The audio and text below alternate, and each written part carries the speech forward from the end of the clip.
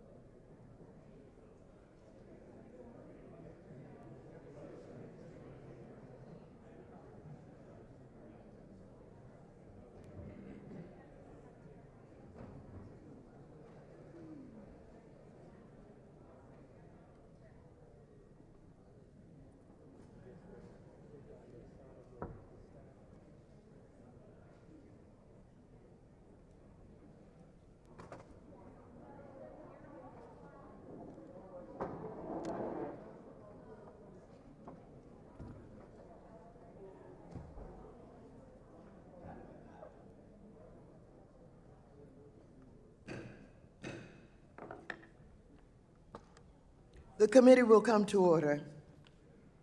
Without objection, the chair is authorized to declare recess of the committee at any time.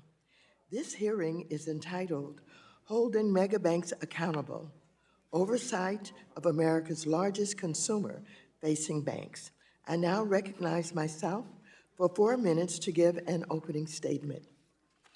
Testifying before us today, we have the CEOs of the 7 largest U.S. commercial banks that each serve millions of consumers. As chairwoman of this committee, I have prioritized conducting rigorous oversight over our nation's largest banks and their activities. Last year, 4 of these mega banks testified before us. Since then, our nation continues to battle an ongoing epidemic, inflation, that's affecting every household's budget, Russia's invasion of Ukraine, rising interest rates, and other crises that have battered our economy.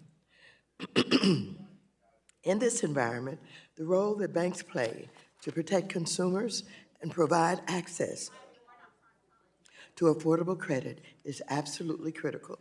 Over the past several years, we've seen the system of banking in this country take a dramatic shift.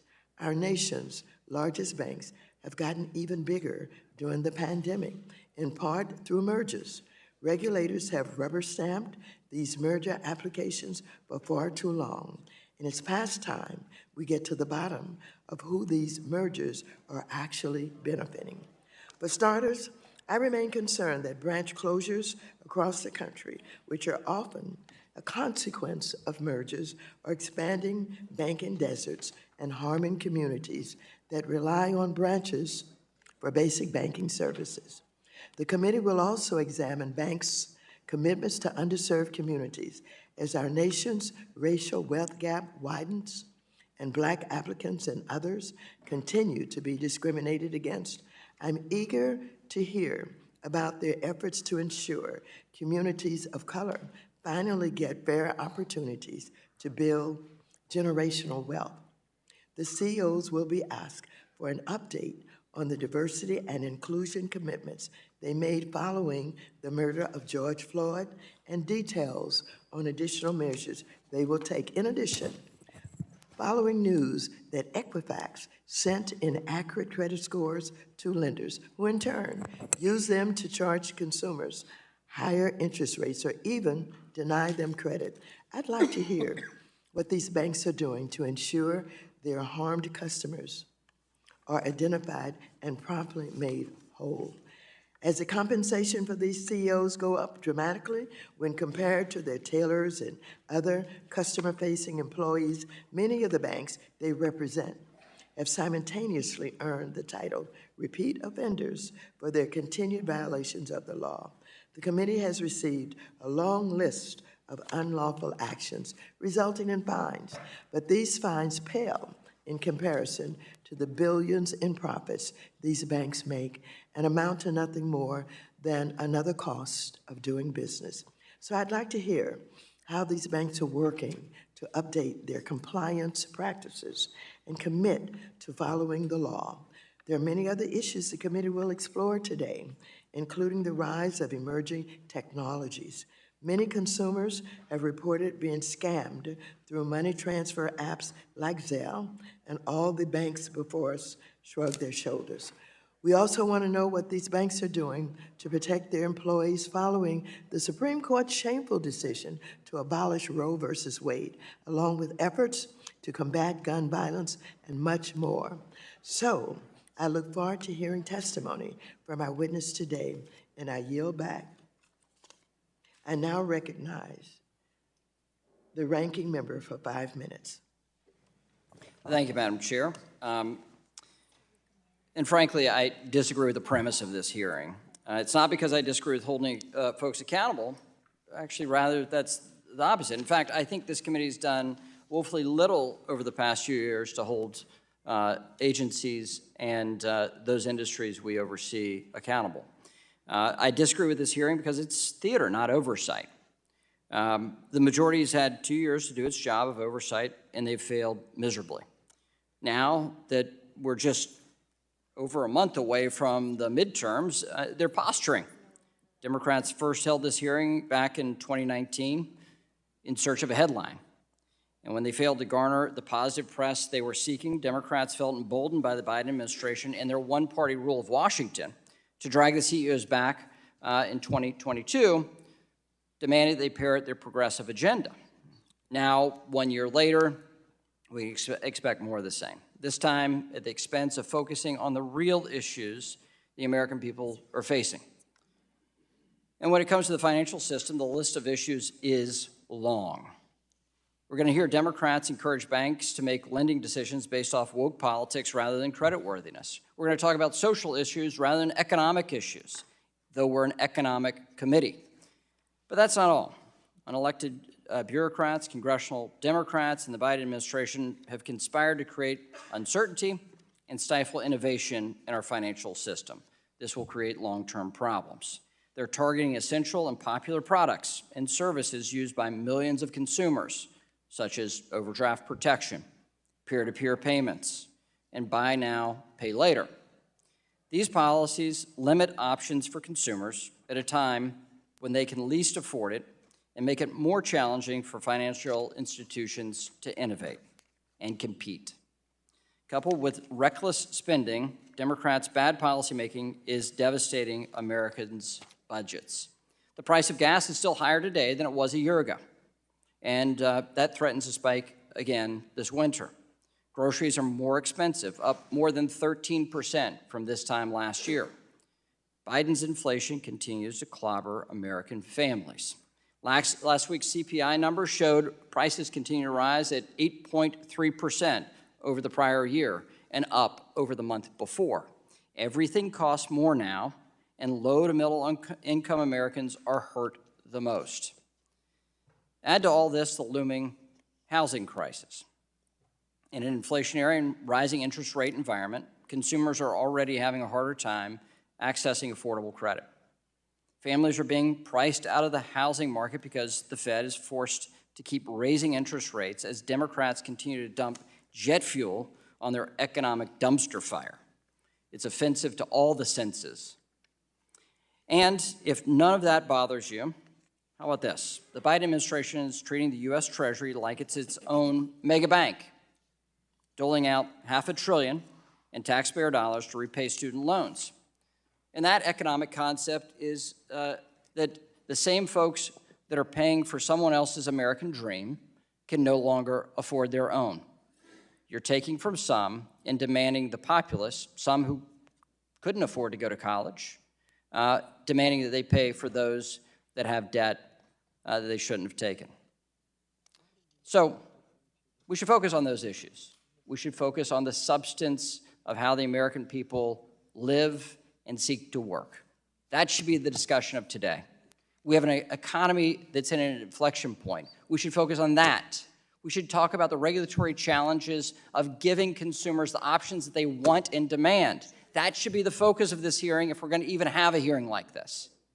And then we should be about the substance of making people's lives better by reducing regulatory barriers that make products more expensive and make life harder for average Americans. My colleagues have instead called on large bank CEOs to publicly pressure them to promote divisive partisan priorities. We'll hear a lot of that. In fact, you might hear from both sides, by the way, where we are a month before the election.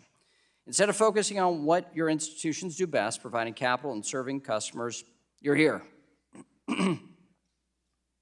It's a shame, it's theater, and it offers zero solutions to millions of Americans who are bearing the financial brunt of the Democrats' virtue signaling.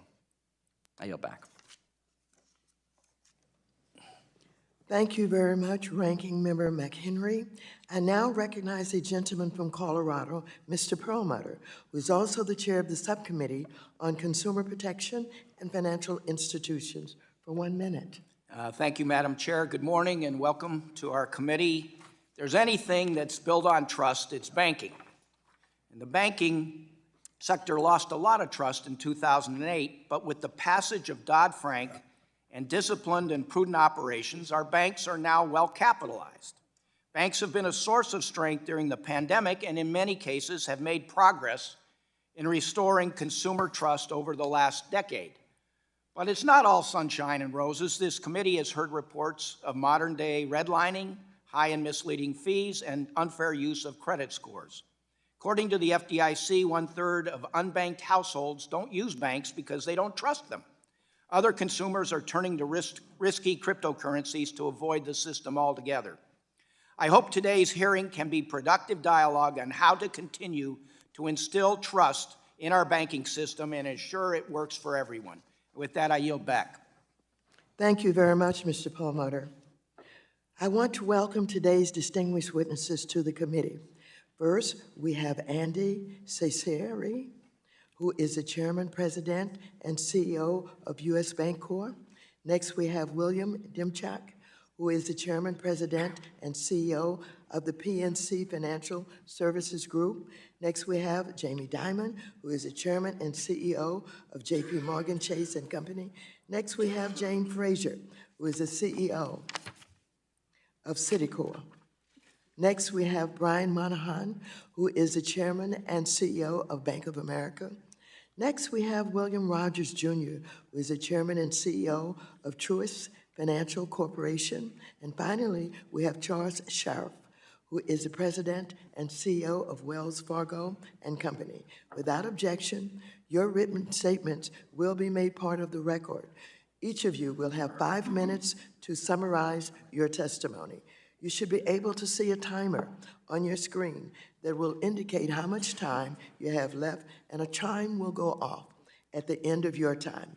I would ask you to be mindful of the timer and quickly wrap up your testimony if you hear the chime. Before we begin with your oral testimonies, I'd like to swear in the witnesses.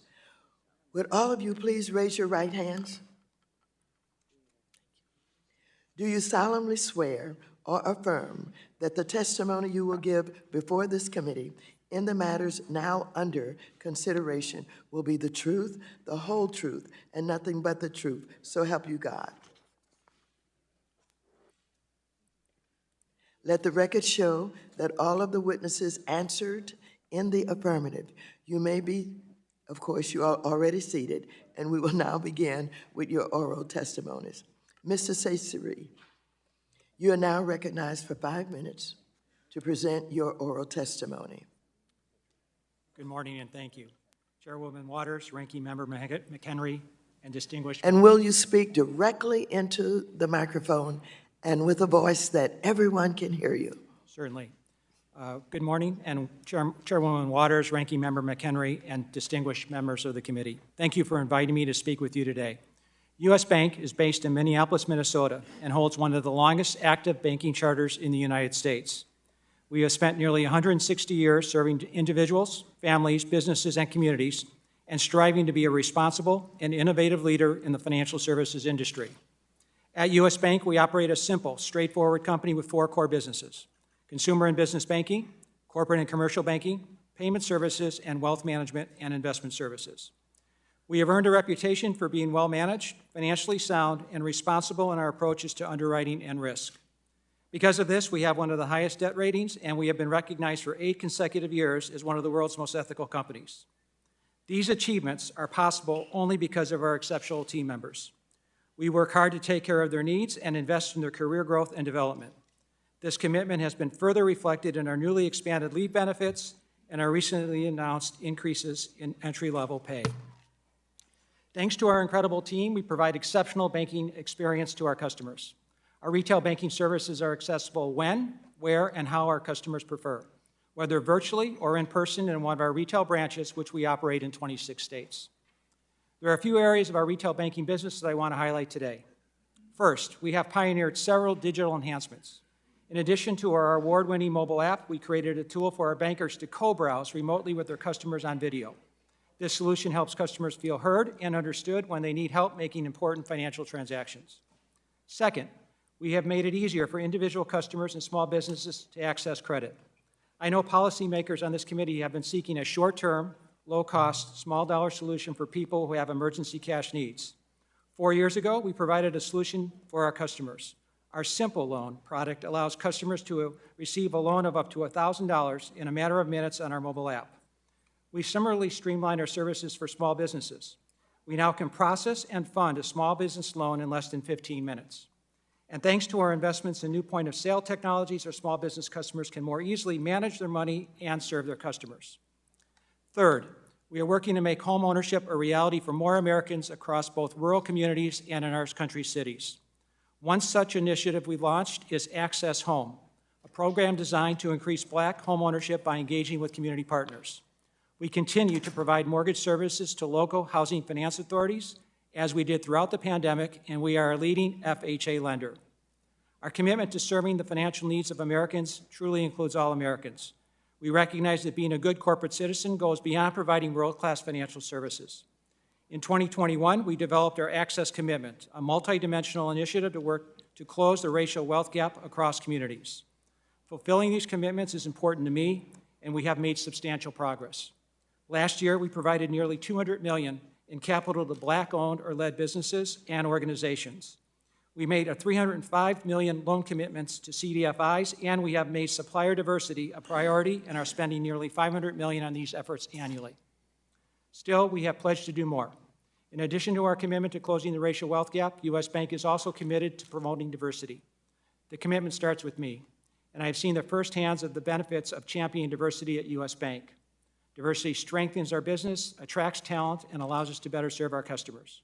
Our efforts in this area have been recognized earlier this year. Diversity Inc. named U.S. Bank to the top 50 companies for diversity for the 4th year in a row. In closing, we believe relationships are a key differentiator for our bank. That is why we are taking the best of our person-to-person interactions and enhancing them with new digital capabilities to connect our customers with their trusted partners and advisors. Today, as always, our focus is on serving people. Relationships are the center of our business and the core of all the communities we serve, and that commitment will never change. With that, thank you for your time and for the work you do for our country. I look forward to your questions. Thank you. Thank you very much, Mr. Cesare. We will now go to Mr. Demchak. You are now recognized for 5 minutes to present your oral testimony. Thank you, Chairwoman Waters, and Chairwoman Waters, Ranking Member McHenry, and distinguished members of the committee. I'm pleased to be here on behalf of PNC Financial Services. PNC is a Main Street banking organization focused on traditional banking activities. We've essentially been in the same business for 170 years, which is when we were founded. Our priority's always been to help customers save, borrow, and move money. You know, we are a large bank by historical standards, but we're just 1/6 the size of some of the banks represented on this panel. We have limited capital markets activities, limited derivative and foreign operations. PNC is not a global, systemically important bank. What we are is a financially strong and resilient bank that's committed to serving consumers in a fair and transparent way. I am proud that PNC was the first large bank to actually modify its overdraft practices. Since the rollout of our low cash mode product, overdraft fees at PNC have dropped by nearly 50%. We've also made it easier for consumers to send and receive payments. PNC, along with the other owner banks of early warning services, developed and rolled out Zelle, a real-time P2P platform. Zelle provides consumers with a free and convenient way to send money to individuals and businesses. And despite the headlines, disputes within the Zelle network make up less than 10 basis points of all transactions. This is not true of unregulated P2P digital payment services, which in at least one instance, in PNC's case, has 13 times the disputes that we see on the Zelle network. But better is not good enough, and scams in particular continue to grow across the financial ecosystem. Scams are different than traditional fraud in that a bad actor gets a customer to actually initiate the transaction themselves. These scams are growing daily, and the industry, regulators, and importantly, legislators need to respond. It's not enough that we apportion blame after the fact. We need to stop fraud and scams before they occur. Secure networks like Zelle, real-time payments, and potentially FedNow allow for direct authentication with a host bank. They also allow members of the network to identify, close, and police against scam accounts. This is not the case with non-bank networks. These networks are not held to the same security standards as banks. When a scam occurs, banks like PNC have zero visibility into where the money went, zero capability to recover the money, and zero capability to close the bad account. Banks follow the standards set under Gramm-Leach-Bliley Act and are regularly, almost continuously, examined for compliance. Non-bank data aggregators are not subject to examination and supervision. Instead, they hold the financial data of tens of millions of U.S. consumers and rely on screen scraping to gather and then sell that consumer information. 12 years ago, the CFPB was given authority based on Section 1033 of Dodd-Frank to end screen scraping, to secure data, and to stop the reselling of confidential consumer data through the fintech ecosystem. This hasn't happened, and consumers are paying the price. PNC's had a social purpose since the day it was founded. As a service organization, we believe our success is directly tied to the success of our communities and customers and communities. We succeed when our customers and communities thrive and when our employees feel valued and are rewarded for helping fulfill our purpose. Our commitment to our communities is reflected in PNC's outstanding rating under the Community Reinvestment Act, a rating, by the way, that we've enjoyed since the enactment 40 years ago. We also succeed by being diverse and inclusive, which starts at the top of the organization. Today, nearly half of our independent directors on our board are women or people of color, and half of the executives that report to me are women or people of color.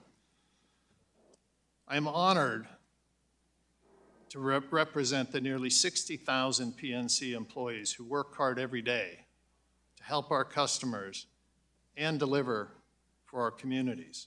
It's a safe assumption that all of those constituents are as divided on the views of today's challenges as everyone else in our country. Our job as a bank, and my job as a leader, is not to arbitrate on who is right or wrong, but rather to find common ground and deliver on our promise to serve customers, keep them safe, and to provide capital to our great economy so that everyone may prosper. With that, I welcome any questions that you may have. Thank you, Mr. Demchak. Next, we will go to Mr. Diamond. You are now recognized for 5 minutes to present your oral testimony.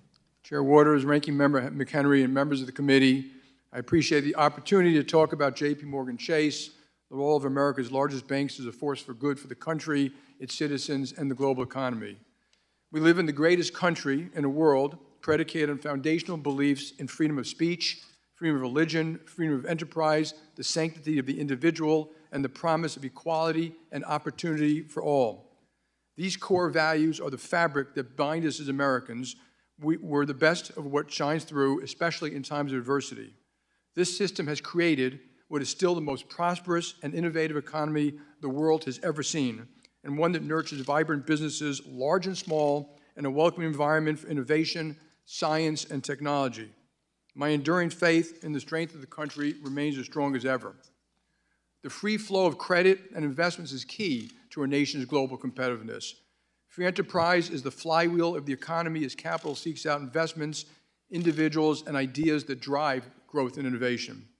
As free enterprise celebrates and is inseparable from human freedom and innovation, which ultimately are the stimulus for human progress. The secret sauce of free enterprise is not only the free movement of capital, but more importantly, the value of knowledge and free people exercising their rights. What this country needs most is free enterprise, extraordinarily competent government and policies, and more civic-minded companies and citizens. The work we do at JPMorgan Chase matters in good times, but particularly more in tough times. We provide critical financing to nearly every sector, including manufacturing, service, energy, real estate, and transportation. Importantly, we finance federal, state, and local governments, schools, bridges, hospitals, and universities, and transit. We have long championed the essential role of banking in a community, its potential for bringing people together, for enabling companies and individuals to reach for their dreams, and for being a source of strength in difficult times. We finance Americans' ambitions with loans for homes, autos, and growing small businesses, and we provide valuable products and services to more than half of American households. We know that our business is only as strong as our communities, so we are focused in lifting up traditionally underserved communities by increasing home ownership, expanding affordable rental housing, and growing small businesses. The last few volatile years have brought stress and disruption to so many as the world grapples with war in Ukraine, economic volatility and inflation, energy insecurity and climate change, and a pandemic. It has also shown what great companies with the size and scale of JPMorgan Chase can do as a source of strength to the economy. Because we have a strong and healthy company, we consistently serve and finance American households and businesses while building our communities and protecting America and the American economy. We are all here guardians of the financial system. We support our government and national security efforts to combat financial crimes, and we carry out complex sanctions. Each year, we proactively identify nation-state and cyber-criminal threats and work closely with financial services and energy industry and with the United States government to help protect critical infrastructure. And we fuel good American jobs. The businesses we all finance collectively employ hundreds of millions of Americans, and as a large employer ourselves, we employ people in every state in the country with starting wages that far exceed any government minimum wage, plus full benefits, retirement, job training, and career growth opportunities. I want to close by thanking the more than 200,000 employees of J.P. Morgan Chase. I would like the public to know how proud I am of these people who work in every state in the country. You all work tirelessly for our customers with a singular focus on doing the right thing. You work on behalf of our shareholders, real people and communities, including teachers, law enforcement, healthcare workers, and the people saving for retirement. Many of you have faced personal challenges throughout the pandemic, whether it's your own health or the health of a loved one, or managing your children's education and child care needs. At the same time, our work has never been more important or more difficult in the last several years. You continue to persevere with grace and a fortitude that makes me proud. I've been particularly moved by our essential worker population, the tens of thousands of you who continue to come to work during the height of the pandemic to serve our customers when they needed you the most. You have my deep gratitude.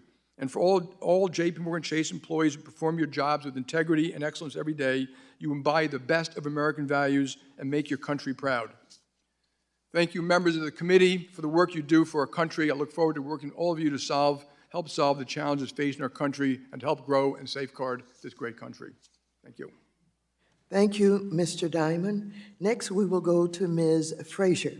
You are now recognized for 5 minutes to present your oral testimony. Thank you very much indeed, Chairwoman Waters, Ranking Member McHenry, and members of the committee. Good morning, and thank you for the opportunity to represent Citigroup today. When a similar group convened with this committee last year, we shared how our banks supported the economy during the global pandemic. Today, while the worst of COVID may be behind us, the economic challenges we are facing are no less daunting. The reforms you put in place and the work we've done since the financial crisis to strengthen our bank's financial foundation have enabled us to continue to serve as a source of stability. While today I am a proud American citizen, as someone who grew up in the UK, I can attest that the banking system and the capital markets in the States are the envy of others. Our financial institutions and our financial markets, they're essential to American competitors abroad, and they're a reason why the US is the top destination for foreign investment. As living expenses for Americans increase and concerns about the economy grow, we remain very focused on our role as a bank in job and in wealth creation. Through Citi's extensive global network and footprint, we partner with the most iconic American businesses, as well as the federal government, to help them navigate the global economy. We've been supporting our clients as they build resiliency, reconfigure supply chains, and adapt to inflationary pressures. And we help these institutions invest in projects that put them in a position to succeed in the 21st century. And it's these investments that put a lot of people to work in the US. The private sector clients we serve are where millions of Americans proudly earn their living. And those clients rely on vendors and suppliers that in turn employ millions here at home. At Citi, we employ 70,000 people here in the US, working in cities across the country, such as Jacksonville, St. Louis, and Los Angeles. The work we do with our public sector partners is a prime example of how we put our balance sheet to work to benefit local communities. In 2021, we partnered with state and local governments to catalyze more than $27 billion in infrastructure investment, such as schools, hospitals, and roads. And many of these large projects, they just wouldn't have been possible without a bank of Citi's scale to back them. We financed more than $5.6 billion in affordable housing projects, last year in communities across 32 different states, from California to Ohio to New York. And this total made us the #1 affordable housing lender in the US for the 12th year in a row. Breaking down the barriers to banking is also a top priority for us. In fact, this past summer, we became the first of the largest US banks to completely eliminate overdraft fees and returned item fees for our customers. We have been a leading proponent of pay equity.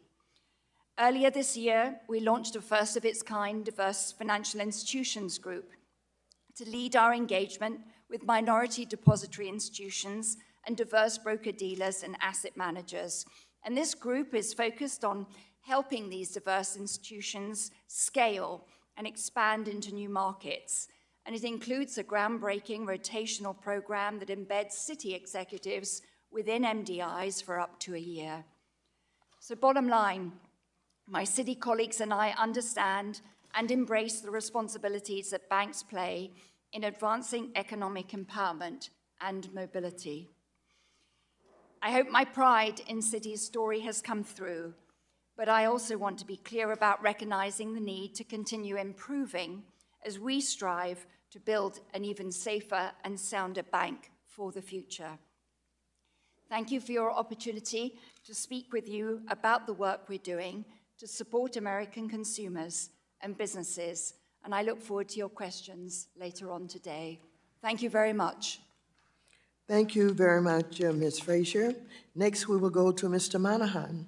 You are now recognized for 5 minutes to present your oral testimony.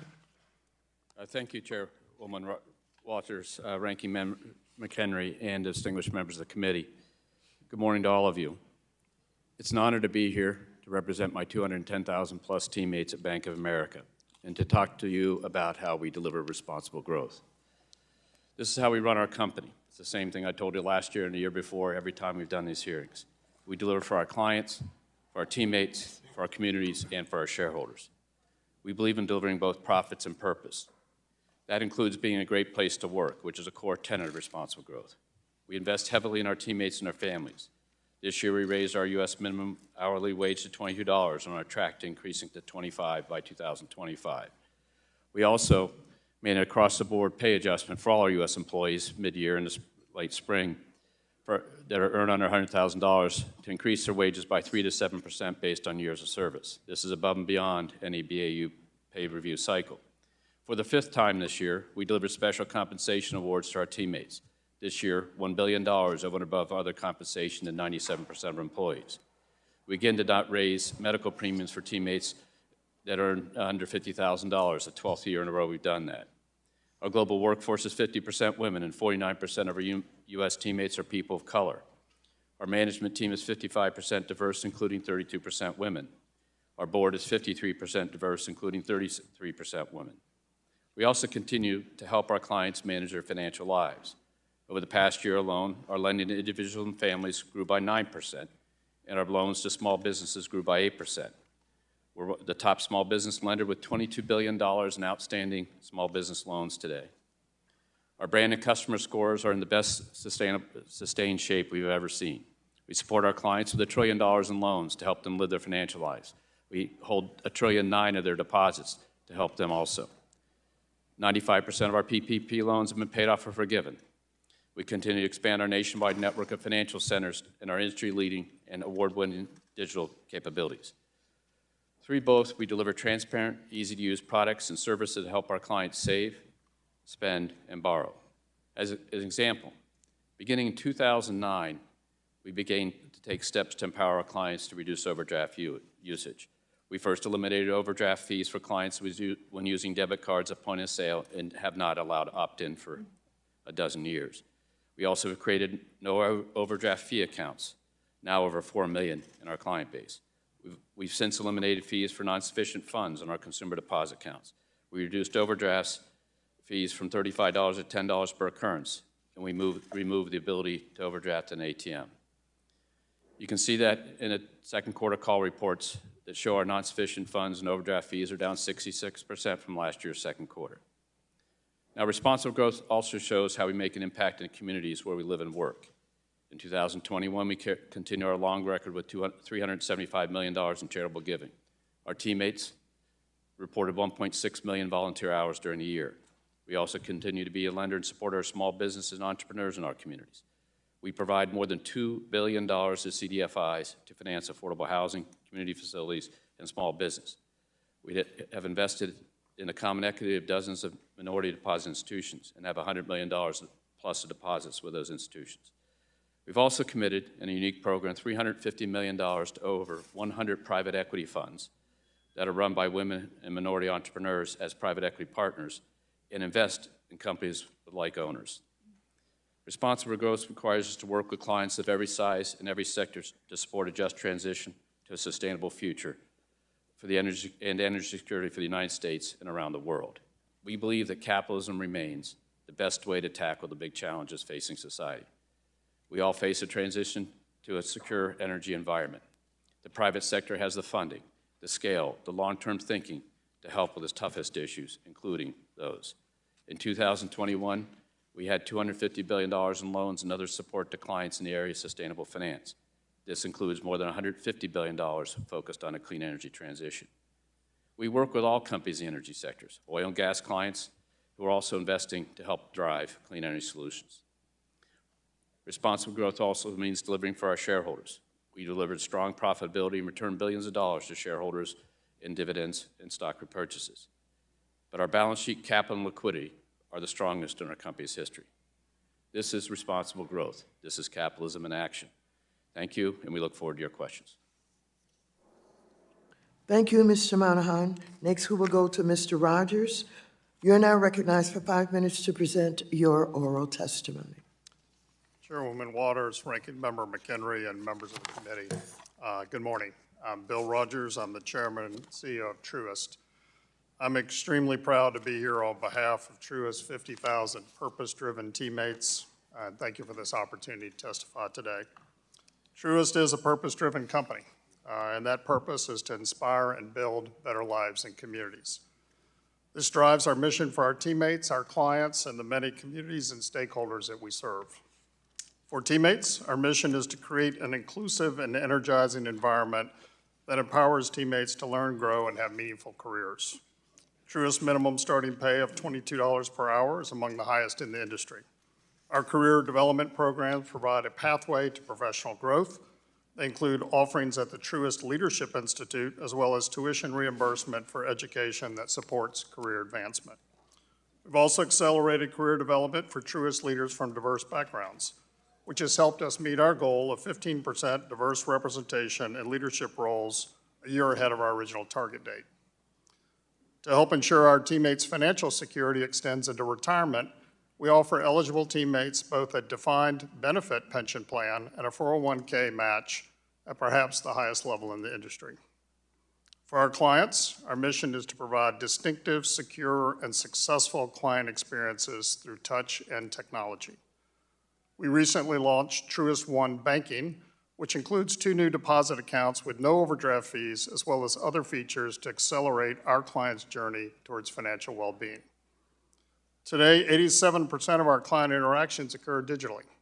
We're evolving our products and services to help ensure we continue to offer a best-in-class client experience that's intuitive, efficient, and secure. Client security is a Truist priority, and my written testimony outlines actions we are taking to protect our clients. We welcome opportunities to work more closely with law enforcement and policymakers at every level to help protect our banking system from organized and sophisticated criminal attacks. Even when most client interactions occur digitally, exceptional client service also often requires the personal touch that our Truist teammates provide. Personal touch made the difference for many of our clients navigating the PPP process. At the outset of the pandemic and in the middle of our merger, thousands of our teammates worked directly with their business clients to meet their fast-changing financial needs. I'm extremely proud and appreciative of the client letters we received, thanking our teammates for their help in securing PPP loans that kept their small businesses open and their employees employed. For the many other stakeholders we serve, our mission is to optimize long-term value through safe, sound, and ethical practices. Truist is a Main Street bank, and teammates serve our clients at more than 2,000 branches in 17 states and Washington, D.C. We're committed to being a good neighbor and contributing back to the communities where we do business. In 2019, we committed to a $60 billion community benefits plan, which included mortgage lending for low and middle-income borrowers, commitments to small businesses and community development lending, community development grants, as well as the establishment of 15 new branches in LMI communities. I'm pleased to report that through August of 2022, we estimate that our combined lending, investing, and philanthropic financing activities already exceeded the $60 billion mark, and that we'll open 16 new branches in LMI, or majority minority communities, by the end of this year. In addition, Truist has been a strong supporter of MDIs and CDFIs. In 2020, a $40 million Truist donation helped establish Corner Square, a new nonprofit that provides capital to racially and ethnically diverse small business owners. In 2021, Truist committed $50 million to serve as an anchor investor, along with Microsoft, on FDIC's mission-driven institution investment fund. And in June, Truist committed an additional $120 million to strengthen and support small businesses with a focus on Black, Latina, and women-owned businesses. I'm inspired by this opportunity to lead this purpose-driven company and serve our clients and our teammates in our communities. Thank you for this opportunity to share our purpose journey with you, and I look forward to your questions today. Thank you, Mr. Rogers. Next, we will go to Mr. Sharp. You are now recognized for 5 minutes to present your oral testimony. Chairwoman Waters, Ranking Member McHenry, and members of the committee, good morning, and thank you for the opportunity to be here today. Since October of 2019, I've had the privilege of leading Wells Fargo. As I reflect on my time at the company, I'm incredibly proud of how we've used our strength during difficult times to support our customers, employees, and communities we serve, while we've worked to transform the company at the same time. I believe that our nation benefits from a strong Wells Fargo, and that has never been more true than today. The last time I appeared before this committee, the country was in the middle of a pandemic, and my testimony and many of your questions were focused on what banks were doing to support the communities in which we operate. Those were important questions then, and they're equally important today, given the complexity of today's high inflationary environment.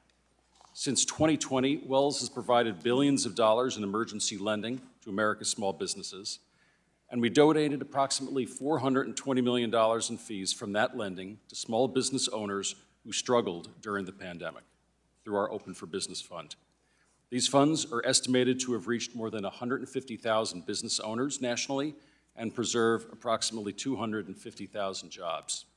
Last year alone, we helped more than 500,000 homeowners with new low-rate loans to purchase a home or refinance an existing mortgage, and we closed billions of dollars in new commitments in affordable housing. Between 2017 and 2021, we increased average wages for our U.S. hourly employees by nearly 25% and increased investments in our U.S. employee benefits by over 20%. And we launched a unique special purpose credit program committing $150 million to help eligible Black homeowners lower their interest rates and reduce their monthly payments. In addition, we issued a second sustainability bond in the amount of $2 billion that will finance projects and programs supporting housing affordability, economic opportunity, renewable energy, and clean transportation.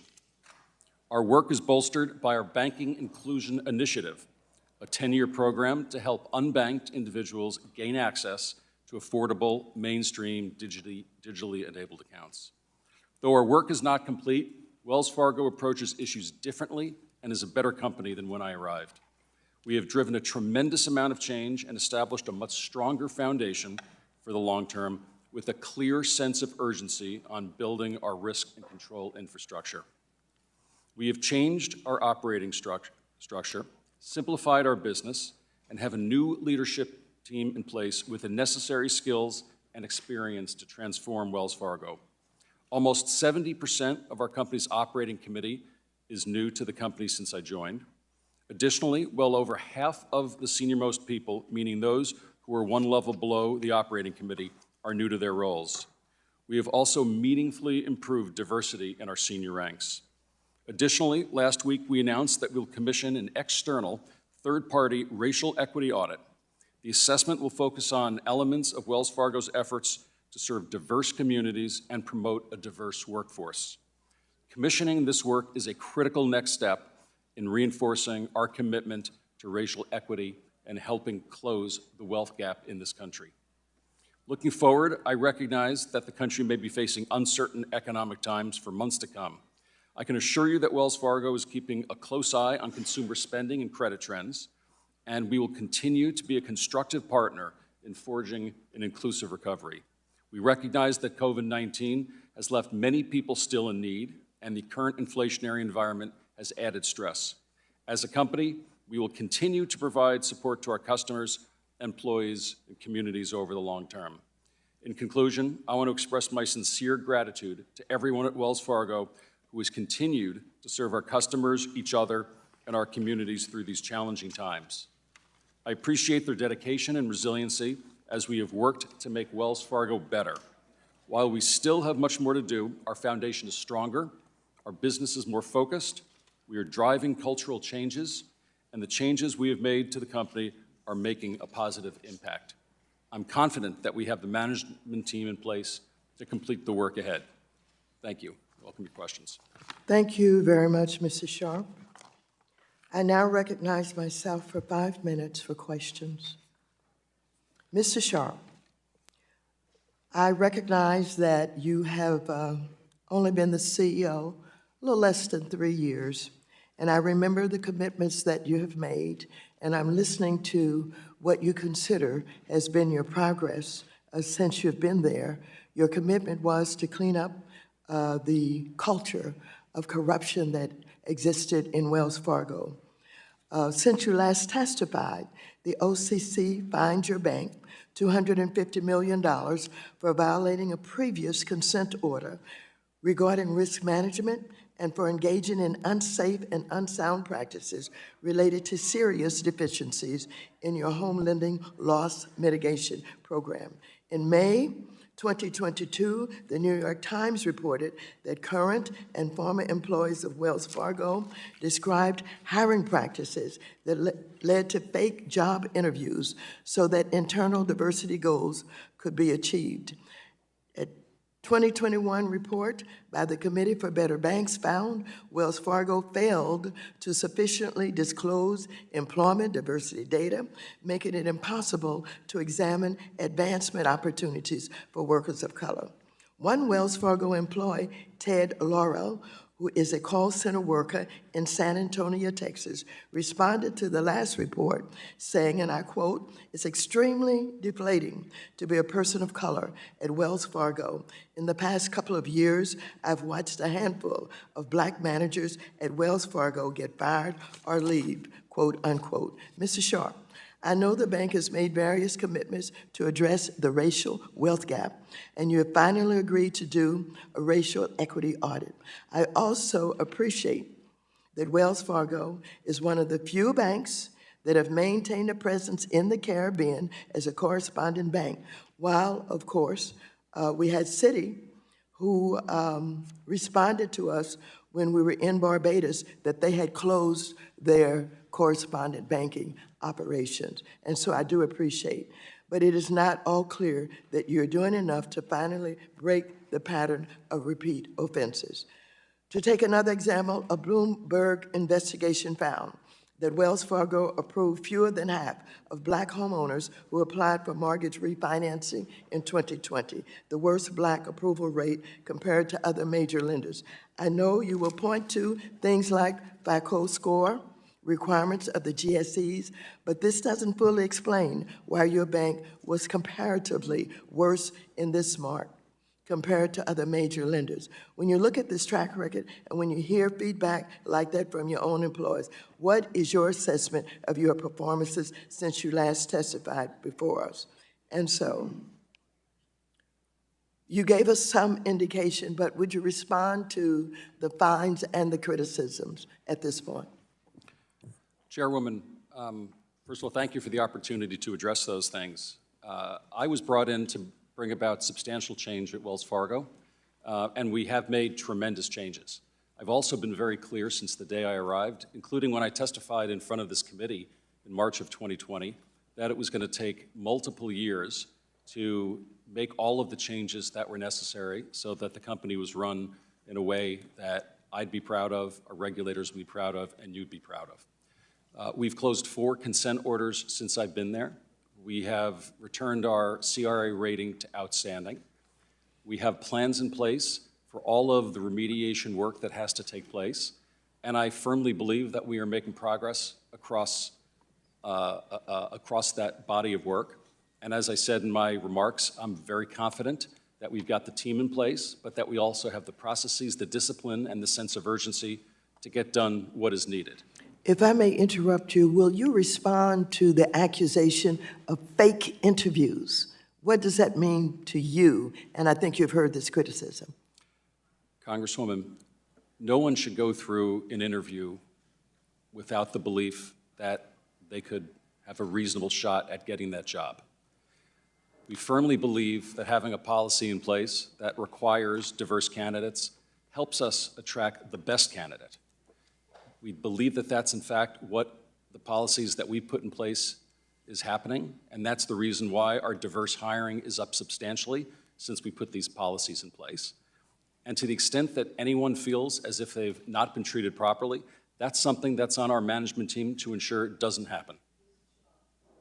Is it true that you interviewed African-American employee for a position after you had already hired a white employee? Is that true? Chairwoman, we're in the middle of continuing an investigation to make sure that we understand every instance where people felt as if they were not treated fairly. And if we have findings, we will take the appropriate action. Thank you very much. At this point in time, I will call on the gentleman from North Carolina, Mr. McHenry, who is the ranking member of the committee. You're now recognized for 5 minutes, Mr. McHenry. Thank you for your testimony. Let's talk about the main thing. The main thing here is the economy, the state of the economy. We see a changing rate environment that has a severe impact on financial institutions and families. We see it first with the housing market, 7 months of receding home sales and in a time where we need more housing units in America. We see inflation eroding families' budgets on a weekly, monthly basis, made worse by policies out of Washington. So let's talk about inflation. I want to know the impact as you see it. Ms. Frazier, you have a global footprint. You're in jurisdictions that have rampant, persistent inflation. There's huge pressures placed on consumers and businesses in that environment. What are those economic consequences and challenges of a high inflation environment? Thank you very much for the question, Congressman. We are very concerned about the high prices that consumers are facing in America and indeed around the world. We certainly have lived through very unusual times through the pandemic, through the recovery from that, and then the impact greatly exacerbated by the war in Ukraine. So the impact of the higher rates that are required to try and tame the inflation is likely to be moderating growth in America and around the world, and will be putting pressure on many of the drivers of the recovery that we've been looking for. Well, you have this backdrop of the economy, and all of you are making decisions for institutions. In our economic system in America, banks are a key piece of our economic system. And the multiplier effect that you all provide, and the lending and the risk you take in our environment, in our economy. So let's talk about regulatory capital and what that would do. Truist. And the regional banks are, we've heard from federal banking regulators, additional long-term debt requirements potentially placed on institutions like yours. So, Mr. Rogers, what effect would that new layer of capital requirement have on an institution like yours and your customers? Ranking Member, thank you for that question. And first and foremost, I mean, we think that regulation ought to be tailored and follow the risk of individual institutions. And I think that's consistent with a philosophy that we all support. Additional capital at higher cost costs us to actually potentially impair lending or slow down our lending. It may cause us to do other things from a competitive standpoint to cover the cost of additional capital. Is that what U.S. Bank thinks, Mr. Seri? Thank you.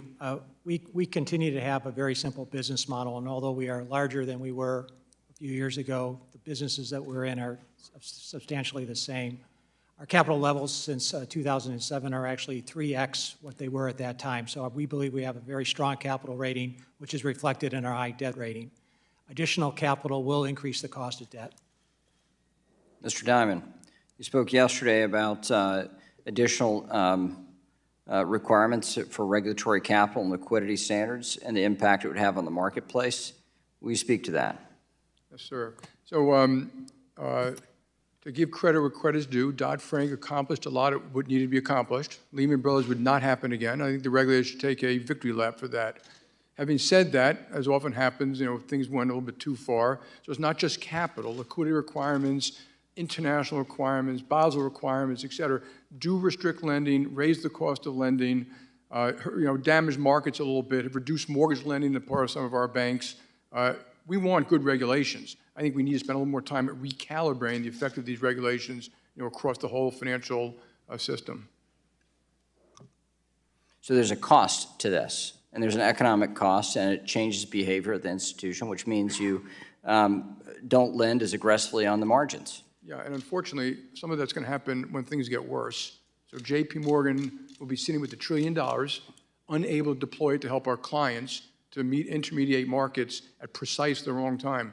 So you all saw Treasury markets, other markets get very rattled in March 2020, going back to 2019, and part of the reason was the inability of very well-capitalized, very liquid banks unable to do what they really should be doing to help clients. Which means you can't provide liquidity in the system at end of quarter, end of year, and so we're going to have choppier markets as a result of regulatory policies that impair your ability to make markets. Is that how you see it, Mr. Moynihan, with Bank of America? There's no question that increasing capital for us 1% makes us not be able to lend $160 billion of loans into the economy. It's that straightforward. It's a simple calculation. So there's an economic cost to regulatory capital requirements that are beyond what is economic or historic needs for your institutions. Thank you for testimony. Thank you very much. The gentlewoman from New York, Mrs. Maloney, who is also the chair of the House Committee on Oversight and Reform, is now recognized for 5 minutes. Quickly. You're ready. Hi, thank you so much, Chairman Waters, for calling this important meeting, and all of our panelists. I thank you for all of your comments, particularly those who talked about wanting to reduce overdraft fees that drain billions of dollars from America's poor and working class communities every year. The Consumer Financial Protection Bureau has found that overdraft fees cost our consumers over $15 billion in 2019 alone. And these fees disproportionately target and penalize low-income consumers. They found that almost 80% of overdraft and non-sufficient fund fees are borne by only 9% of consumers, and they are all financially vulnerable. While I'm glad to see some banks have taken some initiative by eliminating or moving in that direction, it's concerning to me that it's taken this long and that many banks still have yet to make any voluntary changes. And with banks enacting different policies, consumers are left with little consistency. They're very confused by these different policies.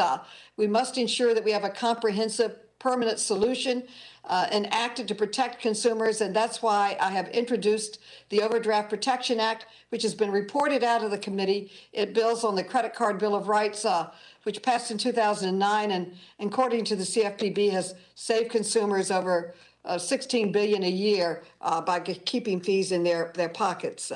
I want to, in the consumers' pockets, I want to ask Bank of America and Citibank, because in your testimony you talked about your actions to eliminate fees.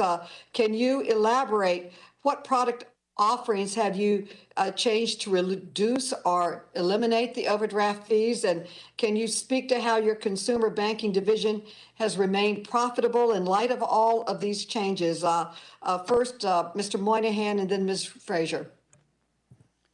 So I think you heard many of my colleagues talk about this, and this is a product in the industry. The first is a no overdraft product, and especially for students and younger people. We have 4 million of those, and I think if you total it up across the board, that product allows people to have no overdraft capacity. Then you have the ability for other products for people to opt in, and what we've done is reduced our overdraft per occurrence fee from $35 to $10. We've reduced the no ability to have the NSF type fees, the numbers of occurrences. So all that totals up that we're down 60% second quarter last year, second quarter this year, and it'll fall further because a lot of those changes took place, and we recently announced that it's down 90%.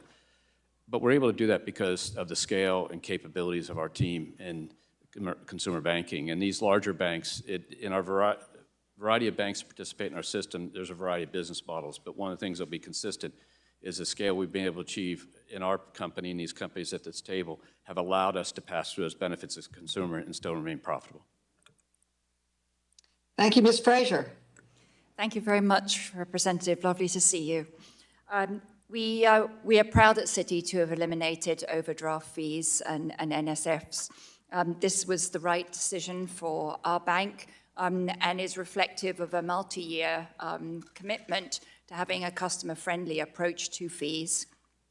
Similar to my colleague, Mr. Moynihan, we also have a product called the Access product. It accounts for almost 20% of all of our accounts, in addition to the no overdraft, also is a very low-cost, customer-friendly account that has been growing substantially over the last few years and played a very important role during the pandemic for those who were most affected.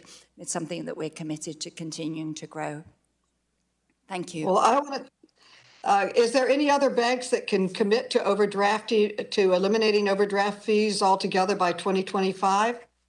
Anyone else on the panel that can follow the leadership of these two banks?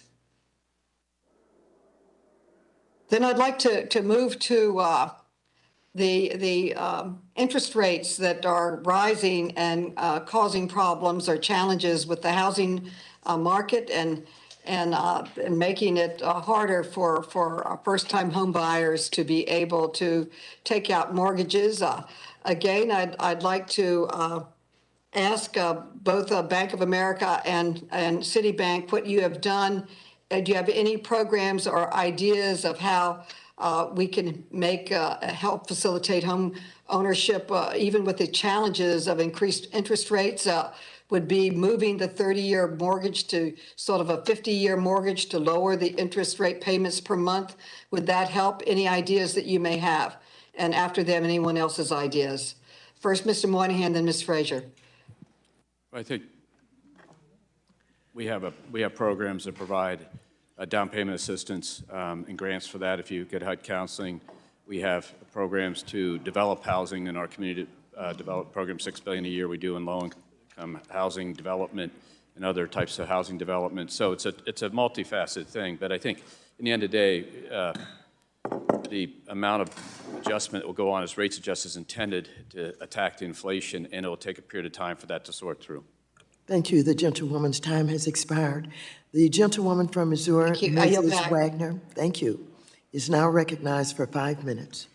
I thank you, Madam Chairwoman. I'd first like to note that this is our third time hearing from these witnesses, the second time this Congress, and the majority is likely to make the same assertions they did last time to name and shame, just to try and score political points.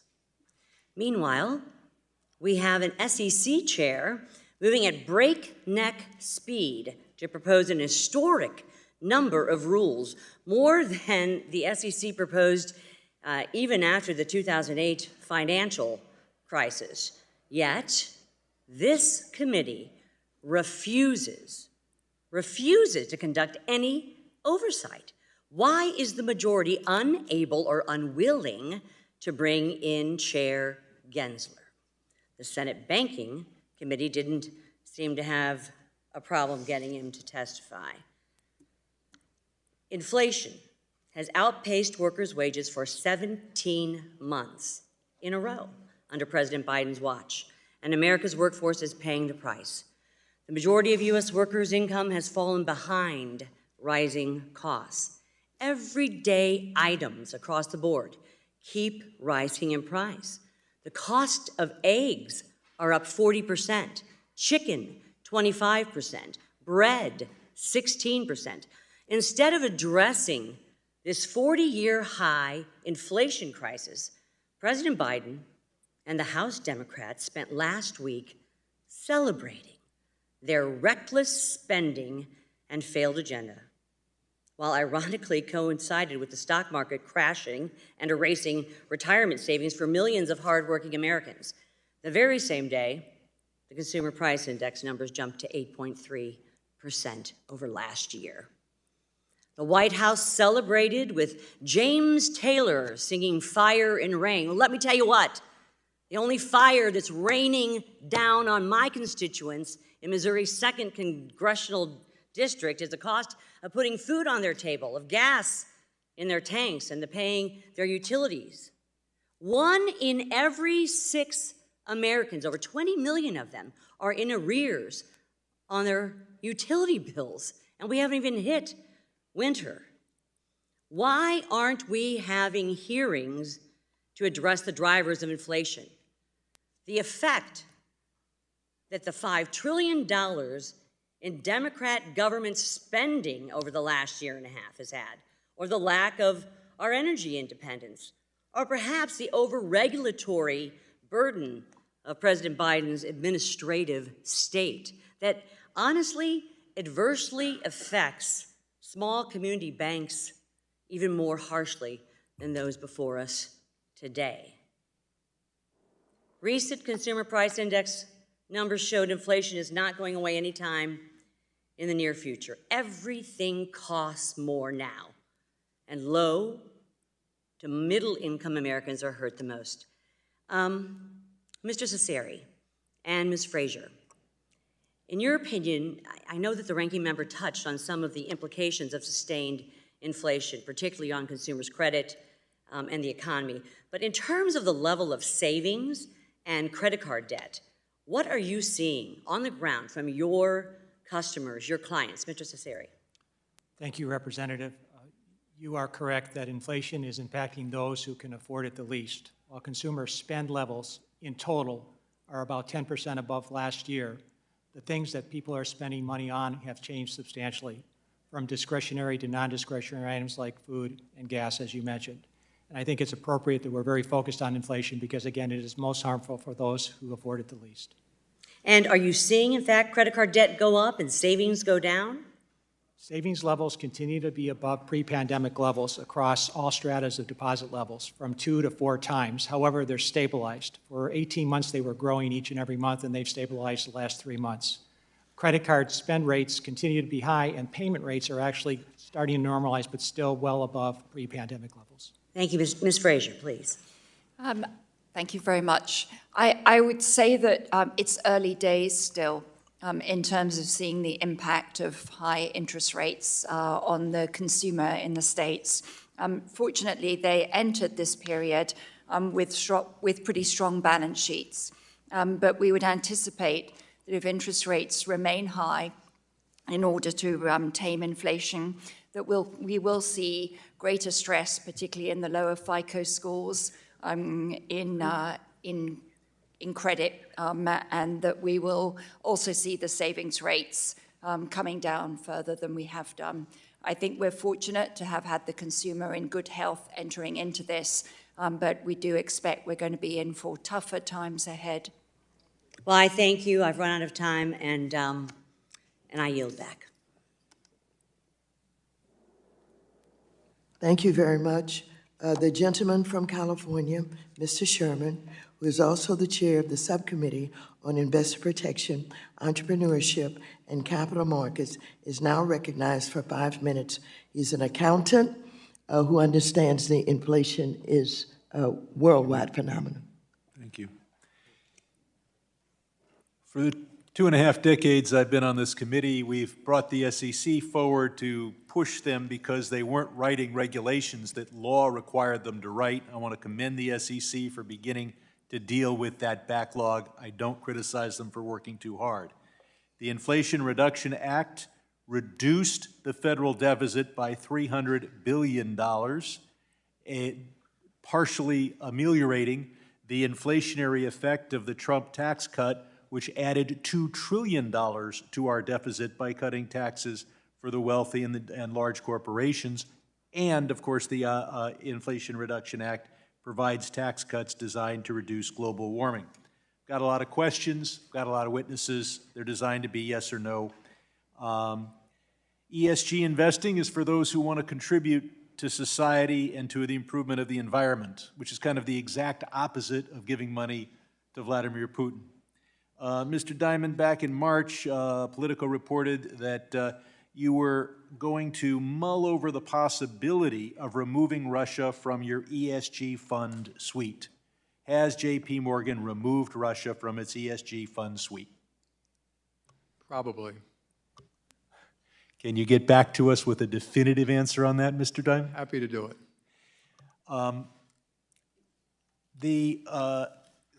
We clearly have sanctions on Russia and Belarus. There is a loophole in that sanctions that we don't have in our Iran or North Korea sanctions, and that is that the subsidiaries of U.S. corporations are not legally bound. My hope is that the institutions here wouldn't be exploiting that loophole. This House of Representatives in May passed my bill, the Russia and Belarus Financial Sanctions Act, which would block that loophole. Unfortunately, the Senate remains somewhat dysfunctional. So the question is, are you going to exploit that loophole? But I'll be more specific. Mr. Diamond, has J.P. Morgan cut its ties with Gazprom and Vitol? So, first of all, I wouldn't call these loopholes. The American government, the Secretary of Treasury. Please don't respond. I didn't ask you to respond to my editorialization. Just a specific question. Have you cut the ties to Gazprom and Vitol? We are following the instructions of the American government as they asked us to do it. So you are not. I think they're doing so the a answer great is, job. Mr. Diamond, it's a yes or no question. You have not cut your ties to Gazprom and Vitol. Do you continue to own a major stake in the Russian bank Sberbank? No, we do not own a stake in Sberbank. I think that's in a Thank mutual you. fund somewhere. And we've materially cut out some of the I hope you would relationship with cut all your Gazprom. ties to Gazprom and Vitol, and let me go on to Citigroup. Have you cut your ties with Lukoil and Vitol? I just had one other thing. I don't think Not on my time, you can't. No one is doing Reclaiming my anything time, No Mr. one- Time Diamond. belongs Here to for the profit. gentleman from California. You can do a press conference afterwards and comment as you like, not on my time. Have you cut your ties to Lukoil and Vitol? Similar to Mr. Diamond, we have been working down our exposures in Russia. So you have including not winding cut down. your ties yet. Let's move on. A number of the banks here have said that you're going to cut investment in new coal-fired electric plants. I'll go down the question, though, is, are you going to finance crypto mining, which creates electricity that is then wasted in something that doesn't keep anybody's lights on, doesn't cook anybody's food? Let's go to those. Ms. Frazier, you going to be financing crypto mining? I do not believe so. Mr. Moynihan? We do not have any. Mr. Sharp? I'm not aware of any financing like that. Okay, finally, a capital markets question. We have limits on margin lending designed to protect the lender, and in this case, the lender is you, and you're systemically important to us. It's designed to protect the investor, but most importantly, it's designed to protect the capital markets. That's why on equity investments, we only allow one-to-one margin. But the total default swap is a loophole that allowed ARCOS to get 9-to-1 margin.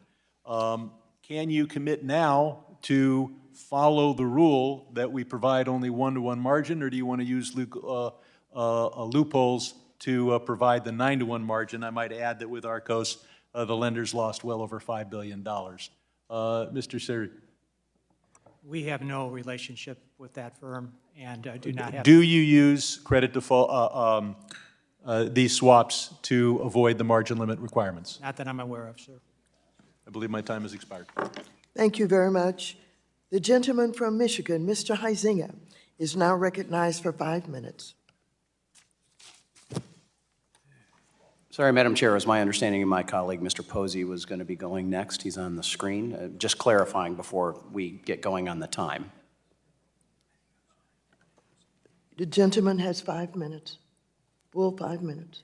But my colleague who's on screen was supposed to be next in line and is ready. He's in between. The gentleman things. from Florida, Mr. Posey, is now recognized for 5 minutes.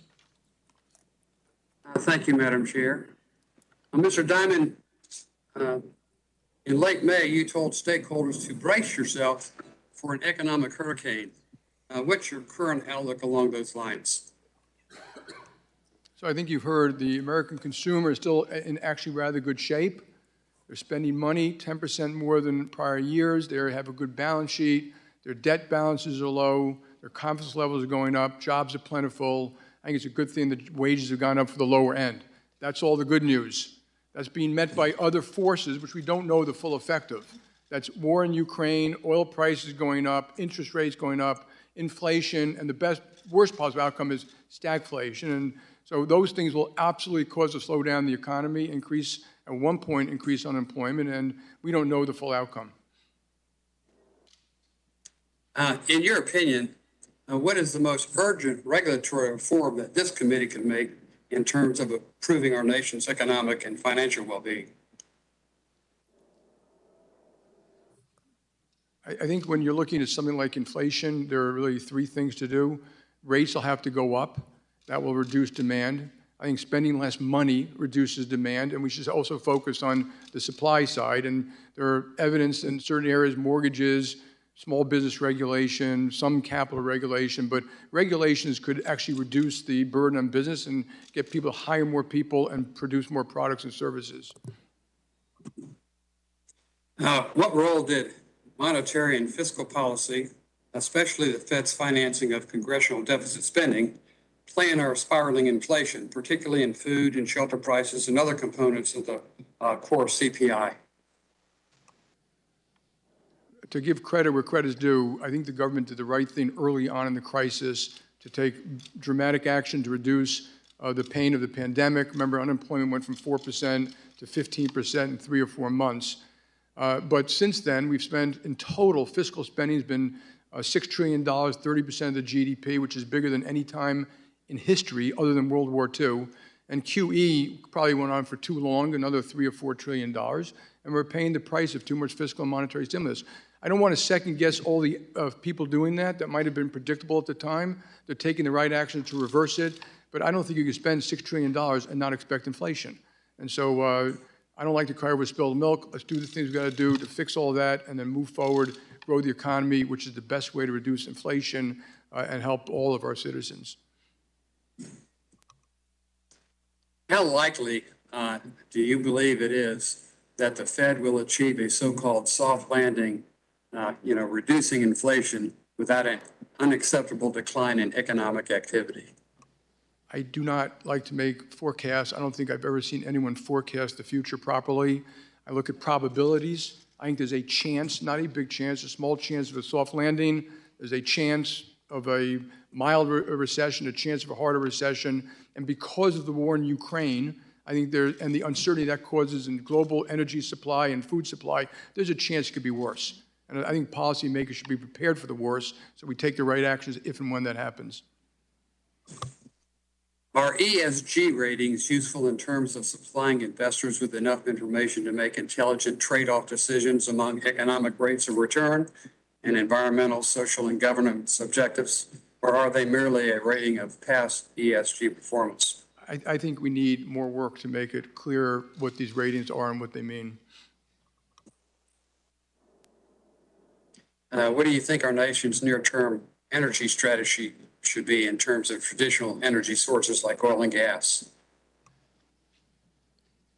We aren't getting this one right. The world needs 100 million barrels effectively in oil and gas every day, and we're going to need it for 10 years. To do that, we need proper investing in the oil and gas complex.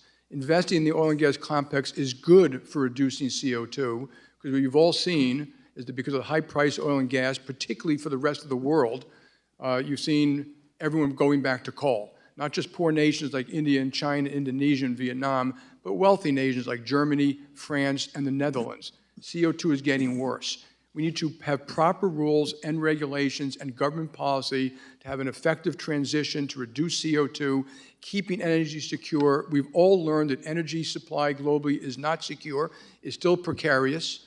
The United States is self-sufficient. We use and produce 10 million barrels of oil a day. Many countries don't, and their sense of energy insecurity is enormous, and it is quite dangerous for them. And you see that in Germany and the war of Russia and Ukraine. Thank you for that frank response. My time has expired and I yield back. Thank you, Madam Chair. Thank you very much. The gentleman from New York, Mr. Meeks, who is also the chair of the House Committee on Foreign Affairs, is now recognized for 5 minutes. Thank you, Madam Chair. Let me address my first question to Mr. Diamond. J.P. Morgan has committed to releasing a report on its racial equity audit by the end of this year, and I think that's a critical audit.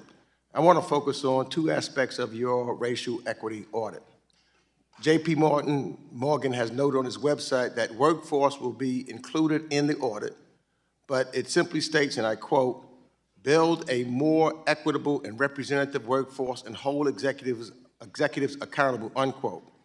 Can you please explain what that entails? Where does is J.P. Morgan conducting this particular piece of the audit, and what your plans are to ensure that people of color hired at entry-level positions will be supported in achieving higher-ranking positions and able to move up the ladder? Yeah, well, I'm extremely proud of our efforts in diversity, and I think the racial equity, the $30 billion commitment, that's what's being audited. That's $8 billion of mortgages for minorities, $12 billion of affordable housing, $500 million of small business, a lot of education, 25% of our new branches are in LMI. That's what the audit's for. There are other diversity efforts like hiring, training, recruiting, which are not part of the audit, which we do report on. So you will get to see our progress in that. So also, well, will the audit examine J.P. Morgan's partnerships with diverse-owned asset managers and firms to build stronger portfolios? And do you have any specific goals or accountability measures currently in place? There are, in the racial equity, the $30 billion, there are vendor efforts that are in that. There are also vendor efforts outside of that. One's being audited, one isn't, and we'd be happy to report on that too. Look forward to having both of those reports. Thank you. One of the things that's extremely important to me, I wouldn't be here today, the greatest investment that takes place by the average American, but especially the largest for African Americans, is home ownership, which I believe is extremely important. Mr. Scharf, I'll just ask you this question. It has been reported that Wells Fargo, along with other banks, is looking to reduce its mortgage lending business, including in areas like FHA lending. Can you please explain the factors that Wells Fargo considered in making this decision to shrink its mortgage lending business, and how do you believe it will impact communities of color and vulnerable communities who are already struggling to access affordable mortgage programs? Thank you, Congressman. I think it's important to, first of all, we are committed to the home lending business, and we're deeply committed to doing our part to increase black homeownership through our home lending business. But it's important to note that the mortgage market has changed dramatically. And if you were to turn the clock back probably 10 or 15 years, you would find most of the banks up here as the largest mortgage lenders in the country. That's not even close to true today. I believe we were the #1 mortgage lender in the country. We're now #6. And it's not because we have purposely de-emphasized the business. Regulations are inconsistent between banks and non-banks, and cost structures are different. And the non-banks have taken an increasingly larger share of the market as we have continued to try to focus on providing home lending products, both for our customers but in the communities that we serve. To the extent that our mortgage business does get smaller from here, I can assure you we're going to do everything that we can to ensure that we're continuing to lend to those most in need, whether they are within communities of color or those which are more racial and ethnically diverse. That's something that we're going to track, and we're very, very aware of. So let me just emphasize how important, because I focused on closing the wealth gap. And the way you close the wealth gap, starting out, is home ownership. You know, in our area, we talk about how most markets across, owning a home is an appreciating asset. So you buy the car, you buy the house and rent the car, because one is an appreciating asset and the other is a depreciating asset. And so making sure that that opportunity continues in our communities is extremely important. And to hear that the banks are shrinking that is concerning to me. And then that opens up to where else you can get a mortgage on an equitable basis. I'm almost out of time, but Mr. Monahan, I was concerned about climate change and the reporting of Scope 1 and Scope 2 emissions, and where material, I think that your comment letter said that you would support Scope 1, Scope 2, and where material Scope 3. And I'm out of time, so I'm not going to get a chance to get an answer to it, but I would like to get an answer to you back. Can you please explain what Bank of America's position is with respect to materiality of Scope 3 emissions and what the relevant safe harbors should include? Just do that in writing. I'd appreciate to see that. The gentleman's time has expired. Thank you. The gentleman from Michigan, Mr. Huizinga, is now recognized for 5 minutes. Thank you, Madam Chair. And so to our newbies, welcome. To our frequent flyers, Mr. Scharf, Moynihan, Diamond, and Ms. Frazier, welcome back. One more punch on the punch card, and I think you get a free cup of coffee. Interestingly enough, you've actually been here more than Gary Gensler has. I wish we would pay as much attention to the actual regulators, the folks, by the way, who we have constitutional duty to have oversight of, than those that the regulators are supposed to regulate. Mr. Diamond and Ms. Frazier, I want to give you a very quick, brief moment. Do you comply with U.S. and international sanctions? I think that was what the implication was earlier when you were interrupted. Very quickly. Absolutely. Okay, Ms. Frazier? Absolutely. Okay. So those are U.S. and international sanctions. Got it. All right. Last time, those of you that are return members and return players, you'll remember I asked everybody what their one issue was that they thought was going to be the biggest barrier. Mr. Moynihan, you said the economy. Ms. Frazier, you touched on cybersecurity. Mr. Scharf, you hit cyber as well. Mr. Diamond, you talked about public policy. And I'd like to give you a moment to clarify that. This is multifaceted, the various elements to that. But if you could just lend a little color to that, I'd appreciate it. It'd be a pleasure. So public policy, I think America, if you look at the last 20 years, we've grown 2%. It should have been 3%. We should aspire to do more. That lack of growth has hurt, I think, household income by $15,000 or $20,000 by the end of the 20 years. It would have lifted up all of our citizens. It would have paid for a lot of programs we want. We don't strive for growth. If you look like why it wasn't 2%, which is why I was exploring public policy, it's our bad infrastructure planning. It's our inner-city school education. It's excess regulation. It's expensive health care. We have the best health care in the world. We also have the most expensive and 50 million uninsured. It's excessive litigation, which is 1% more than the rest of the world. I can go on and on and on. It's mortgages. You want to make mortgages more accessible to minorities and lower mortgages, reduce the burden of regulation. It'll bring down the cost and make it more accessible. Amen, amen, and reclaiming my time on that. So here's as a former, long ago licensed realtor and someone whose family is still involved in housing and construction, please, for the love of everything that is holy, do not offer a 50-year mortgage. Okay, this will do nothing, absolutely nothing to build wealth or build equity. All you will be doing is having a long-term rental because you folks are going to be getting all of the interest. So that is, home ownership is the key, and I agree with my friend from New York on this, but it is not just extending payments. We have to get at the root cause of why housing is not affordable. All right, Mr. Diamond, very quickly, you said in your testimony our success and accomplishments are founded on our commitment to our shareholders. Obviously, that seems to have been shifting. I would say the Securities and Exchange Commission and others who have done an about-face on shareholder proposals with new staff guidance and those kinds of things seem to have a different take. I'm curious, how are you balancing as a shift in this? And you've got 15 seconds. We will still focus on building the best company by serving shareholders, employees, and customers, and we'll have to navigate whatever the new SEC rules are. All right. Mr. Rogers, we're going to touch on more on mergers. I would, by the way, posit that mergers are more because of Dodd-Frank than greed or nefarious motives. And in fact, I think Mr. Diamond, you on a shareholder call at one point said Dodd-Frank was good for your business with that and that consolidation that was going on. So, Mr. Rogers, would you agree that retail banking is a highly competitive business? It is, yes, Representative, so okay. Very competitive. And your bank, Truist, is the result of a merger in 2019, correct? That's correct. Okay. Do you believe that that merger allowed you to increase or decrease the accessibility to banking for your customers? I think the merger has afforded us a great opportunity to increase accessibility and for our customers, and that was never more apparent than during the pandemic, when we were able to do $17 billion worth of loans, be the fourth largest PPP lender, do 120,000 loans and 80,000 to small businesses. We wouldn't have been able to do that with our prior scale.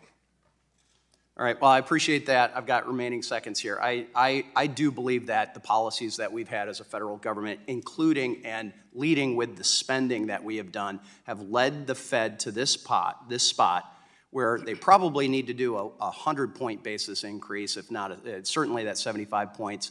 Otherwise, we're going to find ourselves in a worse inflationary situation, and we have to stop the spending and get our policy house in order. With that, I yield back. The gentleman from Georgia, Mr. Scott, who is also the chair of the House Agriculture Committee, is now recognized for 5 minutes and knows a lot about Dodd-Frank. Thank you very much gentleman. for your kind remarks, Chairman. Protecting our consumers from this online fraud and theft has now become the #1 issue facing the security of our great financial system. One of the things that several of us have been working on in this committee is to bring together public and private partnerships to address this, because this technology is overwhelming, and you can see how so many of our consumers have become victims. I'm delighted to know about the public-private partnership that is going on now between FS and the Wharton School of Finance at the University of Pennsylvania over in Philadelphia. Now, Mr. Rogers, you have expressed your support for public-private sector collaborations to help us protect our customers from things like this electric payment scams. So would you mind telling us, how do you see our public bank regulators and our private sector financial institutions working together to ensure that we have federal law that will provide electronic transfer protection for our defrauded consumers in our great nation? Thank you, Chair Scott. Thank you for leading on this very important issue of the fraud that's being experienced by all of our consumers, and it's being perpetuated by organized criminal activity, and that got exacerbated and accentuated during the pandemic. So I think we have some existing role models in cybersecurity already, where we coordinate as banking institutions and we work with our various agencies. So when something happens on a cyber case, we communicate that immediately. And I think we have that same opportunity with fraud. Very good. Tell me exactly, how would you propose that we reimburse victims who have been scammed into initiating an electronic payment transfer? How would we reimburse? Well, Chair, we do reimburse today. So we do reimburse for those who've been scammed, and particularly those who've been scammed with our bank's name used in particular. We're very consistent in that. But I think in addition to reimbursement, we need to be focused on eliminating the fraud and fighting the criminal activity. Mr. Diamond, may I come to you, please? One of my biggest priorities has been reducing the number of unbanked families in our nation. What is your institution doing to get more of the unbanked population into the traditional regulated banking system? So we have 25% of our branches in LMI neighborhoods. We have a new thing called a community branch, which is much larger. We invite in the population. We have things called community managers who walk down the street. We've got financial education seminars about mortgages, saving money, opening checking accounts. We invite the community in, tell them to come as you are, learn about these services. These seem to be working quite well. We're part of the OCC Bank On program, the REACH program, and I do think these programs are starting to actually have an effect. And also, let me ask you this. What is your institution, J.P. Morgan Chase, what is your bank doing to overcome the mistrust that many people, one of our biggest known problems with decreasing the number of unbanked families in our nation is mistrust of traditional banks like each of yours? What is your institution doing to overcome this mistrust of large banks? And if there are any of you others who are addressing this issue, please pipe in. I would love you to come visit some of those community branches in Harlem, South Side of Chicago, Crenshaw, New Orleans, Ward 5, Ward 6 over here, and you'll see what we're doing. Local vendors, local folks, they're all coming in. We do tens of thousands of seminars. We try to make people very comfortable. We have products specifically designed, very low fees, no overdraft and things like that. And I totally agree with you, that is part of the job. Thank you, and I just encourage, and I really appreciate, Madam Chair Lady, this hearing. Thank you very much. The gentleman from Oklahoma, Mr. Lucas, is now recognized for 5 minutes. Thank you, Madam Chair, for holding this hearing, and thank you for the witnesses for appearing today. The financial institutions you all represent and the U.S. banking system at large plays a vital role in the communities by protecting savings, delivering quick and secure payments, and providing access to credit. Banks will have to help their communities, their businesses, and their consumers weather the intense economic uncertainty we're now in today. I guess my first question is, inflation remains at a 40-year high. Businesses and consumers are still grappling with commodity price swings, elevated energy prices, a tight labor market, and supply chain disruptions. U.S. real GDP declined in the first and second quarters of 2022. The Federal Reserve will again raise interest rates today, I suspect, which is designed to discourage consumption and business activity. How are you advising your customers on how to prepare for these conditions? And I'll start with you, Mr. Monahan. What are you telling your folks out there? So I think with the amount of uncertainty, job number one is to deal with inflation. Inflation has impacts on, as my colleague said, on the people who can afford it less. And so, the impact on the mortgage market of raising rates feels not good. The reality is it needs to be done to slow down housing appreciation, because 20% per year housing appreciation is not a good thing for people to keep up with. So that's job number one. And so when we talk to our clients, it's the same thing. The Fed will raise rates to get inflation, and then as an operating entity, as a consumer, as a company, as a small business, understand what that impact is. It's going to have an impact of slowing demand. It's going to have an impact of raising your cost of debt, and you should be making sure business plans and personal plans adjust for that.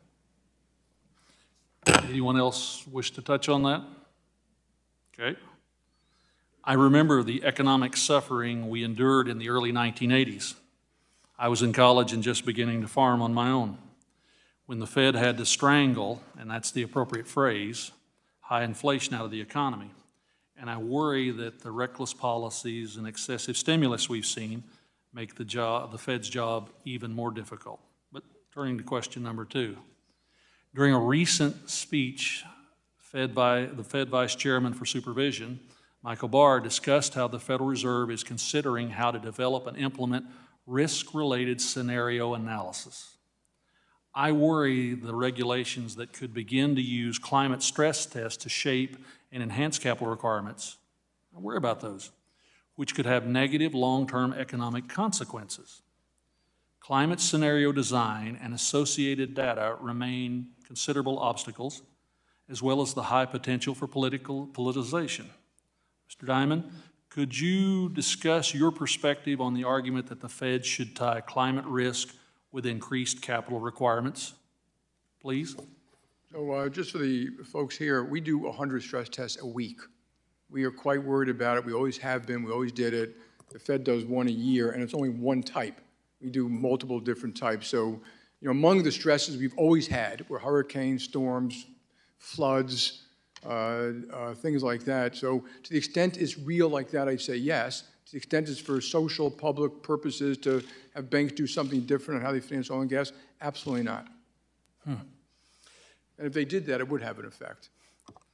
Does kind of come back to the old principle that banks are about collecting capital, pricing it, distributing it appropriately, and pricing it there. I think that's arbitragers. Okay. One last question. The state-owned Chinese banks continue to play a large international role, and the Chinese Communist Party is intimately involved in the banking system and have the ability to influence banks' lending activities and credit allocations. Could you discuss the challenges this creates in terms of global competition for U.S. institutions? Back to you, Mr. Diamond. Yeah, I mean, it's a very good point. We have to compete with global Chinese banks. The four largest are now the largest in the world in terms of assets. They also operate in 50 or 60 countries, which they didn't do 20 or 30 years ago. They have less capital requirements than we do. They enjoy government support. The government wants them to succeed.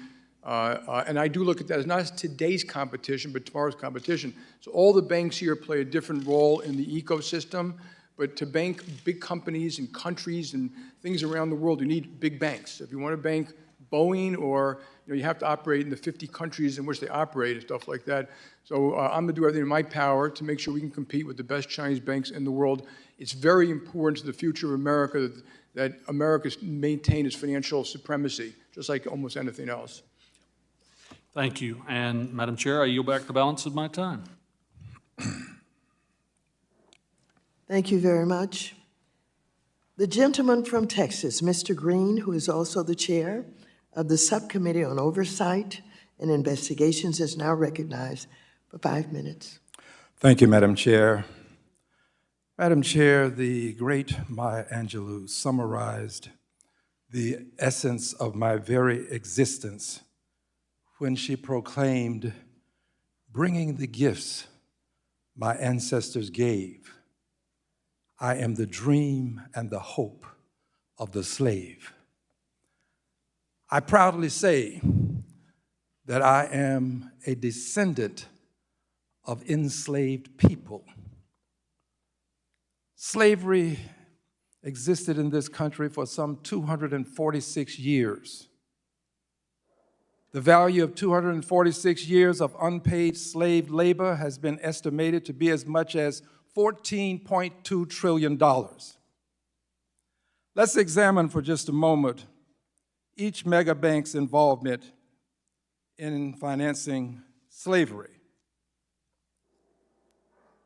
Truist Financial Corporation has assets of approximately $532 billion. 5 predecessor institutions engaged in financing slavery. PNC, Financial Services Corporation, assets of approximately $534 billion. A predecessor loaned $135,000 to a railroad company that used slave labor in 1852. U.S. Bank Corp, assets of approximately $582 billion. A predecessor institution made a loan secured by enslaved people. Wells Fargo, assets of approximately $1.71 trillion. Predecessor bank accepted enslaved people as collateral in at least 24 transactions, took temporary possession of enslaved people from defaults on loans. Conducted business with the Confederacy. Citicorp, assets of approximately $1.72 trillion. Provided a chart of mergers pursuant to a request that we made and acquisitions over a course of 210 years that is lengthy and complex, but didn't give us a detailed report. Staff has asked for more information, hasn't received it to this date. More to be said on that at a later time. Bank of America, assets of approximately $244 trillion. A predecessor bank secured a mortgage with real and personal property. The borrower's property included 13 enslaved people. A predecessor bank agreed to a $10,000 mortgage to U.S. Secretary of State John Forsyth with 40 enslaved people as collateral. J.P. Morgan Chase, assets of approximately $3.38 trillion.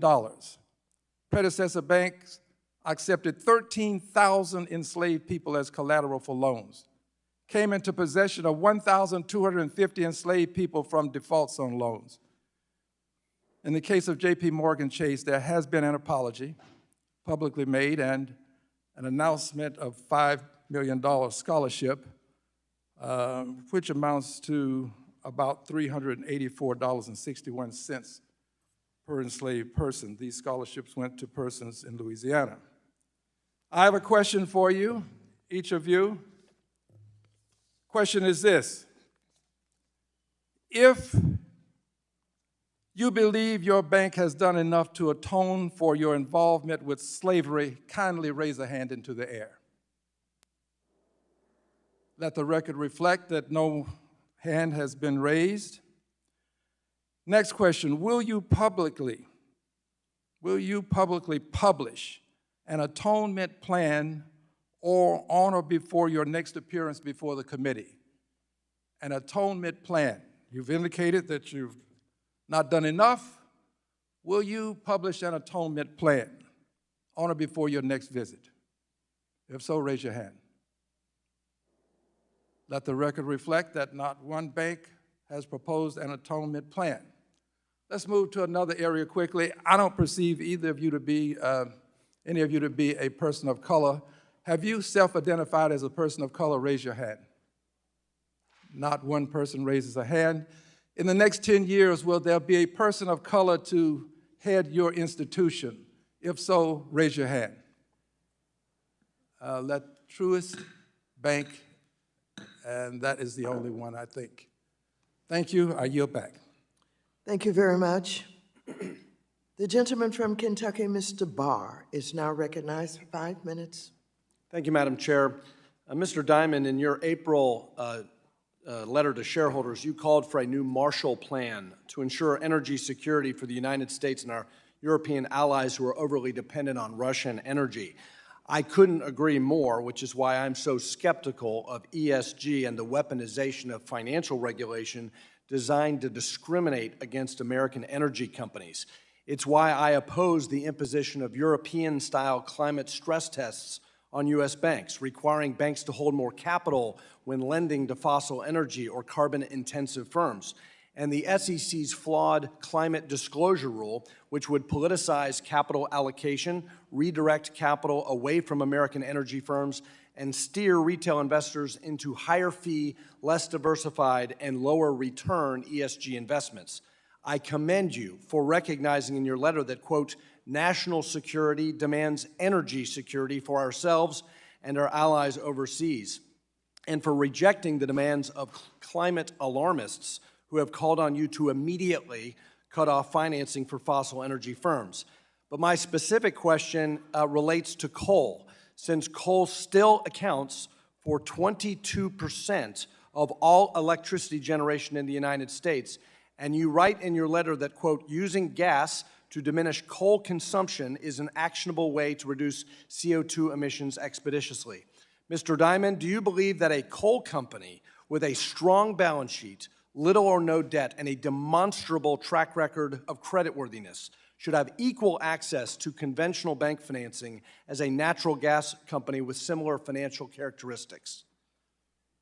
Yes. And will your institution commit to the continued financing of American coal producers who are still needed and will be for some time to supply the most affordable and reliable source of baseload power to the American economy? We are working with the responsible coal producers and utility companies, many of whom, by the way, are dramatically reducing the CO2 as we speak.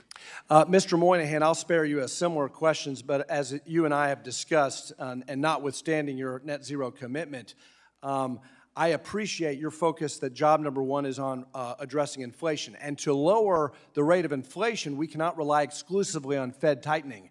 we must also address the supply side, and that means more, not less, financing of American energy exploration and production. And I urge all of the CEOs here to adopt a similarly measured approach to financing fossil energy. Mr. Moynihan, though, my question pertains to the FDIC's March request for information on the regulatory framework that applies to merger transactions involving one or more insured depository institutions. The FDIC's action signals a heightened regulatory resistance to bank mergers, presumably on the grounds that consolidation of the banking industry, which has significantly reduced the number of smaller banking organizations and increased the number of large and systemically important banking organizations, is a threat to financial stability. My question, Mr. Moynihan, is which of the following institutions is a more formidable competitor to Bank of America? Is it SunTrust operating alone? Is it BB&T operating alone? Or is it the combination of the two institutions now known as Truist? Undoubtedly, the combination of two institutions is a more formidable competitor. And Mr. Rogers, since I invoked the name of your institution, would you care to comment? Well, I'm proud that Mr. Moynihan named me as a strong competitor to his business. So I take it from the response of both of these gentlemen that an overly aggressive resistance to mergers by the FDIC could actually diminish competition at the GSIB level and therefore undermine financial stability. Final question to all of you, anyone who wants to chime in. Do you assess the impact of a CBDC as positive or negative for our economy and our credit markets? Specifically, how would a CBDC impact your deposit base and therefore your ability to deploy capital into the real economy? Mr. Diamond? If it's properly done, it'll be fine. I don't trust it'll be properly done. You're not going to have the Federal Reserve running call centers. So there's a lot more banking services than the actual token that moves the money. There are fraud, risk, alert, services, call centers, banks, branches, ATMs, CRA. So properly done is not a problem. Improperly done, you will have an issue. Ms. Frazier, my remaining time, increased capital requirements. Vice Chair Barr suggests he wants to review this. What would that do to the ability of your customers to repair supply chains, your ability to deploy capital and fix inflation?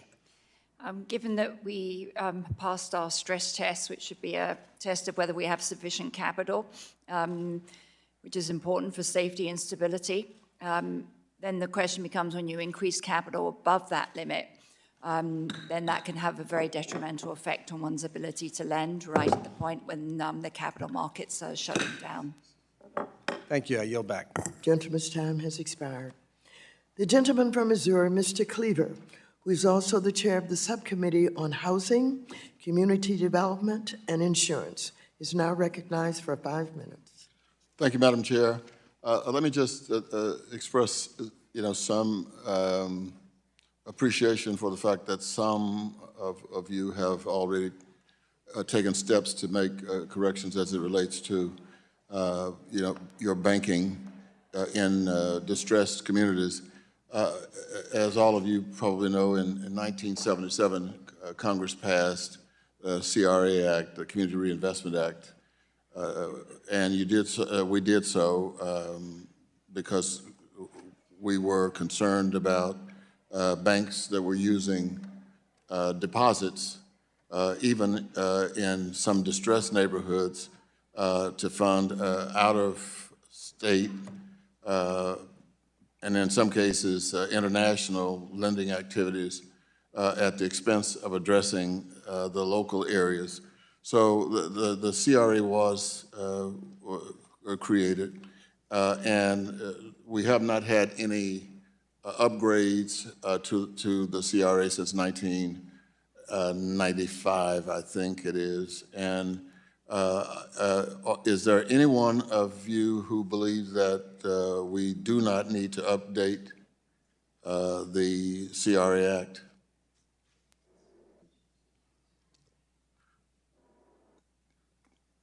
Well, you make me happy. Make me happier now, because I'm going to keep going toward happiness. The thing is now, are all of you interested in and willing to look at ways in which we can increase CRA, even to the extent that you can get CRA credit for housing, affordable housing in urban areas. Is anyone willing to and very, very, very interested in doing that kind of program? My jaw level is continuing to rise. Yes. Thank you. Thank you very much. Now, to jump over a little, the role of non-bank lenders is increased, as you all know, and we have to deal with it dramatically since our 2008 economic collapse. Non-bank lenders now originate more mortgages in the United States. It's almost 69% of all mortgages in 2020. Non-banks also originate 4 out of every 5 FHA loans, which are more likely to be originated in low and moderate income communities and borrowers. Between 2010 and 2016, the FHA share of loans originated by the 3 largest banks fell from 43% to 5%. Now, can any of you or any of you willing to explain the retreat from FHA loans, and what are your banks doing to extend mortgages to low and moderate income borrowers? Is anyone's bank? Yes. Mr. Go ahead, Brian. You can go. Yeah.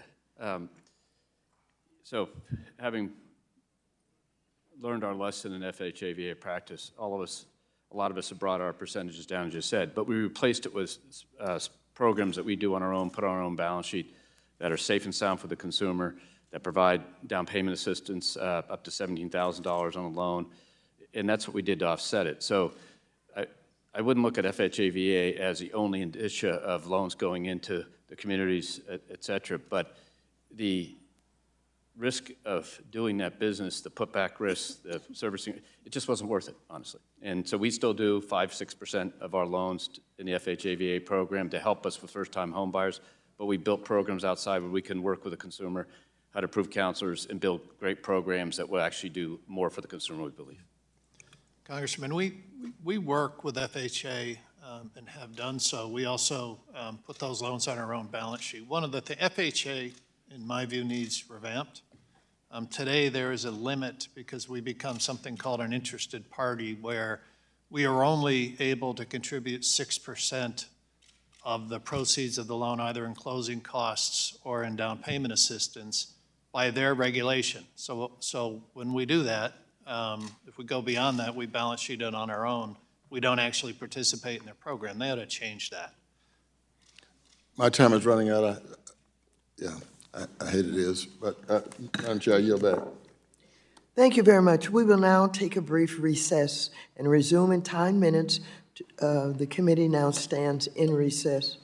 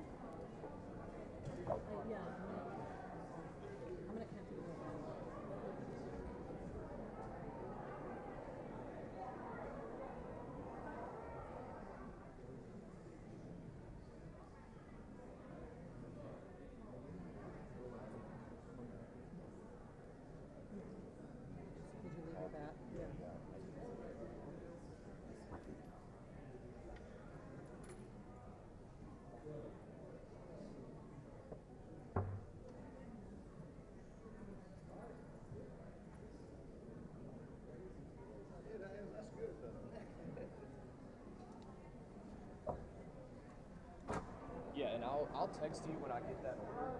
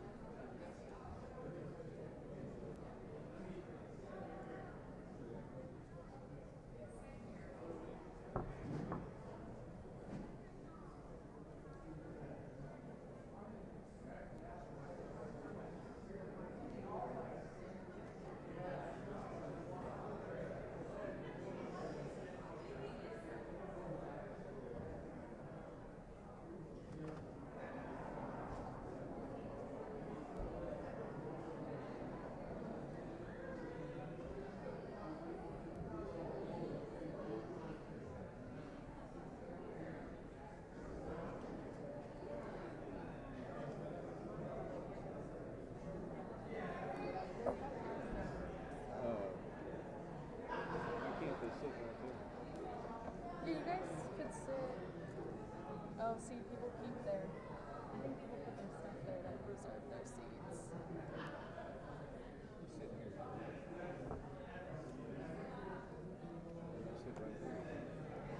I just don't know. There's a bag underneath the bed. Oh, there he is. That's reserved. Okay. Yeah. Or you could sit and. Or those have all. I can sit here and you get me.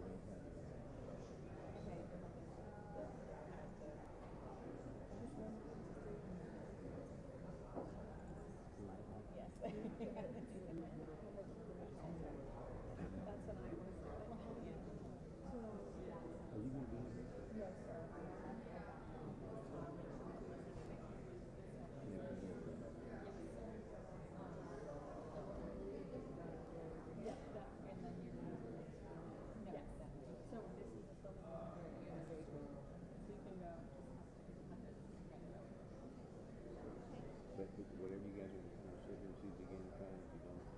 We don't know how long it's going to be. How long is it? He said it could be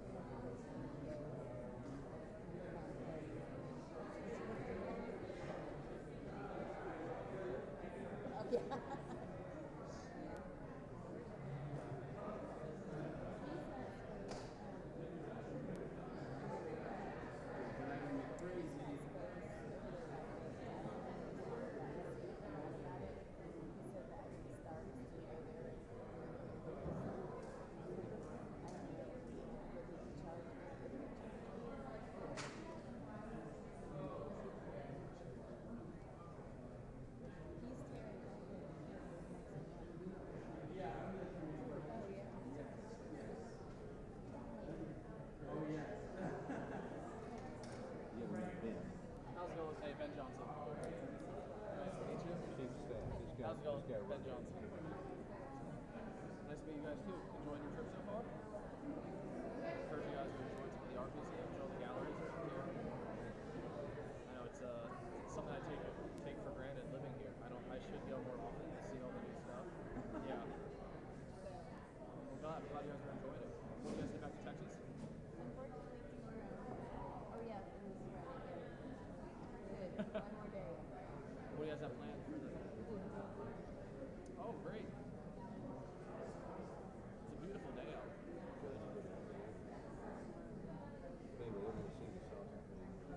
Okay.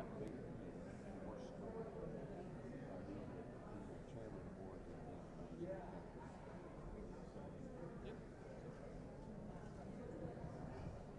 you can.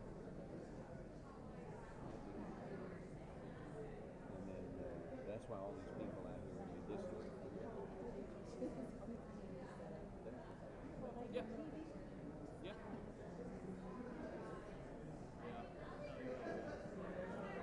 But this is how it's run. This is government. Yeah, this is one of the bigger ones. Yeah, these are all the big bank CEOs. So J.B. Diamond, J.P. Morgan CEO, who likes to be very helpful. He's here, so that's why these cameras are. They're having to explain why. Thank you. Yeah, not a problem. It's inside baseball. Yeah. That's why all those people behind them, all the different people, those are all like their equivalent of me. That's on the staff for the CEOs. So it's very. They did ask a question. They might have to take that.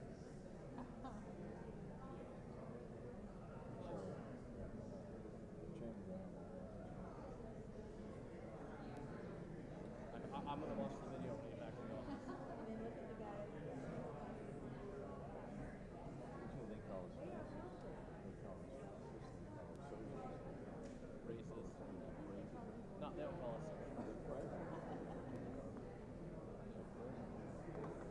Yeah. Yeah, white supremacists.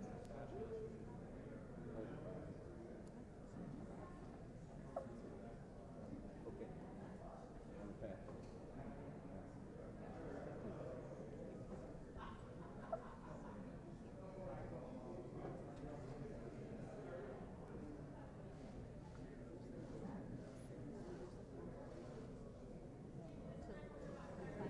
Till people come back.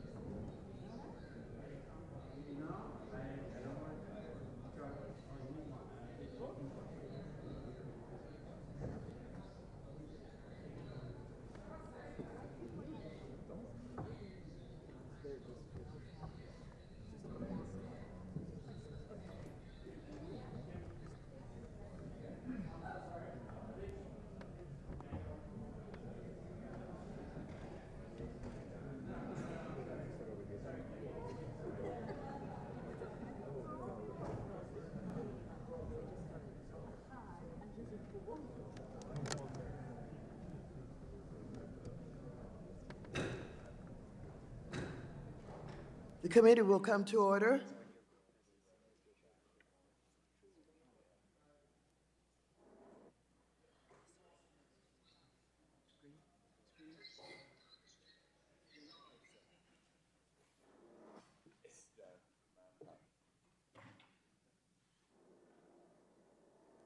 The gentleman from Missouri, Mr. Lukemeyer, is now recognized for 5 minutes. Thank you, Madam Chair, and welcome back, witnesses, ladies and gentlemen.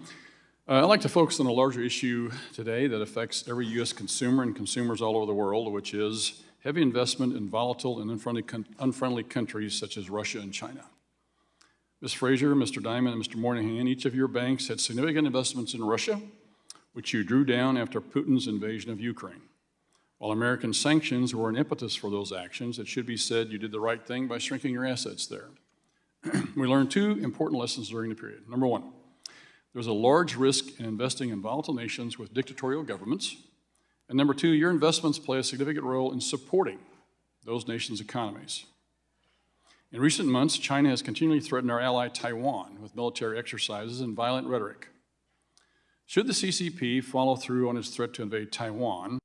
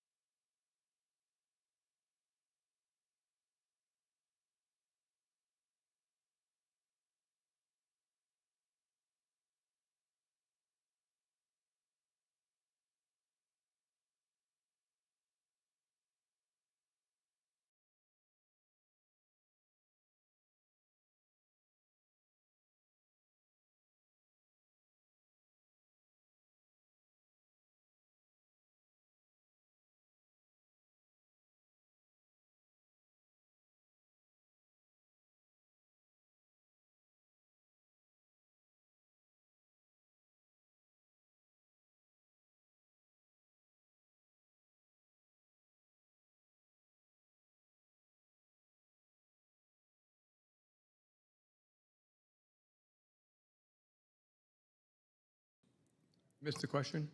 I say if an invasion of an American ally would be enough for J.P. Morgan to make the moral determination to stop doing business with the Chinese Communist Party?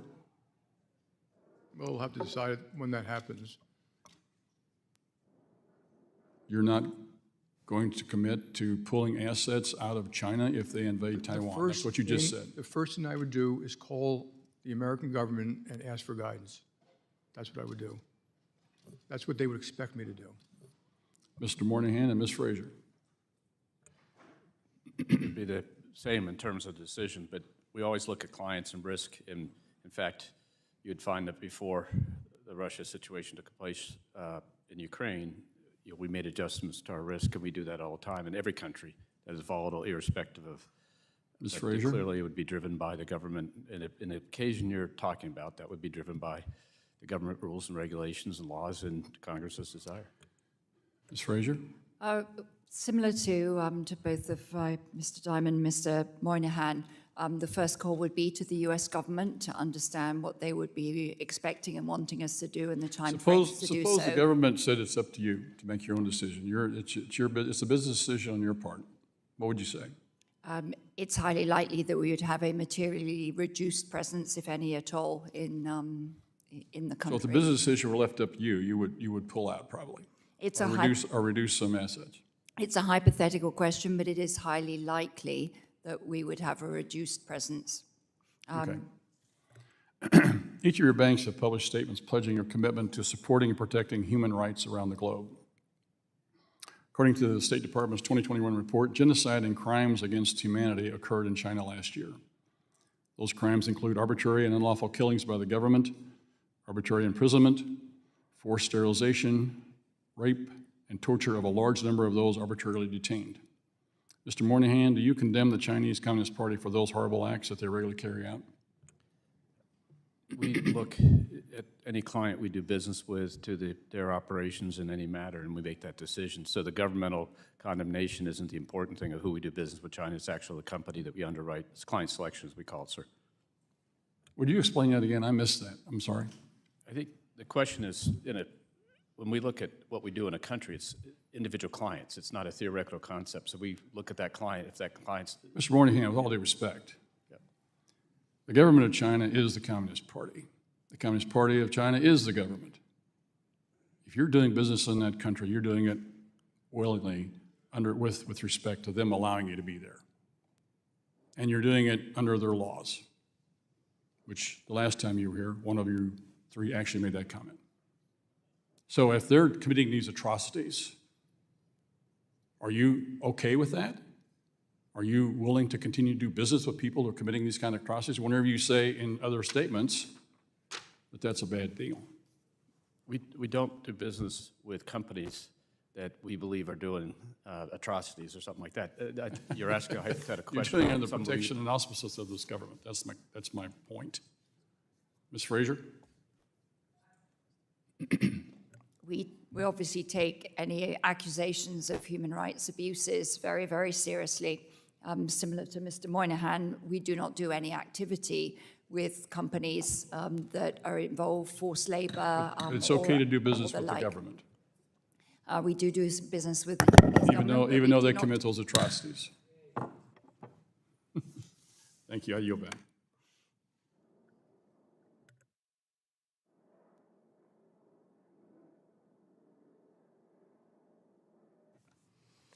The gentleman from Colorado, Mr. Perlmutter, who is also the chair of the Subcommittee on Consumer Protection and Financial Institutions, is now recognized for 5 minutes. Thanks, Madam Chair. Mine are going to be a little simpler than that. Mr. Moynihan, Bank of America has some of the best economists in the world working for it. I've had a chance to meet with a couple of them.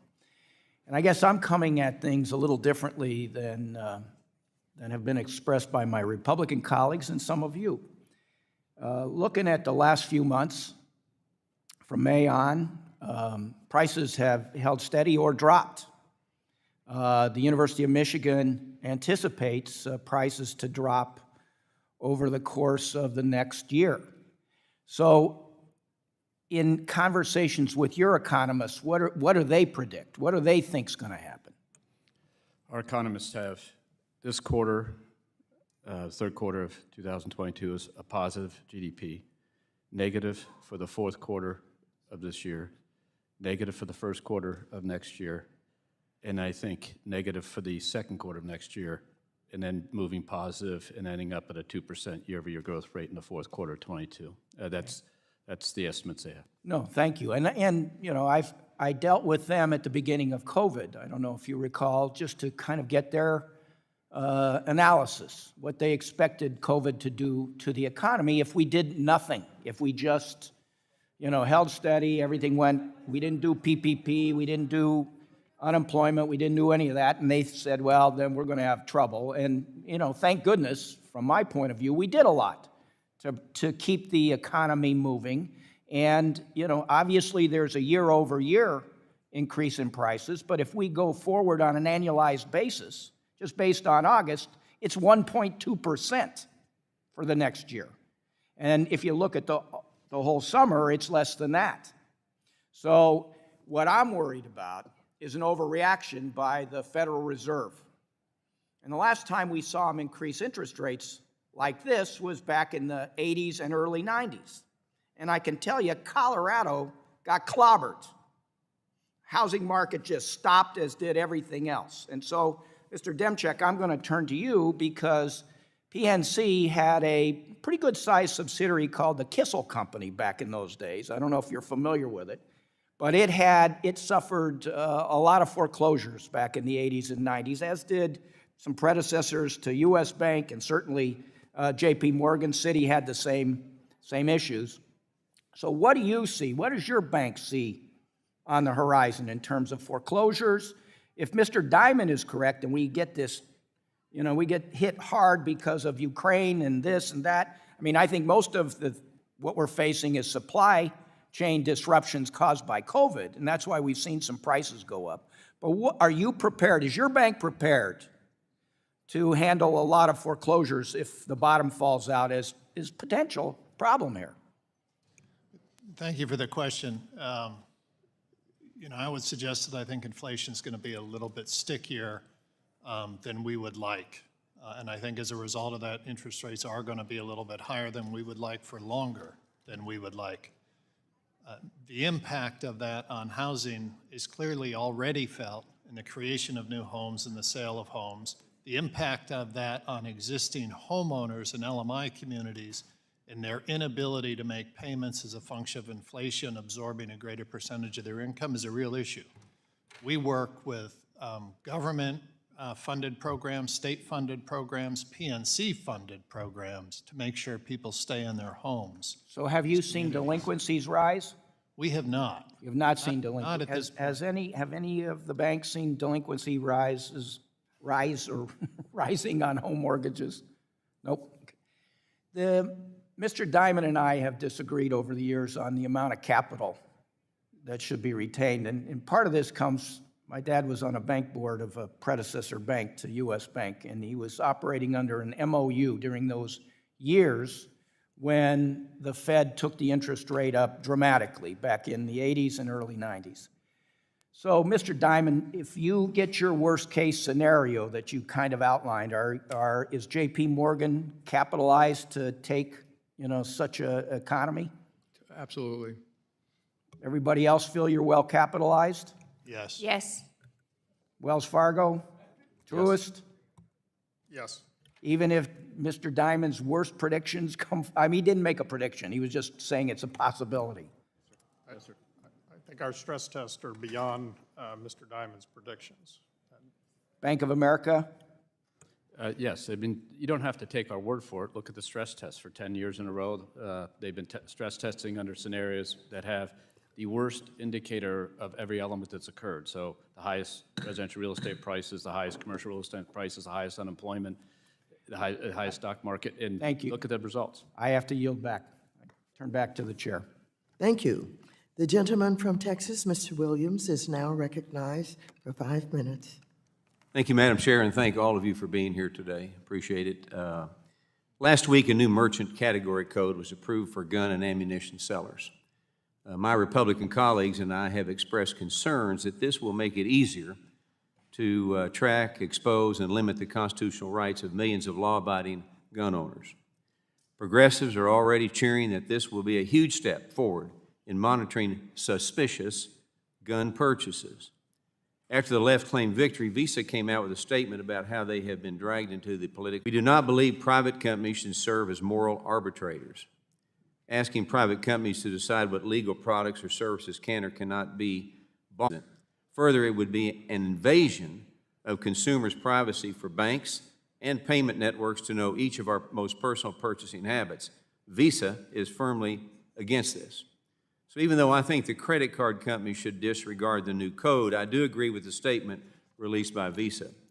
The problem with these new classification codes is that determining what is suspicious is a subjective exercise, and anyone who is against the rights of gun owners will want your institutions to flag every single transaction with the gun MCC to law enforcement.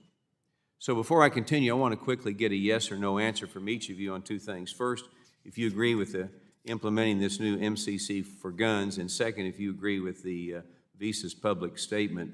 We can start with you, Mr. Sharp. Can you just please repeat Visa's public statement? Read the public statement that I just read? Yes, can you just repeat it? I didn't follow it. Well, I can read it, but it's going to cut into our time. It just says they don't need to be in the political business, and they, want to get out of it. So to answer your question, we don't set the merchant category codes. So the ISO Association sets them, and we're instructed to follow them. And so what we think is not really relevant at this point. Okay, Mr. Rogers. We'll certainly follow the rules set by the credit card companies and the intermediaries, but we'll also abide the law for bank privacy and privacy of our clients. You agree with Visa's public statement? We'll protect the privacy of our clients according to the law. Mr. Moynihan? As my two colleagues have said, that the rules of the association, the rules of ISO, it's not our doing. We just have to implement them. But we believe in the privacy of our customer data, and we've held that true for many years. I'm not sure I agree with Visa's public statement at all, but it's their statement. I'm not sure I don't agree with it. I just really don't reflect on other people's statements, frankly. Ms. Frazier? Similar to Mr. Moynihan, I can only speak for our own bank. We do not intend to use the code to limit sales of firearms for our individual cardholders. You said you do not? We do not intend to limit the purchase of firearms by our individual cardholders as a result of the code. Mr. Diamond? We actually don't know what they use it for, and we don't want to be in the business of telling American citizens what they can do with their money. We understand your concerns over the issue. Okay. Next. Yeah, next. Mr. Demchair, I have nothing new to add. I think everybody's covered it. Okay. Consistent, we will abide by the rules and protect the privacy of the customers. Thanks for those answers. Ms. Frazier, what are the criteria that Citibank will use when determining if they should flag a suspicious transaction with this new code? We will follow the regulatory requirements in terms of the filing SARs, as we always do, but it's first blush at looking at this. We don't think it'll be a factor in filing a SAR. Okay. Mr. Monahan, on a similar note, how would Bank of America determine if a customer's first-time gun purchase warrants a SAR filing, or is it just someone who recently became interested in hunting? Again, as my colleagues have said, if they purchase a gun at a shop, the fact that they purchase it has nothing to do with a SAR filing. My last question real quick. When I talk to business owners in Texas, where I'm from, there doesn't seem to be any debate that we're in a recession or not, and they're concerned about it. And I'll be quick with this question, Mr. Diamond. Earlier this summer, you said that you believe there's a strong possibility of recession and 20 to 30% chance of something much worse. Can you describe the economic hurricane that we could be seeing if you think we can avoid further economic damage? You know, just that strong American economy, strong consumer being offset by high rates, stagflation, inflation, war, QT, which we've never had before, and those are meeting as we speak, and they will meet for the next 6 or 9 months. We don't know the outcome. Thank you. Thank you. I'll lean back. Thank you. The gentleman from Connecticut, Mr. Himes, who is also the chair of the Subcommittee on National Security, International Development, and Monetary Policy, is now recognized for 5 minutes. Thank you, Madam Chair, and thank you all for being here. I first sat in this room in the first quarter of 2009 when the economy was contracting at an annualized rate of 10%, and I really did worry that a number of your institutions weren't going to survive the week. We have come a long way. Mr. Diamond, thank you for acknowledging, I think you said credit where credit is due, that Dodd-Frank was a big part of that. I was assured at the time by people on my side of the aisle that Dodd-Frank would crumble like a sandcastle in a hurricane. I was assured by my friends on the other side of the aisle that it would obliterate the banking sector. None of those things proved anywhere close to being correct. Credit where credit is due. We got through the mother of all stress tests in these last 2 years because of Dodd-Frank, but also because of your stewardship of the institutions that you run, and thank you for that, not just for not creating systemic problems, but for actually getting the PPP, which was so important to so many businesses in my district. I say all that just because I will forever focus on risk, and I have 3 questions about risk in 4 minutes. Mr. Diamond, 70% plus of the mortgage origination market has migrated outside of a banking environment. We've got a lot less visibility. Take a minute to talk about whether we should be focused on that risk. Mr. Moynihan, I'm going to ask you in a minute or so for non-obvious risks that Mr. Diamond doesn't cover. And then Ms. Fraser, I'm going to close with you with a minute on, because of your global footprint, what risks are out there that we may not have jurisdiction over, whether it's Asia or Europe, that could get transmitted into our system here. Mr. Diamond, the mortgage origination market. Yeah, I wouldn't call it systemic risk. It is riskier because the smaller companies cannot finance and advance funds to securitizations when there's a crisis. We could, and that we do need to reform it for the sake of the industry so that people can get mortgages at all times. Mr. Moynihan, what risks are we not thinking about? What's the bullet we're not seeing right now? Are you talking about in the mortgage business? No. Generally. I think inside or outside of the banking sector. Sometimes I worry just as much about what's happening outside of the banking sector than what's happening inside. I think when you think about the economy and where it goes to create risk versus in leverage, and honestly, there's more of that outside the banking system than inside, and that's something I think the FSOC and others should be carefully watching now in terms of funds, private lending funds that have leverage in them, private lending funds that lend at high leverage multiples. Our industry, because of the examination practices and frankly the the way the companies are run is not participate in them. So that's where I'd say a risk is. But it's always going to be about the economy and the demand. So let me ask you to be just a little bit more specific there. When you say private lending funds, are we talking about CLOs? Are we talking about the high yield market? What are you talking about, and what should we be focused on? It'd be all of them. In other words, that the amount of private credit, not only in mortgage, but every single asset class, more than half of it sitting outside our industry. And if you look at where the leverage multiples in an individual deal get done, they tend to get done outside our industry at higher multiples due to the regulatory. Okay, and I think you've all said this morning that you feel like your institutions are either adequately capitalized or perhaps overcapitalized. So are you saying that there are private non-banks that are undercapitalized relative to the lending they're doing? Yes, but they'll have net asset value. In other words, their liabilities are interest in those funds that we mark to market, so you won't have the same kind of stress, but the impact on the economy of liquidating those companies by people who don't work the same way the banking system works for their companies could cause more damage than if we build reserves, we work out companies. This is what we've done for hundreds of years, literally. Other people don't have the staff to do that, so therefore they just sell them, and the liquidation process can cause more ongoing damage to the economy. Okay, thank you. Ms. Fraser, let me close with you. Again, we have jurisdiction over some stuff, but not over lots of stuff. So what do we need to be wary of internationally? When we look internationally, I think that what's happened from the pandemic and the war is it's highlighted a lot of fragility in the global economy. And therefore, we have to increase our concern around energy security, food security, cyber security, which will not necessarily all have an impact in the US, but there could well be spillover effects. So for example, in Europe, the supply shocks in the energy market that they're facing could well be a factor affecting the US economy next year as demand slows and they enter a highly likely recession. So the interdependencies and these fragilities are going to be the pieces we have to keep an eye on.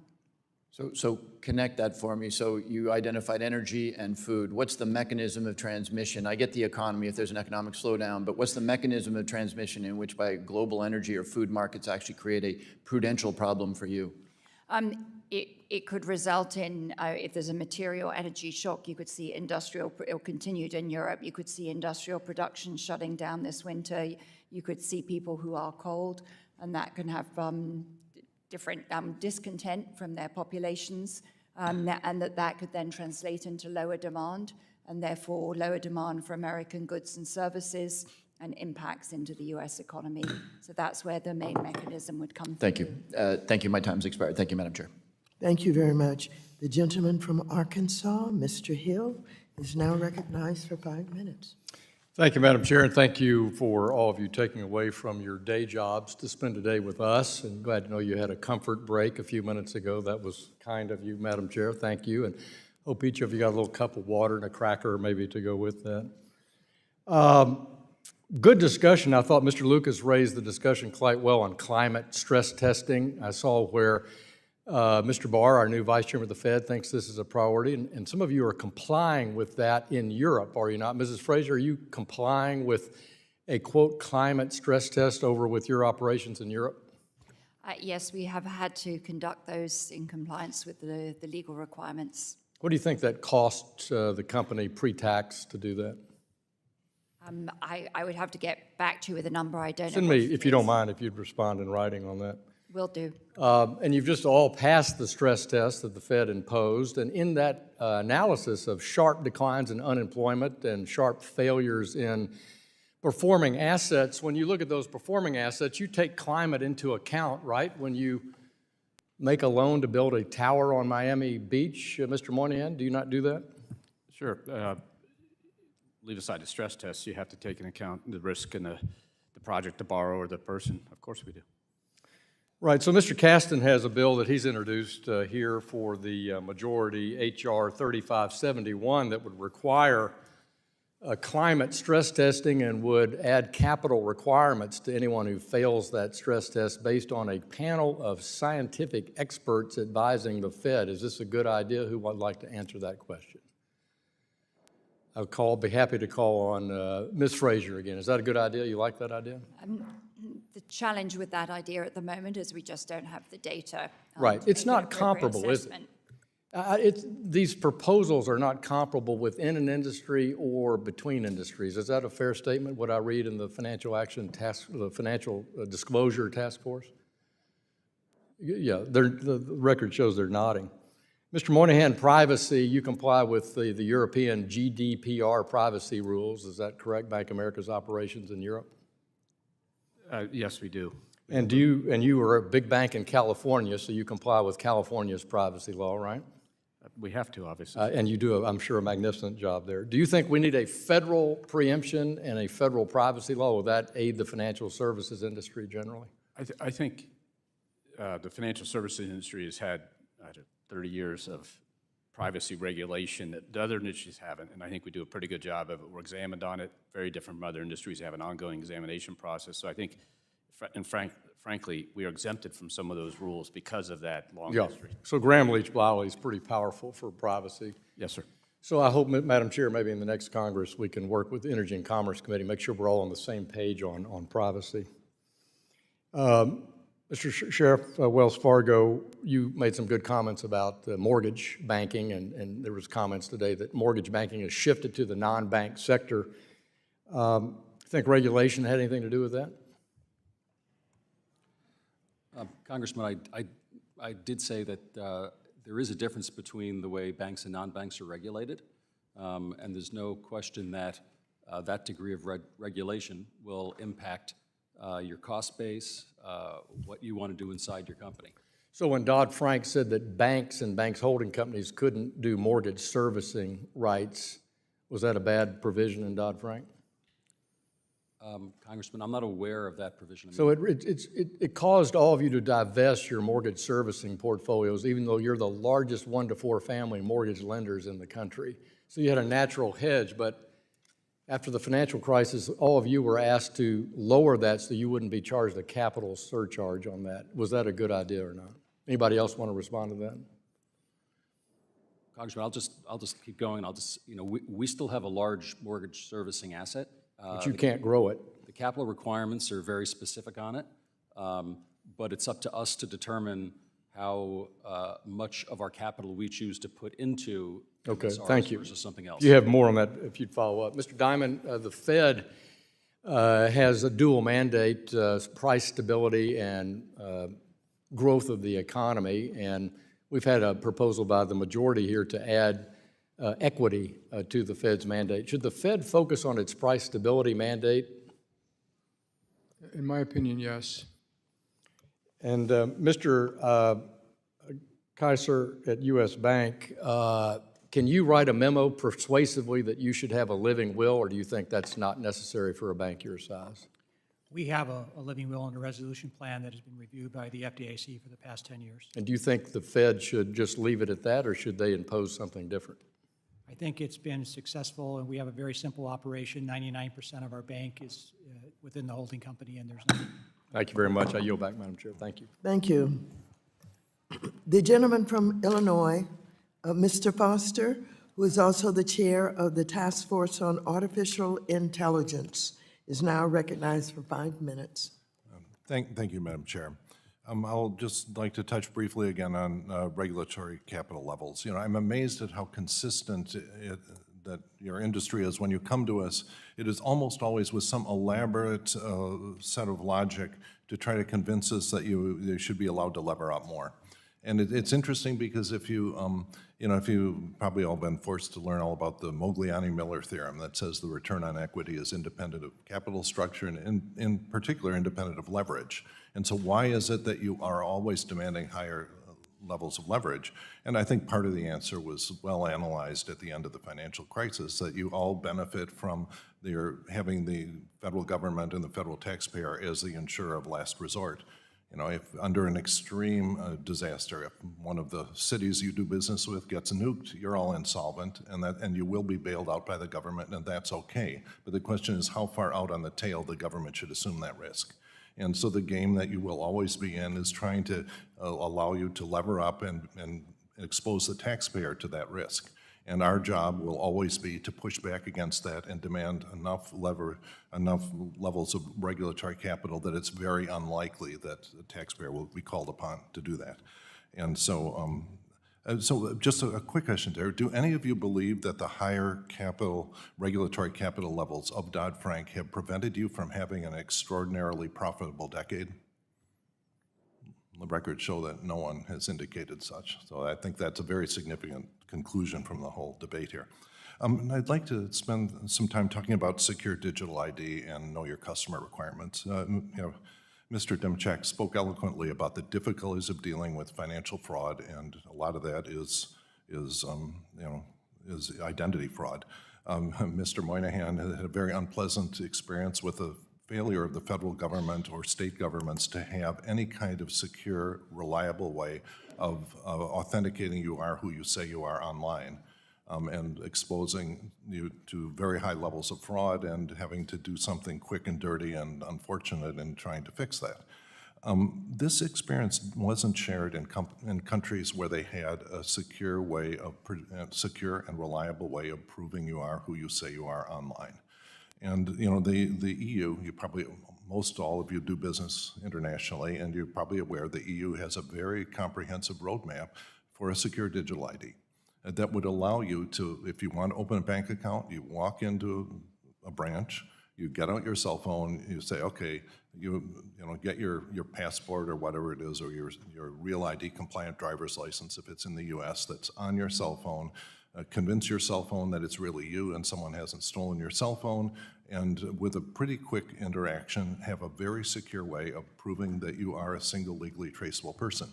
And there is a roadmap that's actually being rolled out by a number of states. Ironically, the technical standards behind those were all developed by NIST in the United States, now adopted by ISO and now being used in Europe. There are countries that you do business in, like Korea, where this is a reality today, that you can prove use modern technology, use your cell phone effectively like a security dongle. So what is your stance on this? What are the differences you see in the different countries that you operate, some of which have secure digital ID, some of which are moving toward it? And what is your feeling of where the United States should be going on this? Mr. Demchak, we'll start with you. Thank you for the question and for the thought that you've clearly put into this. It is a big problem in our country, and I think we should move towards a digital ID. It's something that the banking industry is actually working towards today with a product called Testify, where once you authenticate yourself with one bank, we can share that ID in any other service that you might want to use electronically. We have to get this sorted. Fraud is a massive problem. And our methods, our historical ways to deal with this aren't working. Yeah, and that's a very noble approach to deal with a serious problem. But I think that there is ultimately a real government function in issuing that, that authentication. And we have that in the Real ID. We have that for physical ID. And there are standards that are being deployed in individual states. So I'd just like to end with a shout out to the Better Digital Identity Improving Digital Identity Act that we now have moving in both the House and the Senate. It was marked up in OGR. Senators Loomis and Kirsten Gillibrand are behind it. And if we can get this across the finish line, at least on the government level, we will hopefully have something to avoid the nightmare that Mr. Moynihan's bank went through, and at least have the government given a way to have citizens authenticate themselves. Thank you. Yield back. Thank you. The gentleman from Texas, Mr. Sessions, is now recognized for 5 minutes. Madam Chairman, thank you very much. And to the panel that's in front of us, thank you for taking time to be here. Mr. Diamond, good to see you again. The opportunity that I think you have today has shown some light about how complex your businesses are. The varying attacks against you, the things that have happened to our country economically, the changes that are going on, your ability to work with industry and others who are needing capital, needing reassurance from you, your employees who during the pandemic did not close down their chance to go to work. Maybe some of you had different restrictions based upon where you live, but your employees went to work. People kept the business running. There was not a run on the bank. There was thoughtfulness that went on by each of you in your own way. The trillions of dollars that flowed through systems that you had to take and understand who your customers were and are. We're going through instances of monetary and fiscal policy changes too. We are watching with great cautiousness about what is going to happen next. But I want to take this time and tell you that I'm impressed. I'm glad we've got big banks. I'm glad we've got stable people. I'm glad we have professionals that get up and go to work, take care of the free enterprise system, take care of large companies and small companies. I'm from Waco, Texas. Many of you are in Waco, Texas. It's now a destination of choice where people are moving. You're even opening up wealth offices there because people with money are moving there. But I want to thank you because we need to hear from you as we're hearing today, and there are some specific questions. Mr. Foster had some questions, others do. But we really look to you to be the capitalist leaders of our country. We look to you to stand for America. And I know certainly Citi and other people have done business in China for decades. You see things, you see a bigger viewpoint than we do. So I want, when you get in your car and leave today, I want you to feel like there are people that respect you. There are people that know you're in a tough place. There are people that know you're having trouble getting people to not just come to work, but to learn the business. I appreciate you. I appreciate the hard work that you do. I know that what you do is picked at and looked at in different ways and second guessed. Mr. Diamond, I know you've been the object of some challenges, and each of you have in your own way. But please know that we need you, that we should not run you out of business. We should not be onerous on what we do to you. We should give you the latitude. But you showing up today, to me, is an example of what kind of professionals you are, what kind of men and women in the organizations that you represent, that represent you, that will be there tomorrow, that do care about the challenges. And so we need to hear from you again. I hope you'll come back next year, and instead of putting us on the witness side, we'll put you on the witness side, but you'll really tell us, here's the way we see the world, and here's what we need to be the leading edge, continued supporter of the dollar. And here are the things that we need to hear from you. So I appreciate each of you. I want to thank the gentlewoman, the young chairwoman of our committee. I want to thank the gentleman from Arkansas for sitting in. But I want you to go back today, and I want you to know that we need you, that you are the basis of how our nation can operate, and that we have so many other people in the financial services industry that are there because we need them too. So, no questions, but a big thank you. I hope you'll go back and tell your employees that you appreciate them just like I do my employees at a time when America needs them the most. I yield back my time. Thank you very much. I thank the elderly gentleman for his participation. The gentlewoman from Iowa, Ms. Axney, who is also the Vice Chair of the Subcommittee on Housing, Community and Development and Insurance, is now recognized for 5 minutes. Thank you, Madam Chair, and guaranteed I'll be asking some questions here, so get ready. Really appreciate all of you being here. Of course, it's nice to see you. But Mr. Scharf, you know I'm going to be concentrating on you today. As you were here, just about March of last year, I believe.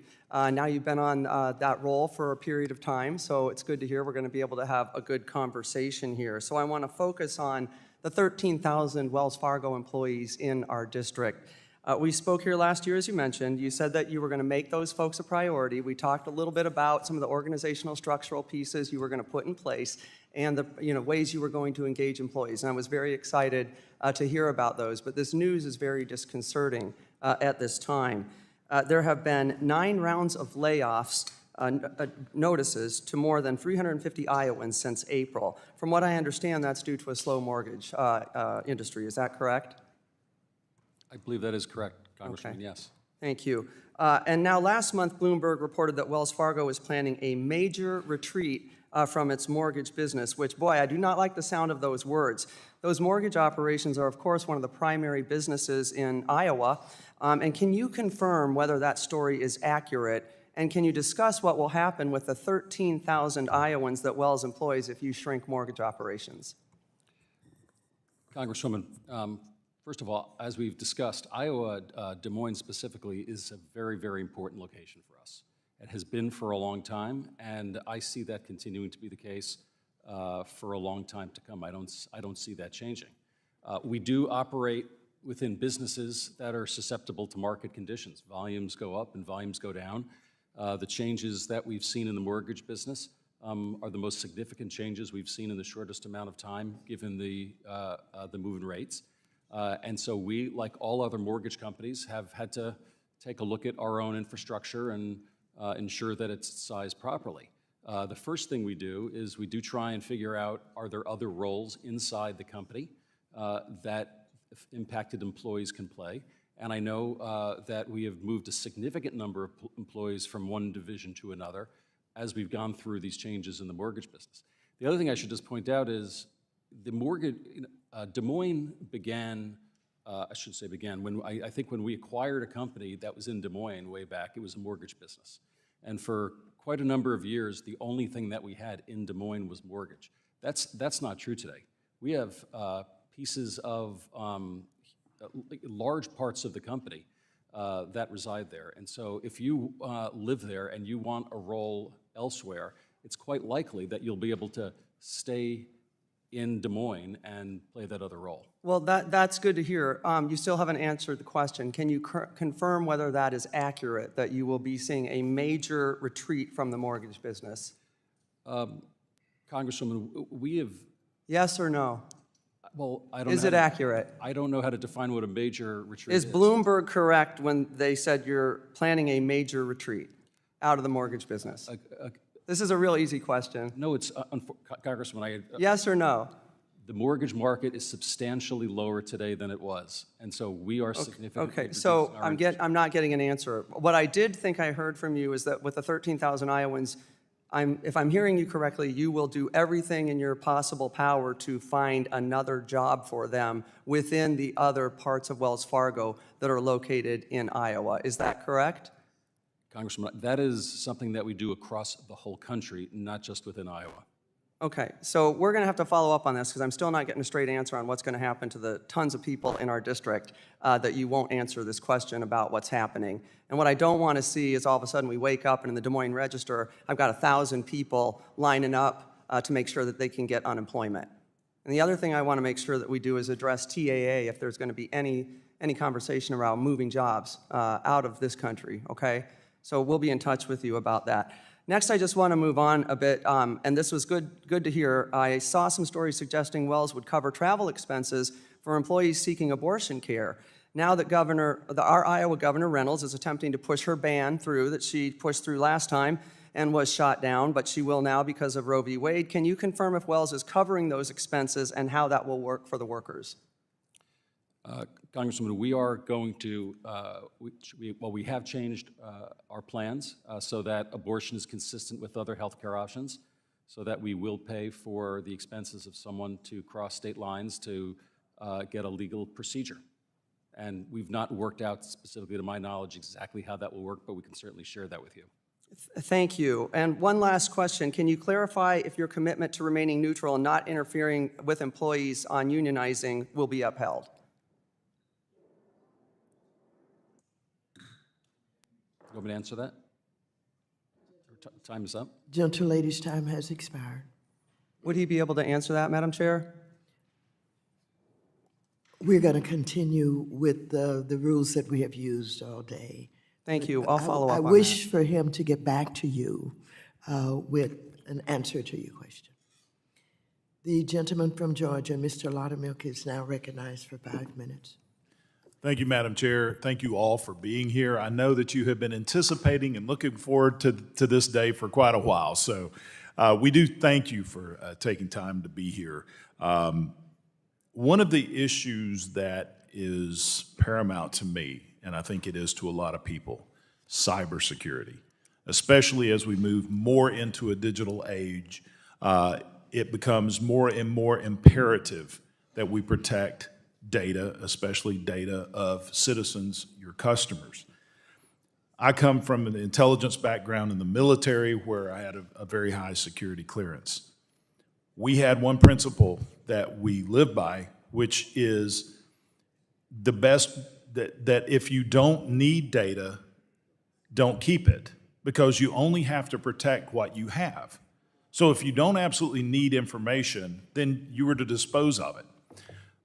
Part of my concern is the amount of data that you are required not only to keep, to pass on to the federal government, which, from what we have learned, becomes the weak link in the cybersecurity protection chain. And that's a discussion for another day, whether it's revisions of the BSA and CTRs and SARs and the massive amount of data that is passed along that you're required to give to the federal government, which the majority of it is never looked at, becomes a cybersecurity issue. But at the last several hearings that we've had with you and the CEOs of large banks, I've been one of the few members, if not the only, to bring up cybersecurity. And the reason I bring this up is not just with my interest, but I'm hearing from you that that is one of your top issues and concerns. Mr. Cesiri, can you give us an update on cybersecurity threats in the banking industry that you're facing and maybe some things you're doing to address those? Certainly, Representative, and I agree that cyber is one of the significant risks that we are all facing. I will also say that we're all working very well together. If we see a node that was attacking one of us, we make sure that we communicate with each other to make sure we're shutting it down as quickly as possible. I know that we've all, including the U.S. Bank, have made significant investments in cybersecurity, both from a personnel standpoint as well as an investment standpoint. We've doubled the staff in the last 2 years within our cyber group, as well as the investment and spend. The reason for that is because it is such a significant risk, and I think it requires coordination among the banks, regulators, and the government, and we're working hard on it. Okay, thank you. Mr. Rogers, I know that this is an area of concern for Truist, and I may interject that that is the name of the home park of the World Series, Atlanta Braves. So, but that aside, I know that cybersecurity is a serious concern for Truist as well. Can you discuss the threats that you're seeing and what Truist is doing? Thank you for your focus on this, Representative, and I can add now playoff-bound Atlanta Braves, just to add to that distinction. It has been a big focus, and it was one of the reasons we merged, was to create additional capacity to invest in things that are relevant for our clients, relevant for our communities, but also in the protection of the important data that we preserve for our clients. So we have multiple thresholds that we analyze every day related to cyber. We hire third parties to come in and test and actually try to invade us at any particular time and test our particular forces. We participate in all the industry things, including horizontal reviews by our regulators who are constantly looking at where we are relative to cyber. So we have and we've had the capability to bring in talent and capacity that's exceeded what we could do before the merger. So cyber is clearly a focus for us, and one of the reasons we merged was to create a stronger shield for our clients. Well, thank you on that. And while I've got you, one of the things that Republicans have been working on, and we're currently accepting feedback on a draft bill that would finally establish a national consumer data privacy standard. We have to identify positively what data belongs to the consumer, what data belongs to the financial institution, et cetera, and protect that. Mr. Rogers, can you discuss why a national data privacy standard would help provide consumers with clarity about who owns their data as well as those privacy issues? Representative, I'm not familiar exactly with all the intricacies of that particular bill, but the important part of data being owned by the client is critical. And that's how we approach data, is it's the client's data, not ours. It's our duty to protect the client's data. All right, thank you, Madam Chair. I yield back. Thank you. The gentlewoman from Ohio, Mrs. Beatty, who is also the chair of the Subcommittee on Diversity and Inclusion, is now recognized for 5 minutes. First of all, let me say thank you, Madam Chair, not only for this committee hearing, but for entrusting in me to chair the Diversity and Inclusion Subcommittee. Let me say thank you to all of the witnesses, faces that I know. But for the record, my comments and questions are not divisive, nor are they a part of any political elections coming up. And I can clearly say that because anyone who has followed me, met with me, or known me, using your words, I find myself to be the guardian of Dodd-Frank, especially Section 342, as well as diversity and inclusion, MDIs, especially coupled twin protege banks, equity for those who are unbanked, racial disparity, the wealth gap, narrowing it, looking at CRA and external contracts with asset managers, lawyers, et cetera. With that said, it was reported in April 2022 by the GAO that there are some 7 million U.S. households that don't have bank accounts.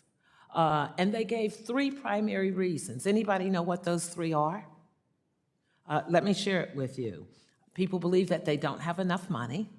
People believe that the fees are too excessive or complicated, or they don't know how to access it. But number 3 is trust, the lack of trust. And oftentimes that is because people don't see people who look like them or their community. So that supports what I believe in. Now let me tell you some good news. Every one of you sitting here has met with me. On June 16th, I had the opportunity to spend more than an hour with every one of you. In addition to that, many of you, as recent as yesterday, brought staff, walked me through your changes. So I'm going to applaud you for that. And let me tell you why. But for this chairwoman pushing the envelope, maybe having subpoena power, but making sure that she was consistent. If we're going to talk about justice, if we're going to talk about democracy and fairness, then we can't get to all the other things, whether it's intelligence, whether it's cybersecurity, if you don't reflect the people that put all those dollars into your bank, buying homes, everything that they're doing comes back to what I believe in and what I stand for. You have moved the needle, and that's what I asked you to do. You sucked before that. And many still have a lot of work to do. But I am going to give you credit because I really don't believe, but for this committee, you would have been in here. I really don't believe that you would have been as serious and intentional, not just the window dressing that you've done for years. Not impressed with us saying, go hire people, and then you go hire 40 or 50 people, and none of those people report to you. None of those people have an opportunity to go into the boardroom. But now, we are moving the needle. Now, don't get real excited. We have a lot more work to do. But I do believe in saying and rewarding people who are moving the needle because that's what I asked you to do. Now, it gets much tougher as we go along. Because see, once you move the needle, I'm a clinical psychologist by trade. Once you move the needle, it means now I should be able to look at your board and see that same type of diversity. Now, Congressman Green asked you about the future, and that was really good, but I want to talk about the present. How many people have someone who would represent diversity that reports to you? We didn't have that, Congresswoman Waters, before you established this committee. How many people have taken a D&I or someone into their board of trustees room and did a report on D&I? We did not have that before this committee. So if you could move the needle now, part 2, which starts tomorrow, is I'm gonna give you a bigger needle to move. but I want to say thank you for being here, and I'm going to tell you a bit of tidbit. We aren't just beating up on you and asking you to do these good things. You are making America better, and it means you can do much more. We have done the same thing to asset managers. Yesterday, we brought insurance, the largest insurance investment companies in the firm. They did not do so well. And so we're going to use you as a benchmark. Now we set the needle higher. And so I want to know how many people are going to make a commitment to come back, to continue to do this, and to continue to move that needle. Let the record show, Mr. Green, they all raised their hands, and I'm going to hold them accountable. Thank you, and I yield back. Thank you very much. The gentleman from West Virginia, Mr. Mooney, is now recognized for 5 minutes. Thank you, Madam Chair. Despite its initial resistance, leftist activists successfully pressured the International Organization for Standardization and major credit card companies to adopt a new merchant category code for firearm retailers, which they say can be used to flag lawful gun purchases and target law-abiding citizens. Merchant category codes, or MCCs, are typically used to identify merchants by the goods or services they provide. West Virginia, the state I'm blessed to represent, is one of the most pro-Second Amendment states in the country. Nearly 60% of West Virginians have firearms in their homes, which is frankly why it's one of the safest states in the country, because guns actually protect and save lives, despite what the left says about it. So, Mr. Rogers, I would just say, Truist Bank services over 260,000 West Virginians. There's also been talk of using this new data to flag what they call, quote, suspicious purchases. To me, it seems like a straightforward way to target gun owners without actually helping prevent crime. In fact, the opposite is true. The more folks avail themselves of their constitutional right to the Second Amendment, the less crime you have. So my question is, what in your mind constitutes a, quote, suspicious transaction, and what additional information does this new code really provide for you to make that determination? Thank you, Representative, for that question. As we discussed earlier, this is a developing area at this particular time. So our positions will follow the rules that are part of the system. But as today, we'll also follow the law and protect the rights of our consumers in terms of reporting. So I can't speak to exactly what will be required in terms of reporting, but that won't be something that we'll do on a voluntary basis. Okay, thank you for that response. A follow-up question. My constituents now may consider purchasing firearms with cash instead of a credit card out of fear that the federal government, of what the federal government might do with their data. So who decides which merchants fall under a merchant category code? And does Truist Bank plan to go back and recode businesses and past purchases that may now most closely fall under the new merchant category code? Representative, we don't control the merchant codes, so that's not actually a decision that Truist makes. Okay. Well, great. Well, I just, in closing, I just want to say never before have we seen an administration weaponize financial regulators and pressure lenders to push its agenda like we've seen with the Biden administration. I fear this is one step closer to a backdoor gun registry. Banks and corporations must resist this political pressure. The best thing we can do to help our constituents and all Americans is competition. Free market competition between your banks, between small banks. That's the way you get better service for all. More regulation we have to make a choice in this country. My mother fled a communist country. She left Cuba when she was 19 years old. And you have a choice between this country. Some are pushing socialism. And what socialist countries do, like Russia, is they invade other countries because their economy is a total disaster, because socialism does not work. So they go try to gobble up other countries. We have to make a basic choice between freedom and free markets and capitalism in this country or socialism. There are those pushing socialism constantly. It has failed everywhere it's been tried.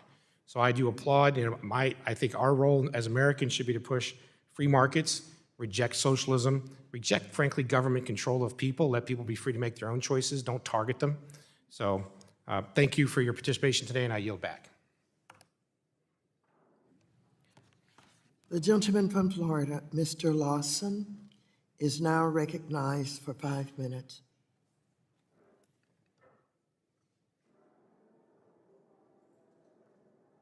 Mr. Lawson, you're muted. Please unmute.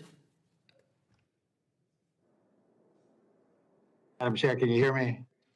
Madam Chair, can you hear me? Yes, we Madam can Chair, hear you you. hear Yes, we me? can hear you. Yes. Okay, thank you very much, Madam Chair, and I would like to, again, as everyone else, welcome all the individuals to our committee today. And my first question is to the whole panel. For the U.S. to be strong economically and to compete globally, we need strong U.S. U.S. financial system. When you compare U.S. banks to the rest of the world using international financial reporting standards, the largest 4 banks are all Chinese, and they are working around the globe to expand their strength and influence.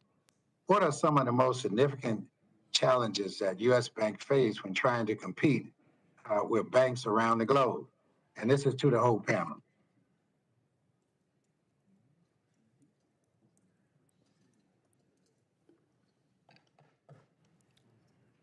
Mr. Lawson, are you addressing that to any one of our witnesses? I'll just say to the whole panel. Why don't I start, Madam Chairwoman? As we said earlier, Mr. Diamond said earlier, the near-term competitiveness of the Chinese banking system is an issue, but the longer-term competitiveness is the real issue. These institutions are the top 4 in the world. They leave aside the economic issues in the country of China right now. They've made substantial amounts of money, and they are developing the techniques to compete on a worldwide basis to support, in particular, the multinational client base of the world outside the country of China. So I think it is something to be concerned about. And, frankly, they can operate in the U.S. under the current rule set, and they could acquire many of us without much problem in terms of financial resources to do it. Is anyone else would like to comment on that before I go to another question? I would. Yeah, go ahead. Jane Fraser from Citi. I thank you very much for the question, Congressman. I would add in that when our banks operate abroad, many of us are supporting American multinationals abroad and their competitiveness. And scale matters in supporting these companies. And they also result in jobs in America and the support of the economy here. And so for that not to be operating on American rails could be problematic in terms of safety, security, cyber, privacy, and many of the themes that we've been discussing at today's hearings. It's better on American rails than on others. Okay, thank you very much. And I have another question for the panel. In 2021, a report from Freddie Mac demonstrated that homes in Black and Hispanic neighborhoods are much more likely to receive appraisal value below the ones that are in majority white neighborhoods. After taking into account the difference in home and neighborhood quality, racial biases lead to the valuation of homes in majority Black neighborhoods at 23% less than those in other neighborhoods with fewer or no Black residents. Are any of your banks using alternative traditional appraisals like automated valuation models as a means of reducing the prevalence of impact of appraisal bias? And I want to say this to you. In a lot of the, and I'll just use for an example, in the area in Florida, break it down a little bit to the area, and I need to hurry up because if I run out, because I want to have y'all break it down. And let's say in area of Tallahassee in Florida, many of the young graduates who are coming out of school seems to go into Black neighborhoods to try to rebuild them. But they're having problem because the banks don't want to finance those mortgages and say that, why don't you go someplace else, so to speak, but that's how you can improve the community. But I just want to know, are you all using any alternative evaluation model for appraisals so that the young ones coming out, and I'm gonna just cut it right there, will be able to get mortgage finance? Thank you, Congressman. I'll speak to that very quickly. We use alternative models, alternative sources of payment where we see, past rental payments and so forth to do that. It's easier to do when we own the mortgage or the home equity, in the case may be, than it is to do inside of the Fannie, Freddie, or Ginnie Mae programs. The government programs don't support that. Okay, with that, Madam Chair, I yield back. I have a lot more questions, but I'll just submit them. Thank you very much. The gentleman from Ohio, Mr. Davidson, is now recognized for 5 minutes. Thank you, Madam Chairwoman. Thanks to our witnesses and to my colleagues. Appreciate having this hearing. A few years ago, we saw a few large banks adopt a policy of refusing cash deposits. Is accepting cash deposits a liability? And if so, is it more of a market risk or a regulatory bank secrecy risk? Anyone? Mr. Diamond? You're reminding me of something from years ago. I do believe it was a regulatory risk that made us very cautious about accepting cash deposits, particularly interstate. Mm-hmm. Mr. Scharf? I don't have anything to add. So the regulators have intimidated the banks, the mega banks, as my chairwoman likes to refer to you all, to the point where no one even speak about taking cash. Are permissionless payments a risk to this financial system? Permissionless, like cash, like I can give a person cash, whether it's cash or some sort of electronic payment. Is a permissionless peer-to-peer transaction some sort of threat to the financial system? No. No? Okay, that's good to hear. I was getting a little nervous. It's hard because a lot of people still deal in cash. When we talk about people that don't necessarily use your bank or some of the barriers to people using the financial sector at any size or scale, they're still transacting in the cash economy. And as people become more nervous about, frankly, whether it's government or just surveillance capitalism, the idea that everybody needs to know everything about every transaction and everyone else. We've got a couple colleagues who are really passionate about digital identity. You basically got to background check somebody to even talk to them.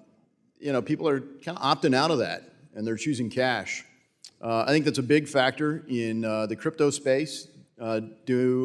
Just by show of hands, does your bank custody any crypto assets for any level of client? Not much. So not much change there. There are a lot of regulatory challenges that have made that hard as well. And certainly we've worked, some of us have for years to remedy that. Our financial markets, we're home to about 5% of the world's population, almost 25% of the world's GDP, but roughly 50% of the world's invested capital in capital markets. Unfortunately, in the crypto space, roughly 70% of the liquidity is offshore. And I think that's a burden for this body here in Congress to provide regulatory clarity in those things. And I just, note the, hesitancy for titans of industry, people in the financial sector, literally atop the sector, to address some of these issues. And I think it's a concern when we look at regulators, how the power the regulators have over the sector. And frankly, one that I think was a win of sorts was not seeing Omarova confirmed for the Office of Comptroller of Currency. No one made President Biden nominate her or Senator Sherrod Brown give her high praise and walk her around the Senate and try to get her confirmed. But she's someone who described herself as radical and held fundamentally different views on the banking industry, going so far as to suggest that the Federal Reserve or even the Postal Service should be retail banking outlets. Mr. Diamond, do folks that have no industry experience and only academic experience have a hard time understanding soundness and risk in the private sector? I would love to see the Federal Reserve be in the retail banking business and running call centers and operating centers and ATMs and branches and hiring and all that kind of stuff. And I would love to see more people who are not academics and lawyers and economists in a lot of jobs in Washington, D.C. I think that, there's a great quote In theory, practice and theory are the same. In practice, they're not. I think the country would benefit greatly from something like that. Yeah, I've been concerned because I think the media, there was a study that showed the median years of private sector experience in the Biden administration is 0. So yeah, hopefully the next few years changes that. Ms. Fraser, I have just a few moments left. Your bank does a lot with sanctions, as do all of yours, but we look at the international aspects of it. The Office of Foreign Asset Controls. I need to know how to pronounce Monahan. Sorry. Yeah, That's someone please mute. When you look at the opportunity to improve that, the way that the system is done causes a little bit of collateral damage for domestic companies. Do you have any ideas on how we could reform that? And if you can't finish your answer, could you please send something to our office about your experience? I'd be delighted to. It will involve international collaboration. Thank you. Wish we had time for more corrections of information that's being given about the banks and cash. However, we must move on. The gentlewoman from North Carolina, Mrs. William Adams, is now recognized for 5 minutes. Thank you, Madam Chair, and thank you for hosting today's hearing. To our witnesses, thank you. I am particularly glad to see some folks from back home, Charlie Shaw from Wells and Bill Rogers from Truist, and Brian Monahan from Bank of America. Thank you all for being here, and everyone else as well. But I do want to get right to it, and I'd like to ask you to keep your remarks around 30 seconds so we can hear from everyone. And this question is to each of the witnesses. As you all may know, I am founder and co-chair of the bipartisan HBCU caucus, and through the caucus and through the CBC, we've helped secure historic wins for historically Black colleges and universities. So I'm grateful that several of you here today have taken our partnership challenge. Some of you, like Truist, Wells Fargo, have endorsed our signature legislation, the Ignite HBCU Excellence Act. Thank you for doing that. This, by the way, is HBCU Week, and the White House initiative is pushing that as well. But my question is, I want to know directly, and please be detailed as much as you can, what is your long-term plan to engage with, to support, and to recruit from HBCUs, and how are you evaluating the effectiveness of your external recruiting efforts and internal pipeline programs? So, Mr. Sharp, let's start with you. Sure. Thank you, Congresswoman, and thank you for your leadership in this area. It's extraordinarily important work, and we're proud to be a part of a lot of your leadership efforts. The HBCUs for us are just an incredibly important relationship, and it's multifold. From the things that we do to support the HBCUs to the things that we get out of the HBCUs, including just the broad-based talent in locations across the country. And we've just had outstanding experience with some of our incredibly senior folks across the company who are products of the HBCU system. And so ultimately, what we will look at is, the success factor that we have in keeping the folks that we bring on from the HBCUs, and ultimately the level of seniority and the scope of the roles that they carry inside our company. Okay, let me move on, Mr. Rogers, sir, and want to really keep it to 30 seconds if we can, okay? Great, again, Thank you.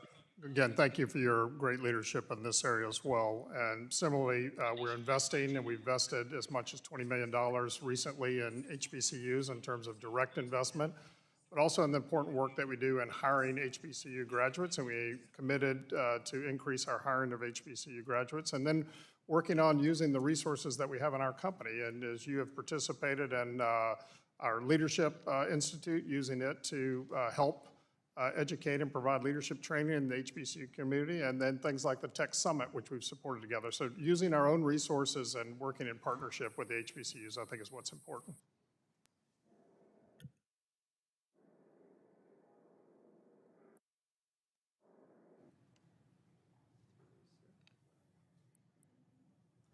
Mr. Diamond, are you? Yeah, I'm sorry, I didn't hear you. I've been going to HBCUs for 30 years. We hire 100 kids a year now. We just recruited 4. We now recruited 20. We help finance them. We help grow them, and we hire a lot of their kids. I would tell anyone, if you want, the talent is unbelievable. I've been to many of them. I've been to 6 or 7 now. Extraordinary talent, and my advice to anyone who's looking for, young black kids who want to be successful, go to an HBCU if you think you can't find any. Well, that's where you can find them. Mr. Frazier? Thank you very much for the question. I think like our other colleagues around the table or on the panel today, we're very proud to be working with the HBCUs. Our CFO at Citi is the vice chair at Howard and puts tremendous passion into making sure that we have a broad set of programs to bring in and recruit and grow and develop the talent that we bring in from the HBCUs. And I think similar to what you've heard today, it's wonderful talent. And we're proud to give opportunities in our company to the benefit of the company as much as the individuals. Thank you, ma'am. Mr. Monahan, we've got just a few more seconds. Sure. I think along with the hiring that we have continued to increase across time, along with the fiscal support of contributions to the HBCUs, endowments and budgets for helping build them out, which was $25 million over the last few years. On top of that, the other thing we've done is created an entrepreneurial center in Atlanta between the two HBCUs, Spelman and Morehouse, which is to get them to work together is kind of interesting, but we were able to create an entrepreneurial center that is going to be quite successful. I apologize, I'm out of time, and we'll be watching. Madam Chair, I yield back. Thank you so very much for all of the work you do with the HBCUs, Ms. Adams. We appreciate that. And the proof of the pudding is in the eating. Thank you. The gentleman from Ohio, Mr. Gonzalez, is now recognized for 5 minutes. Thank you, Madam Chair. I'm going to do a little macro, micro. Mr. Diamond, I'm going to ask you some macro questions. Mr. Moynihan, more on the micro side. Mr. Diamond, you've been outspoken about the state of the economy, global economy, and some of your concerns. I'm going to define a soft landing, just for the purposes of this, as a mild recession with limited financial stability risks. A hard landing as a prolonged recession, 2+ quarters, with heightened stability risks. So keep that in mind. From a policy standpoint, what are you most concerned about, or what do you believe needs to happen to avoid the hard landing scenario? I think the sooner that the Federal Reserve gets the hand around inflation, so we avoid stagflation, that is the worst outcome, is inflation with no growth and unemployment, and that hurts the most people and the most businesses, et cetera. And second is to make sure we have a secure energy policy so that oil prices don't skyrocket. Energy is precarious. We know if we see it at 150, it'll cause a global recession. How confident are you in the Fed's ability to do that? I'm keeping my fingers crossed. Yeah, me too. In the event of a hard landing, where do you believe the economy is most vulnerable from a financial stability standpoint? You know, the consumer going into a recession is actually in rather good shape, particularly compared to 08 and 09, and business is in rather good shape. I think if you have a hard landing, you'll see a fairly traditional effect on financial stability. I don't think that's the issue. I think the real issue is global stability relating to Ukraine and China and kind of more forward-looking. The financial industry here can easily handle a hard landing. So I agree with you on, and this is a comment now for everybody, I guess. I agree with you on the China piece for sure. I would encourage your banks to be a lot more thoughtful about the role that you all play in facilitating the Chinese economy. They rely on U.S. capital markets to grow their economy. We know that they are no friend of ours. And when you talk about global stability, it's Russia and China that are proposing the greatest threats by far. And I don't believe it's even close. Mr. Moynihan, I want to switch to you. Get back to the consumer. So your retail customers, how do you feel they are today from a health standpoint? And then in the event of a hard landing, what are you most concerned about at sort of the retail level? Sure. So if you look at where the consumer stands today, they have more money in their accounts, as my colleague said earlier. They have borrowing capacity left. The unemployment rate's very low. Their wages are rising. Working against them are inflation price increases that will eat up part of that increase, and also unemployment. In the end of the day, we haven't seen unemployment move. So the question is, can the Fed tighten strongly enough to choke off inflation without creating such high levels of unemployment? And you know, that's the discussion you're having, the probability of a hard landing, a soft landing. And the view is we all hope that the balance can be restored to the system, but it needs to be restored because right now it's it's not in a proper balance after the last couple of years and the fiscal stimulus and monetary stimulus and all those things. The consumer is spending 10% more in September than they did last September, and they have multiples of money in their accounts now than pre-pandemic, and they're employed, and they're earning more. So right now, it's okay. The question is what happens to them, and that's always going to come down to if they're working, they'll be fine. In the end of the day, no matter what kind of loan they have, car, home, credit card, you pick it, if they're working, they're fine. And I think that's the issue, is to actually get labor markets to be less tight. You're going to have to work on it. The Fed knows that the unemployment's probably going to rise. The question is, can they guide it to the right place and not have it go too far? Yeah, and that's the disaster scenario, right? That's definitionally the hard landing. The only tool the Fed has right now is to destroy demand, which would drive inflation up, or I'm sorry, unemployment up, and put the consumer at enormous risk. Mr. Diamond, back to you for one final macro question. Fed has a dual mandate, as you know, maximum employment, stable prices.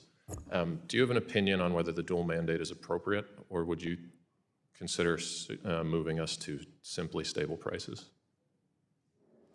I would say it's appropriate, but it should be monitored. Thank you. With that, I yield back. Thank you very much. At this time, we will take a brief recess to allow Madam members Chair, to vote. Yes. Green from Texas, unanimous consent request. Without objection, such is the order. Thank you. I have a special purchase credit program question that I'd like to submit to all of the members of the panel. Without objection. Thank you. Thank you. We will take a brief recess to allow members to vote on the House floor. We will resume immediately following votes. And let me just say to all of the witnesses, I appreciate your patience with the work that we're doing today. You may want to take this as a time to grab some lunch. The committee will stand in recess. Thank you.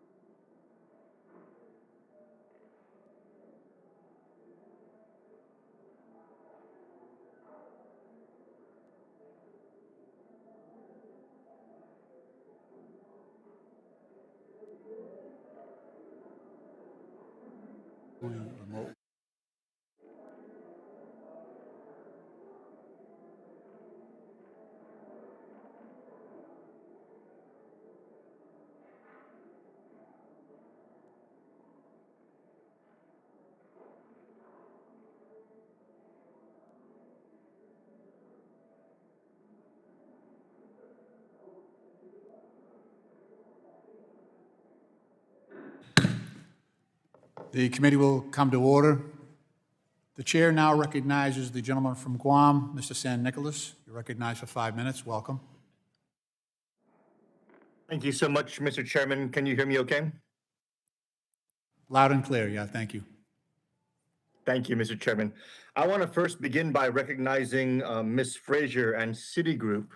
The conversation I'm going to have actually involves all the panelists, but I wanted to begin with her company and herself, as based on our research, it looks like Citigroup pays 5 times more in interest to its depositors than the rest of the individuals sitting at the table. Ms. Frazier, is it correct that your deposits are currently yielding a 0.05% interest rate? We believe that we have we have a variety of different deposit products, and we believe them to be competitive and fair. Well, the information I have here on your basic account package is a 0.05% interest rate. Is that correct? We do have one of our deposit products that has that. That is correct.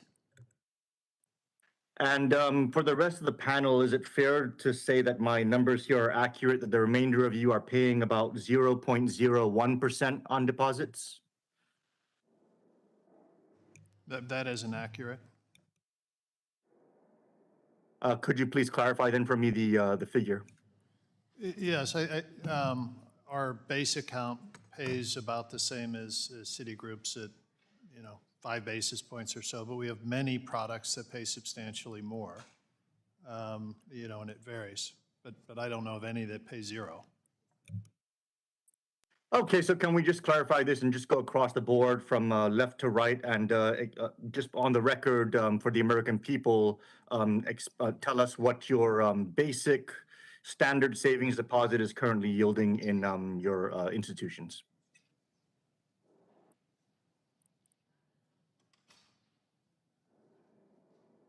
Mr. Chairman, I'm requesting the panel to respond.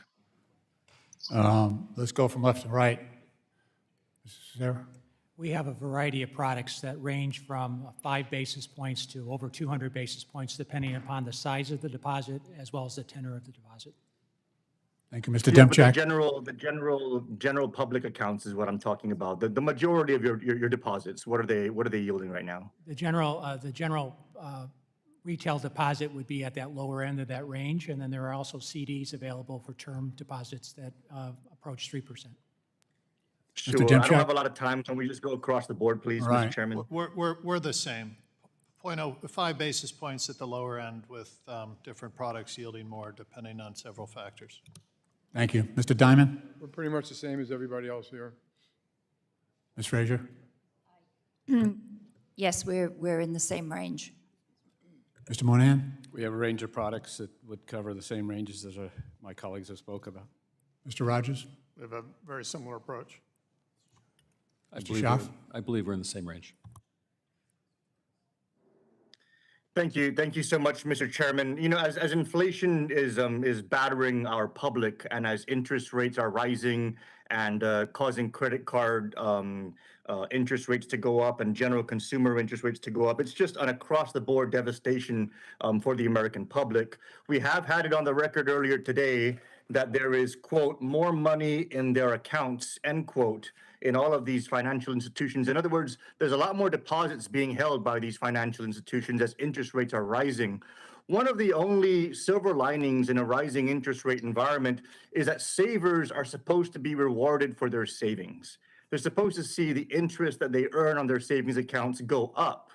And yet what we have here is a Fed funds rate that's currently, Mr. Chairman, at 2.5%.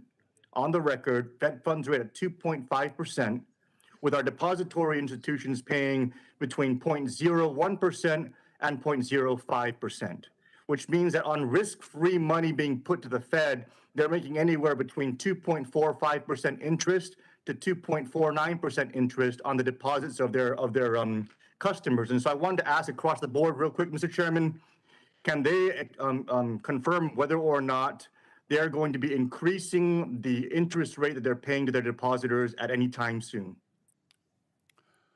Mr. Cicero, you heard the question?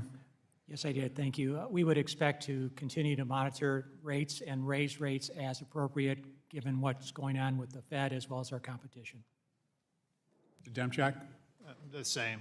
You'd expect us to raise them over time. Mr. Diamond? We expect them likely to go up soon. Ms. Frazier? Yes, we will. Mr. Moynihan? Rates will go up in the future with this rate structure. Thank you. Mr. Rogers? Yes, we'll be raising them. And Mr. Scharf? Yes, the same. Thank you. Yield back, Mr. Chairman. Thank you. Thank you. The gentleman's time has expired. The chair now recognizes the gentleman from North Carolina, Mr. Budd. You're now recognized for 5 minutes. I thank the chair. So on 60 Minutes on Sunday, President Biden tried to downplay the negative impact of 40-year high inflation.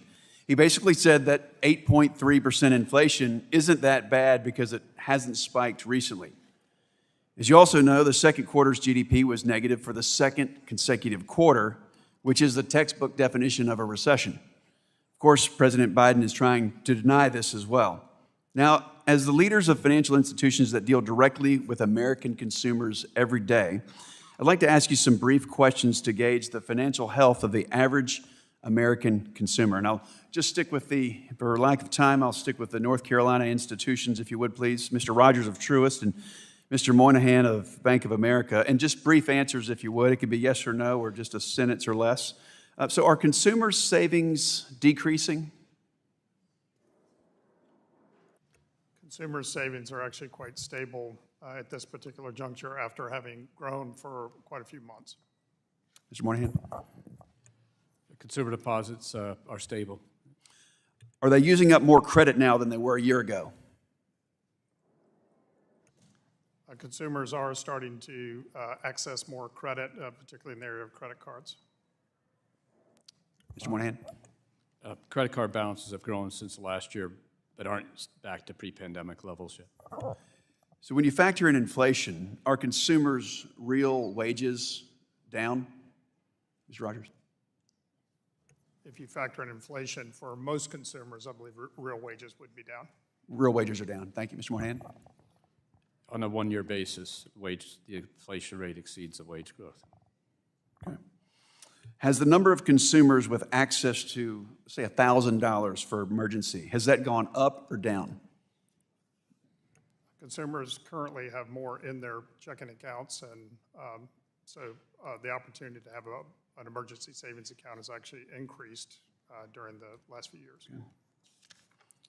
Mr. Moynihan? Consumer deposits in their accounts are multiples of where they were pre-pandemic. Do you think the economy will get worse before it gets better? Mr. Moynihan? Yeah. Let's switch it around. Mr. Moynihan first. I said earlier that our experts have positive GDP growth for this quarter and a negative GDP growth for the next couple of quarters. That's their base assumption, the research team that we have.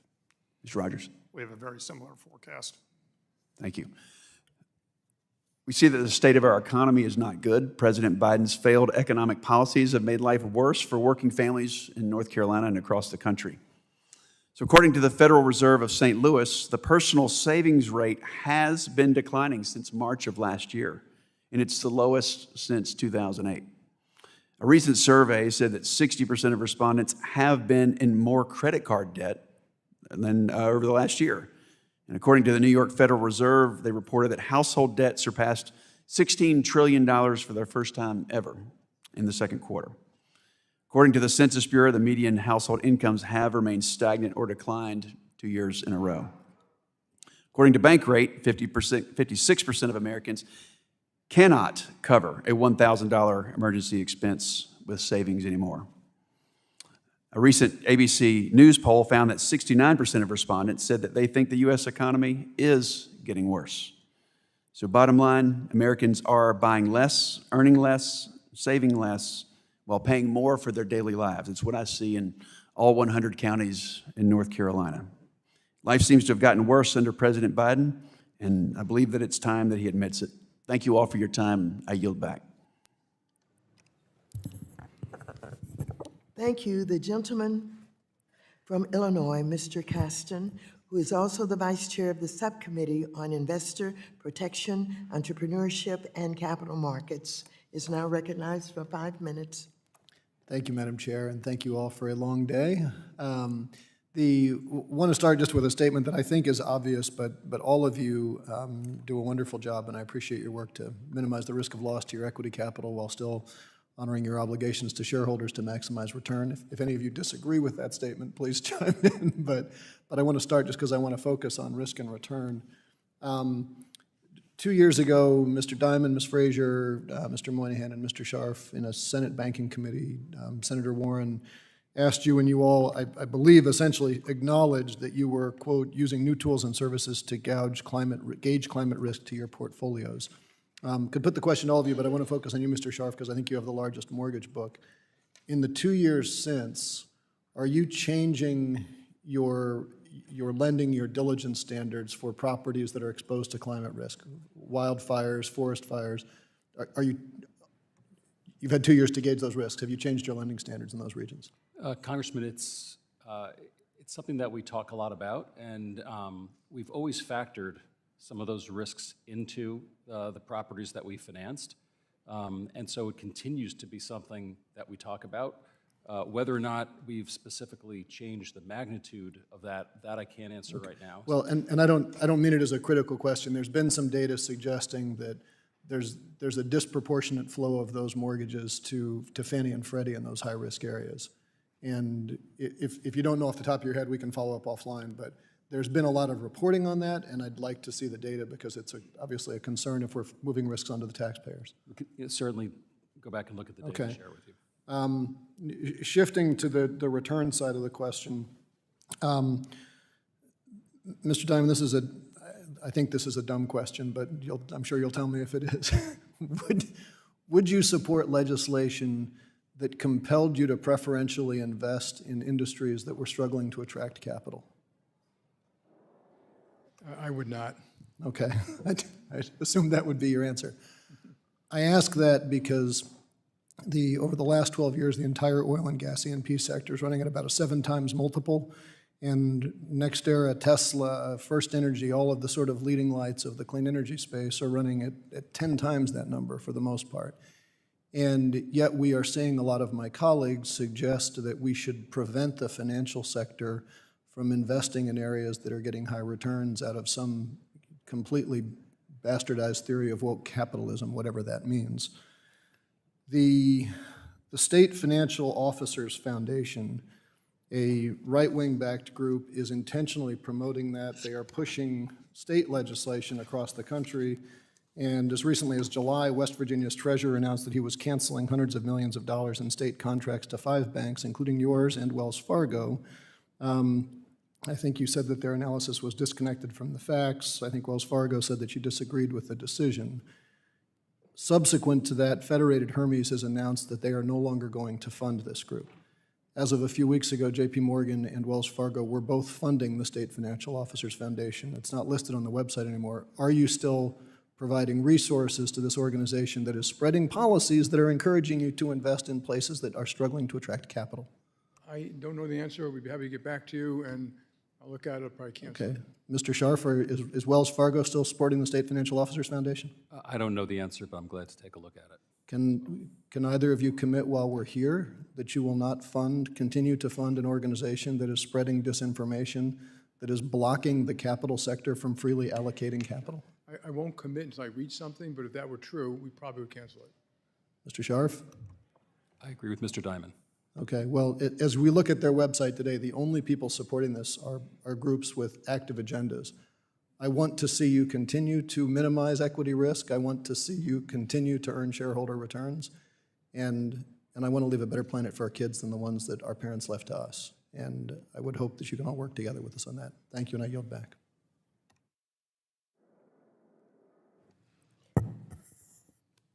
The gentleman from Indiana, Mr. Hollingsworth, is now recognized for 5 minutes.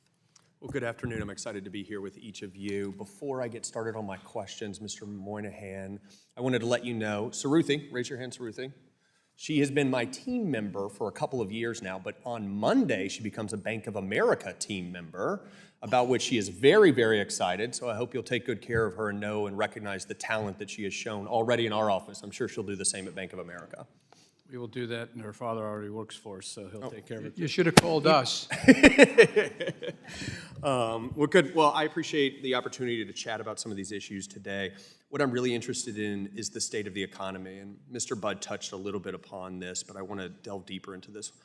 We are, as of today, at a truly unprecedented pace, unwinding the quantitative easing as well as the accommodative monetary policies of the last couple of years. Though the Fed continues to talk about soft landing, I worry that this pace will lead to a harder landing than perhaps they are yet forecasting. But there are a couple ballasts to that. One, very, very strong corporate balance sheets. Earnings have been relatively resilient, but balance sheets are better than they've ever been in the S&P 500. Secondarily, household balance sheets are better than they have quite literally ever been. And you all touched on this a little bit, but one thing that I continue to notice is the tremendous amount of savings that households have, in excess of the savings they had in 2019. Have you begun to see households mobilizing that or not begun to see them mobilizing that? Because I think this is really important to real underlying economic demand going forward. In the face of some of the extra costs that are being incurred, are we seeing them dip into those savings? And with all due respect to Mr. Budd, there's a difference between a decline in savings rate and a decline in the level of savings. So I'm curious, maybe start with you, Mr. Moynihan, and then I'll ask Mr. Diamond and Ms. Frazier about the same thing. The consumers of Bank of America have multiples of the amount of money they had pre-pandemic. And that amount is stable right now. It had been growing for the last year and a half since the last stimulus was paid. It grew, kept growing, went up a little bit in tax time, came down a little bit after tax time, came down a little bit when they paid for the vacation. Indeed. And now it's back up. And so it's basically stable. Understood. And so we measure that. We put out data about it from our institute every month so you can see it. Understood. Thank you. Mr. Diamond? Consumer currently is in very good shape. Yes. High savings, jobs available, wages going up at the lower end. Household, even debt going up a little bit, it's still much lower than it was before. Debt service ratio is lower than they've been in 50 years. Indeed. So even if we go into recession, but you have to ask later, not right now, that's the good news, which is now. The bad news is later, and it's coming. Got it. Ms. Frazier? I think similarly, it's always a little dangerous talking about averages rather than what we see across the spectrum, but stability in the deposits and still elevated levels of spending, and equally importantly, still low credit losses across the board. I would assume any controller or CFO worth their salt has spent the last couple of years locking in very low rates and extending out their maturity ladders to ensure they don't face upcoming maturities. Are you seeing any, either the three of you, seen any stress in corporates yet with higher rates? No?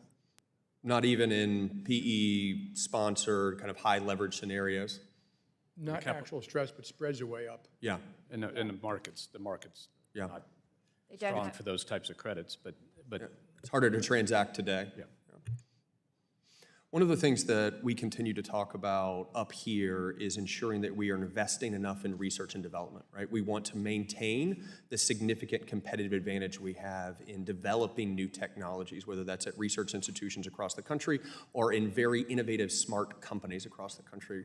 One of the things we have noticed is that VC funding is declining dramatically, and some estimates there's a $1 trillion gap between what we funded in the last 5 years and what we're likely to fund in the next 5 years. And some of that is reluctance of companies to recognize valuations today versus what they might have been even 6 months ago.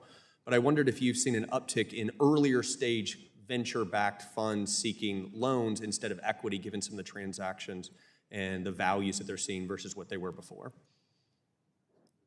Anybody want to comment? We haven't seen evidence of it yet, but it is early days. Yeah. They generally don't borrow money, so it's not, you're not going to see a lot of that. Indeed, but I had heard that more were inclined to do so rather than recognize significant down rounds in their equity valuations, right? With that, I'll yield back, Madam. Thank you. The gentlewoman from Massachusetts, Ms. Presley, who is also the Vice Chair of the Subcommittee on Consumer Protection and Financial Institutions, is now recognized for 5 minutes. Thank you, Madam Chair, for holding this critical hearing and ensuring that oversight remains a priority for this committee. While we have the CEOs in front of us, I do want to take just a moment for the official record to center that which is most important, and that is the workers. From the bank tellers who wear a smile day in and day out, processing hundreds of transactions, to the custodial staff that keep facilities clean and safe. Too often, I think their labor is lost in these hearings, or worse, used as cover-up talking points. Your workers deserve better, and they deserve to be respected. Mr. Scharf, workers at Wells Fargo have been advocating for a greater voice on the job for years. For the record, will you commit to neutrality in the workers' organizing effort and ensure that workers who speak out do not face retaliation? And this is, I'm looking for a yes or no response. We believe that we're best Yes or no? having a direct relationship with them. Is that a yes or a no? That is, Will you commit to neutrality in the workers' organizing effort and ensure that workers who speak out do not face retaliation? It's really easy. Yes or no? we will follow the law. Okay. We will So encourage our I'm going to employees reclaim my to work directly time. with I us. was looking for a yes or no on whether or not you would commit to neutrality in the workers' organizing efforts and ensure that workers who speak out do not face retaliation. After years of scandals and billions of dollars in fines, you owe your employees accountability.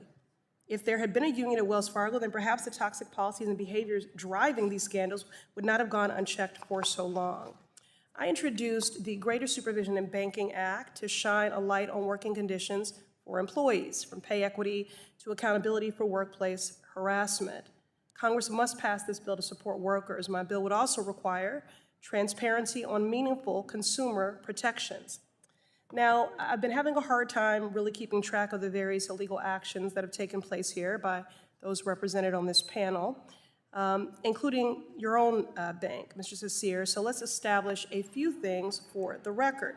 On July 28th of this year, the CFPB announced that your bank had illegally accessed customers' credit reports and opened checking and savings accounts, credit cards, and lines of credit without those customers' permission.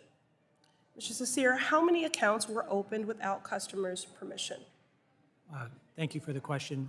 First, we sincerely regret and take full responsibility that even one customer or account would have been opened in an inappropriate fashion. It's against not only our standards and procedures, but it's against our core ethics as an organization. This relates to a 5-year opportunity with the CFPB that dates back to 2010. And during that time frame, we've identified 342 accounts, which represents 0.001% of accounts opened then. 342 accounts, all right. And that was actually going to be my next question. Do you take full responsibility for these violations of the law? We do. It's not what Thank we you. seek to do, and we've remediated. Thank you. You should. Thank you. The CFPB's investigation certainly did tell a disturbing top-down story of failure. Your bank imposed sales goals on employees as part of their job requirements, while knowing that this pressure was leading employees to unlawful behavior. Based on the reports, I believe if your employees had the opportunity to collectively bargain and improve their working conditions, consumers would not have been exploited. And that's not limited to just your recent scandal. It goes for every bank present. So, again, for the record, I would like a response from the entire panel. For all witnesses, please raise your hand if you are willing to commit to non-interference in any of your employees' efforts to organize a union. And I'll begin from right to left here. My right, Mr. Cecere, yes or no?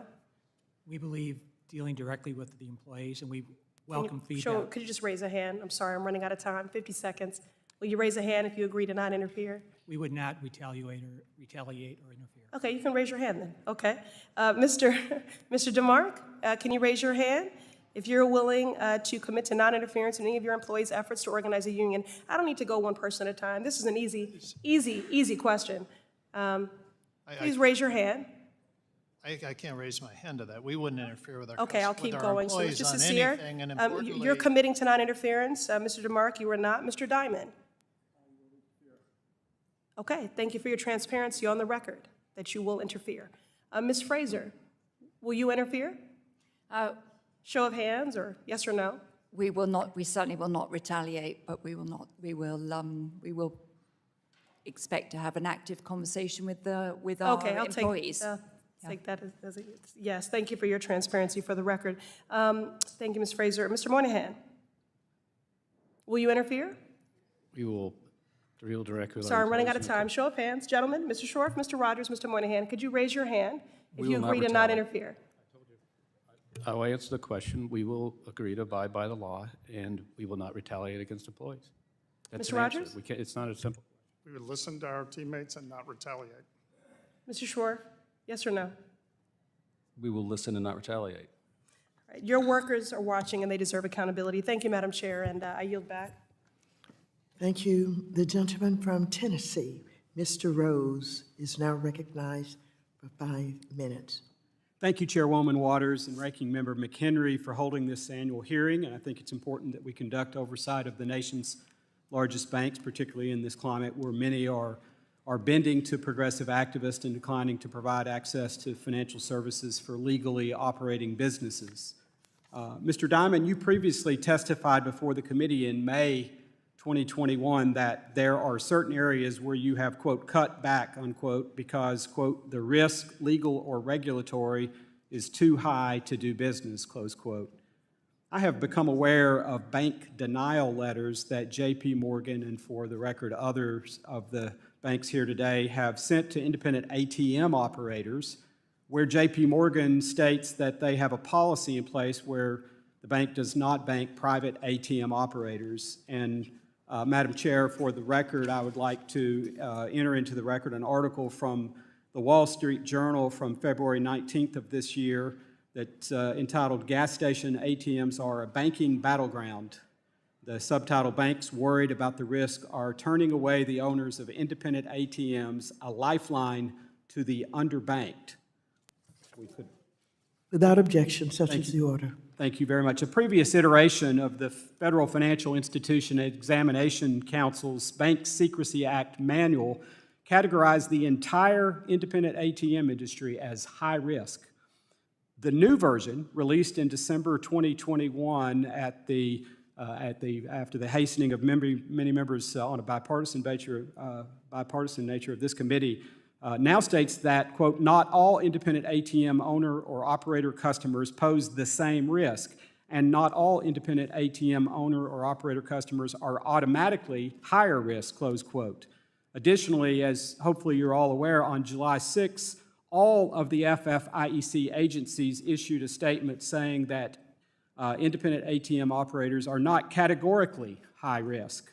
And again, Madam Chair, I'd like to enter a copy of that release statement for the record. Without objection, such is the order. So, Mr. Diamond, why is the bank still categorically denying access to financial services for an entire legally operating industry? I don't like it when I hear that we're doing the whole industry, because I think that's a mistake. You should evaluate each customer one by one and determine when the risk is high. I don't know if that's true, and I have to get back to you on it. I do know there's one large one we stopped banking. Okay, well, I appreciate that, and I guess my next follow-up question was, would you commit to taking a look at the bank's policy with respect to this class of customers? Of course. Thank you. And save time, but for the record, I would appreciate if the rest of you would also respond to the question of whether you'll take a fresh look in light of this new guidance at whatever policies you have in place with respect to this class of customers. Would you all commit to giving us a review of your policies on that? Very good.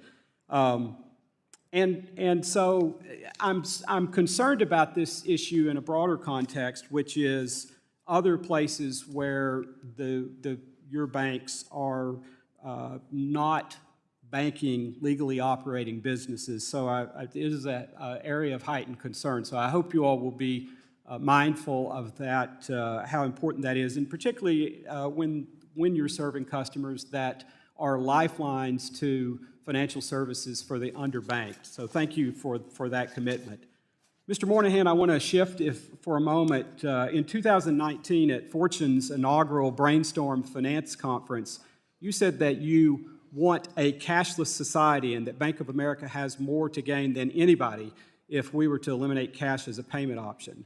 Mr. Moynihan, this may be difficult for you to empathize with, but I can assure you in my district that not everyone has access to financial services. I bet you have a bank account. I do as well, and can readily access funds to pay for goods and services, but not everyone has that luxury. If you eliminate cash and cash options to pay for food and other necessities, you end up making it more difficult to survive for our most vulnerable populations. So I'm wondering if you and Bank of America, why do you think it is okay to make it more difficult to be poor?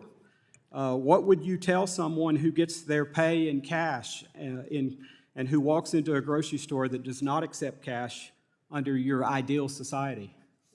Sir, I think a couple things. One is, between today and tomorrow at this time, $200 million will go out of the ATMs at our company in cash.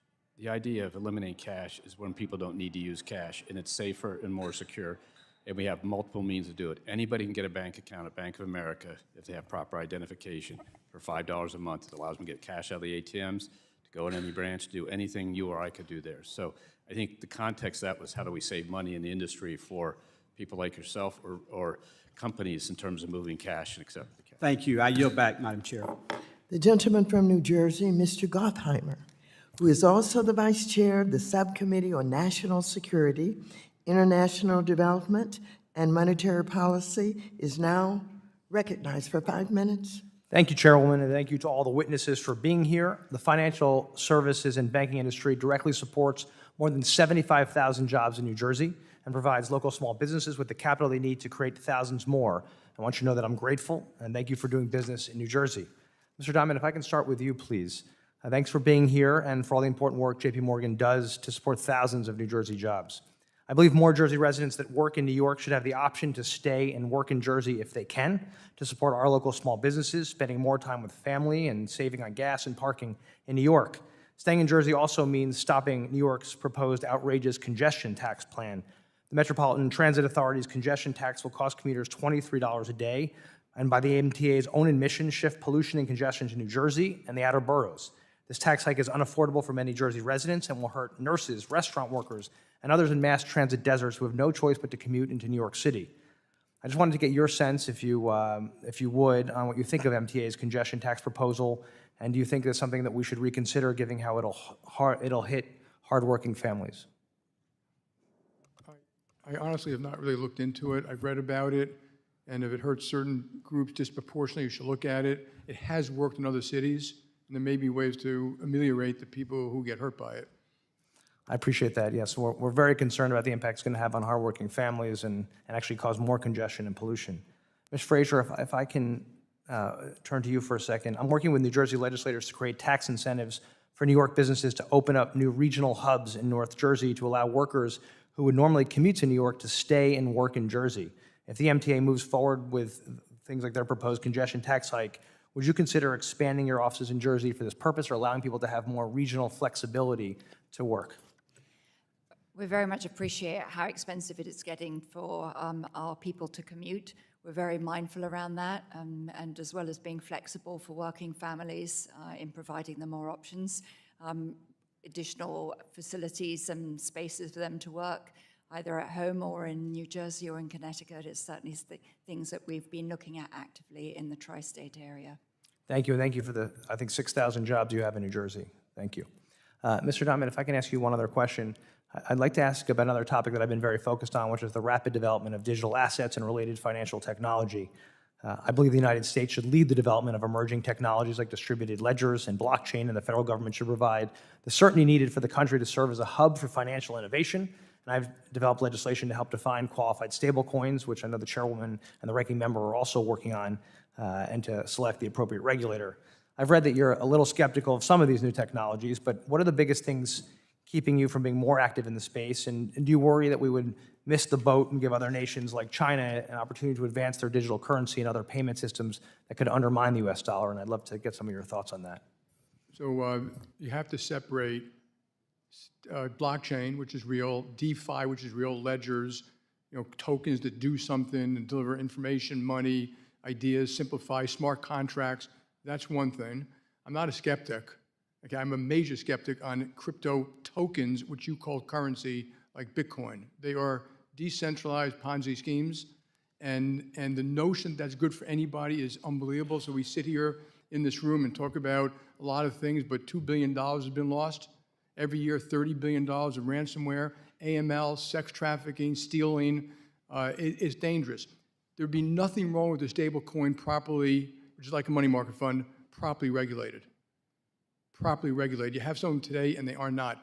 JP Morgan has a JP Morgan, we are a big user of blockchain, has a JP Morgan coin, which is a token, but if you send it to us, we give you a US dollar. It's a dollar deposit. That can be moved just the way cryptocurrencies can be moved. Stable value, very low cost. Thank you so much. Mr. Scharf, I can ask you a quick question. I have a bill called the Stablecoin Innovation and Protection Act that would create guardrails for stablecoins and ensure they're backed one-to-one with cash or equivalents to prevent runs like we saw with the so-called stablecoin terror earlier this year. Do you think that might be a step in the right direction if you've considered this? There you are. Sorry. That's certainly an option in order to ensure that people understand the underlying value of that stablecoin.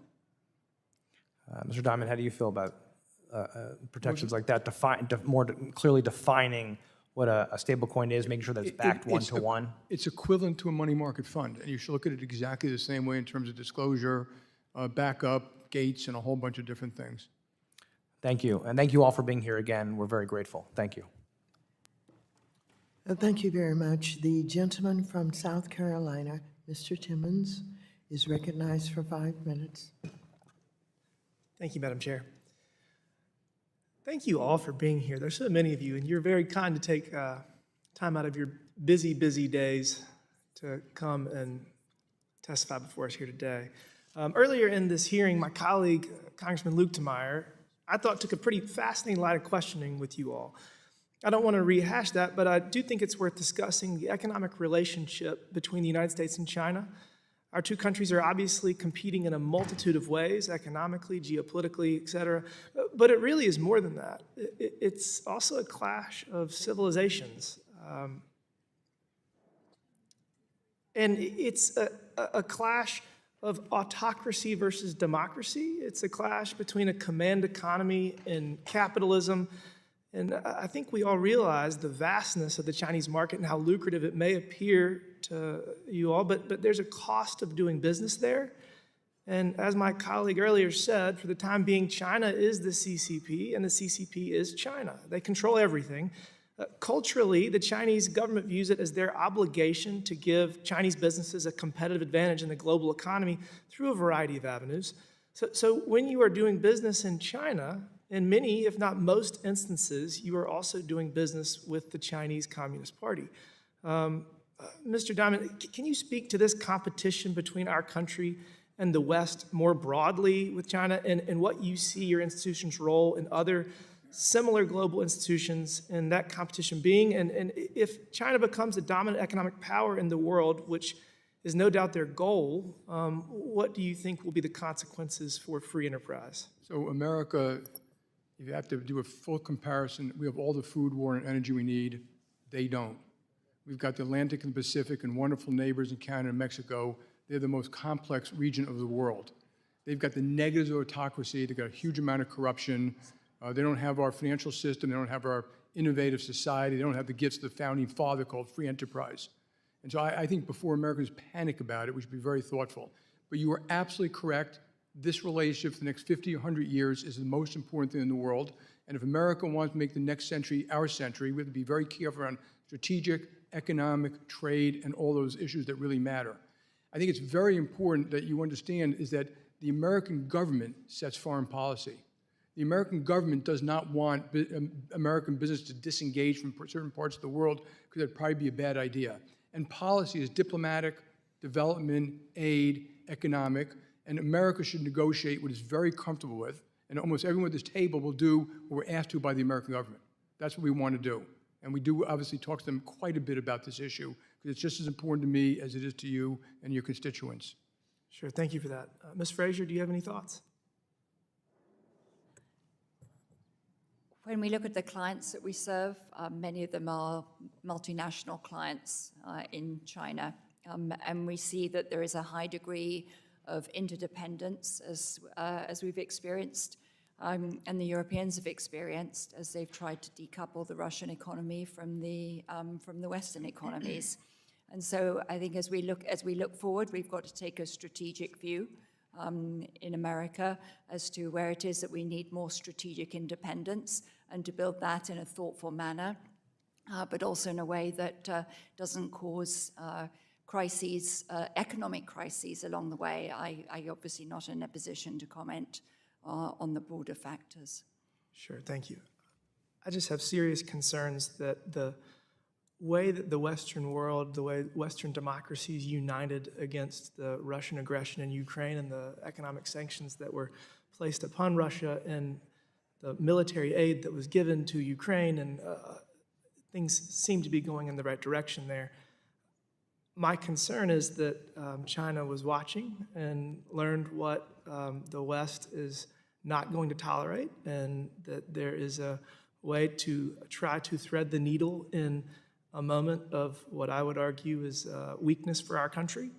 And I'm just afraid that if it happens, something happens in Taiwan, that not only will the Western democracies not unite, but the global economy will not step forward and defend our allies in Taiwan. So I just keep that in mind as developments progress over the coming months. And with that, Madam Chair, I yield back. Thank you. The gentleman from New York, Mr. Torres, is now recognized for 5 minutes. Thank you, Madam Chair. A few months ago, the New York Times wrote an article entitled, quote, "Fraud is flourishing in Zelle. The banks say it's not their problem." The article features the story of Bruce Barth, who was in the hospital for COVID-19 when a thief stole his phone, accessed his digital wallet, ran up charges on his credit card, took cash out of the ATM, and made a money transfer via Zelle. Bank of America reimbursed Mr. Barth for losses associated with his credit card and ATM, but not with the losses associated with Zelle. According to the article, after being contacted by the New York Times, Bank of America ultimately relented and reimbursed Mr. Barth for the losses associated with Zelle. Since the episode with Mr. Barth, my question to Bank of America, has Bank of America adopted a policy of reimbursing BOA Zelle customers for losses caused by unauthorized users or fraud? We have a policy where we, if a client of ours sends money to another client into fraud, we will take care of that because we shouldn't let the other person in. And frankly, that's the kind of work we're doing as an industry. I think just, you weren't here earlier, but the context of Zelle fraud is it's lower than check at our company, claims for fraud. So and so we are working hard as an industry to take the fraud out of the system among all of us by working together, because inside the Zelle platform, it's another banking customer, and we actually kick banks out of Zelle who don't have the capabilities to assess their I just want to make sure I'm understanding the answer, though. If there are losses caused by an unauthorized user or by fraud via Zelle, a BOA customer, to a BOA account, yes, would you, a situation like Mr. Barth's, would you reimburse? If the situation is what they call a me-to-me account transfer between a customer and a customer, we will reimburse. And then across the industry, we work with our other colleague institutions to do the same thing. What if the victim is only a customer? Then the other institution where the money went tries to recover it, and we work it through. We reimburse a lot of the fraud. The headline suggests that the headline. The headline suggests, it says the bank says it's not their problem. So the headline suggests that the banks deny. I will tell you. Let me ask my question. Let me ask my question. I have to reclaim. The article claims that the banks deny that it's their responsibility. So I just want to ask all the owners of Zelle, do you acknowledge that your bank, as a partial owner of Zelle, has responsibility for combating fraud on Zelle and reimbursing Zelle customers for losses caused by unauthorized users and fraud? Let me be precise. I'm going to start with U.S. Bancorp. Yes, if the customer's credentials were stolen and they did not transact, we will reimburse in that situation. Thank you for that clear answer. PNC? Yes, you're describing a traditional fraud that is covered under Reg E, and we would cover it. Yes. JP Morgan? Unauthorized is generally covered. And I don't think Citibank is an owner of Zelle, but do you want to try to give me a clear answer? I gave you one. Unauthorized transactions are covered. You asked for something else. Mr. Rogers? Unauthorized transactions are covered. Mr. Scarf?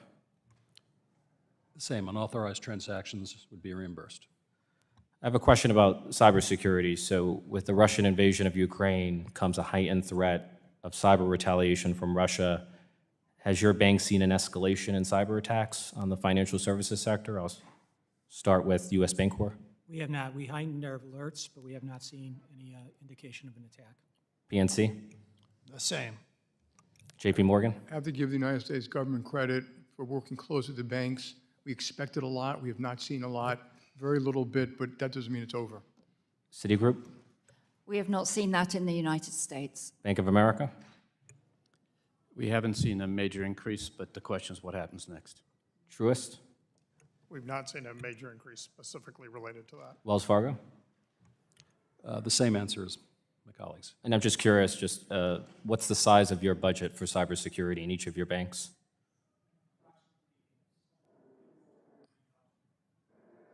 PNC? I don't know off the top of my head. I would assume it's close to the size of U.S. banks. JP Morgan? $700 million directly and a lot more indirectly. Citigroup? The same, almost $800 million. Bank of America? Roughly $1 billion and a lot indirectly with our partners. Truist? Several $100 million, but directly and indirectly. And Wells Fargo? Approximately $700 to $800 million. And my time is about to expire. Thank you. Thank you very much. The gentleman from Texas, Mr. Gooden, is now recognized for 5 minutes. Thank you, Madam Chair. I want to start by thanking you all for being here, and thank you, Mr. Scharf. The last time I had a Wells Fargo CEO come before here, it didn't go well, and you've done a tremendous job with your institution. I want to congratulate you, so thank you. I had some follow-up to a lot of the conversations we had on China earlier today. I'll start with you, Ms. Frazier. Citi's former global head of corporate and investment banking praised the Chinese Communist Party's Belt and Road Initiative. In fact, he said, quote, Citi's strategy is directly associated with 32 of the 69 countries, which is more than any other global institution or any other financial institution. And Citi should play a leading role in this Belt and Road Initiative, end quote. It's my belief that the Chinese Communist Party uses this initiative to give unfair advantages to Chinese companies and forces developing countries into debt traps, often with public corruption paving the way. I witnessed this on a trip to the Middle East with my great chairwoman, Maxine Waters, where we were told of extreme corruption that the Chinese companies have been involved in across the African continent. And by participating in the Belt and Road Initiative, you are supporting significant risks to our national security and global economy. Ms. Frazier, Citi's support of the Belt and Road Initiative presents a serious conflict of interest by helping our strongest adversary expand across the globe. Do you understand Citi's support of the Belt and Road Initiative is directly opposed to the national security interests of the United States? Thank you very much for the opportunity to answer the question. I do not believe, certainly since I took over as CEO, but I don't believe before that either, that we have played a meaningful role, if any role, in the Chinese Belt and Road Initiative. Well, that is wonderful to hear, and if that has changed, I celebrate that. But that was, I believe, recently that the head of corporate governance said that corporate strategy. With respect to Russia, I'll continue with you, Ms. Frazier. You stated recently that you want Citi to be a bank with a soul. Would you explain to me, or justify perhaps, how financing Russian oil and gas giant Lukoil while pledging to reduce financing for American energy producers accomplishes that goal? So as we've talked about, we have already in a short period of time materially reduced our activities in Russia. We're winding down our consumer franchise there and commercial banking franchise as we speak, and have been doing similarly with our corporate franchise. What we're primarily doing is supporting the multinationals that are still operating in Russia and helping them with, in large part, with their exit and wind down on the ground. So will you commit today to divest from Russian oil and gas giant Lukoil, which is funding this invasion of Ukraine? I cannot imagine that we would have a meaningful role with them going forward. Thank you. Mr. Moynihan, do you support a free and democratic Taiwan, and does your bank as well? Yes, it's Mr. Diamond, do you all share those views as well, a free and democratic Taiwan? I support freedom and democracy everywhere. I'm not going to specifically comment on Taiwan. That's up to the United States government to make that kind of statement. Well, many of you, some of you rather, struggled earlier today to condemn the ongoing human rights abuses in China of the Uyghurs. The Department of State, the United Nations, human rights organizations, and the like have condemned China's actions.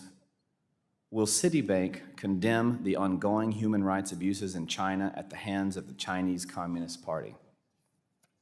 We certainly take any of the accusations of human rights abuses wherever they are in the world very seriously, and will be vocal in our distress at them occurring. So will you condemn the ongoing human rights abuses in China at the hands of the Chinese Communist Party?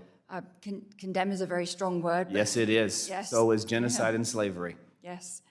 We certainly are very distressed to see it going on, and we do not want to have human rights abuses happening anywhere in the world where we or anyone else operate.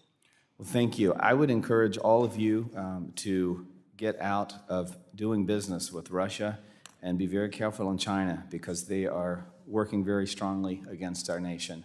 And some of the answers earlier and the hesitancy to offend the Chinese when many of your organizations are so willing to come down to Washington and insert yourself into politics, yet you seem hesitant to condemn things as simple as slavery and genocide is alarming to me. But thank you. I yield back.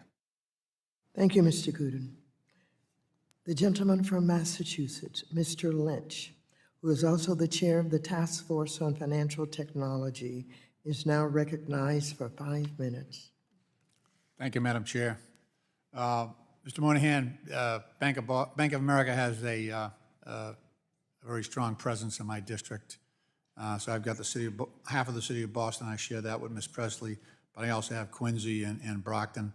I just want to say, to your credit, we're trying to build or rebuild over 1,000 deeply affordable housing units in the city at Mary Ellen McCormick Housing Development. And one of the oldest public housing developments in the history of the country.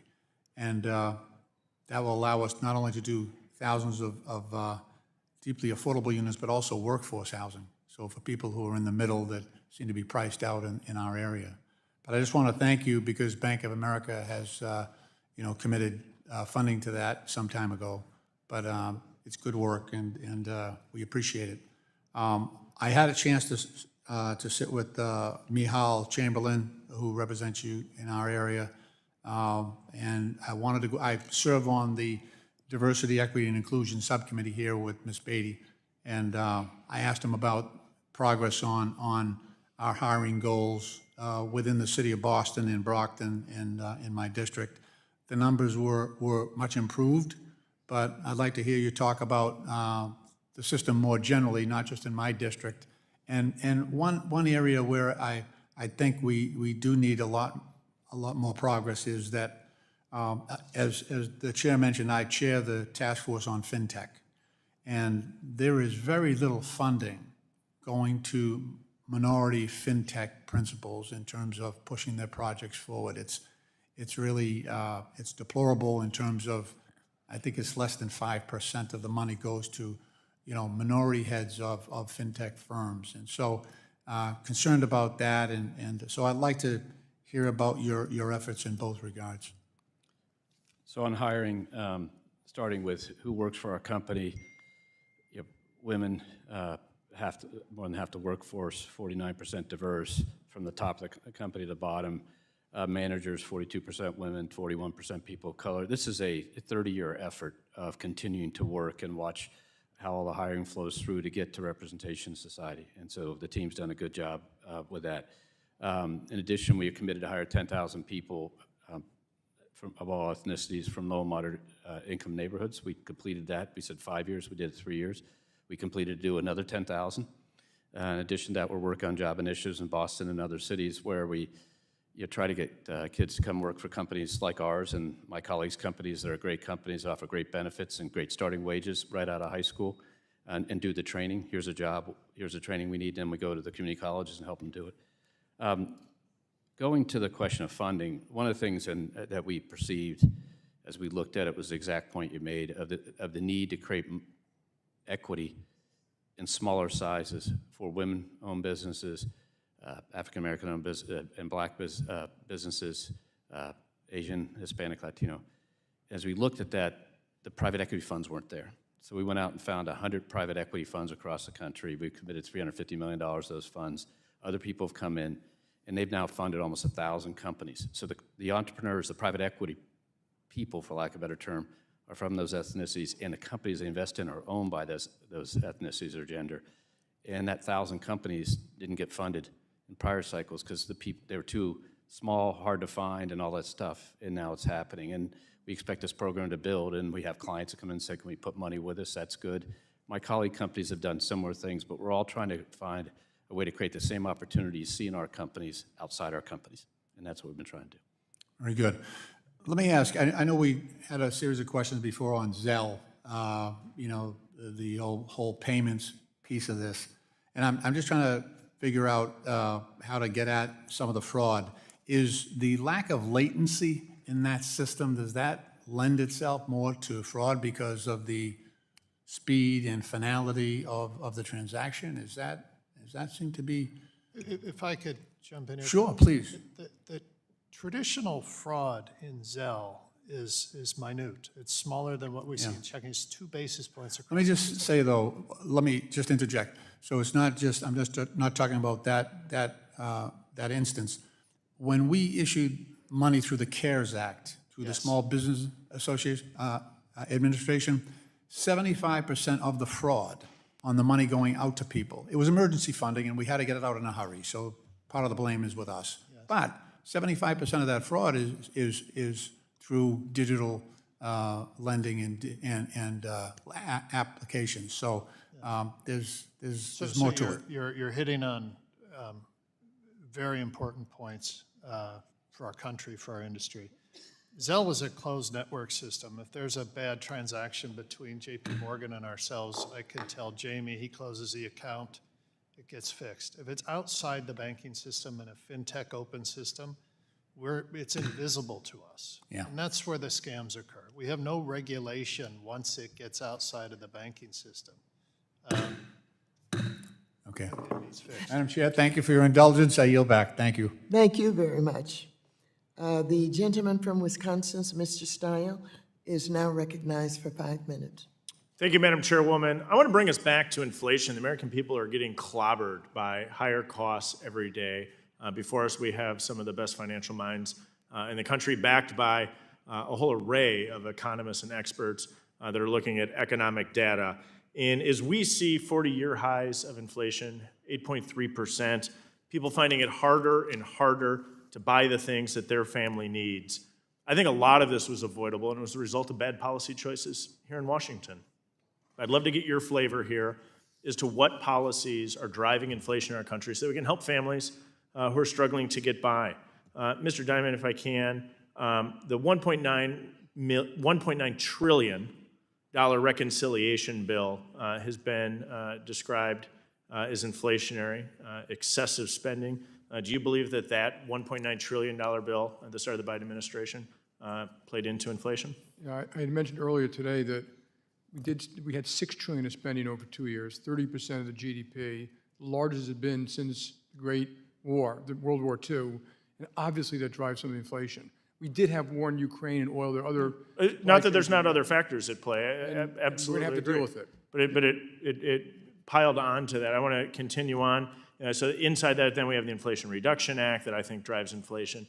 Then we saw the Biden administration unilaterally act on student loans. I'm not asking you to comment on the constitutionality of that. I think it's an illegal move. I'm not asking you to comment on the fairness of that.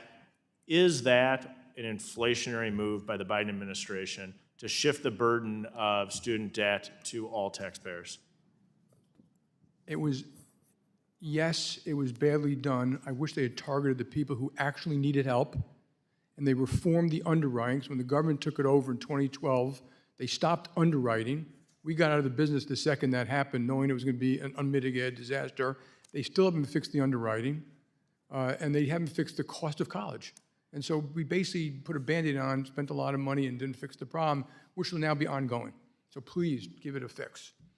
And we would be well-served to actually hold hearings here in Congress before hundreds of billions of dollars are being spent. I'm concerned about the fairness aspect. I think there's far better ways to do it. And I completely agree with you. It does not address the underlying problem, which is the fact that we have skyrocketing college tuition costs. Let me shift gears slightly and look at the impact of housing. And I know many of you have exited the housing sector due to a whole host of regulatory burdens put in place by the federal government, driving up the cost of Americans who are trying to get loans.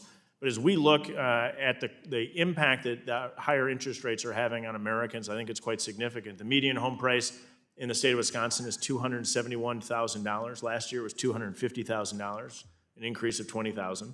And the interest rate on the 30-year mortgage went from 2.86% and is now at 6%. So your monthly payment on the same home in Wisconsin, which is similar to across the country, increased from $828 a month to $1,302 a month.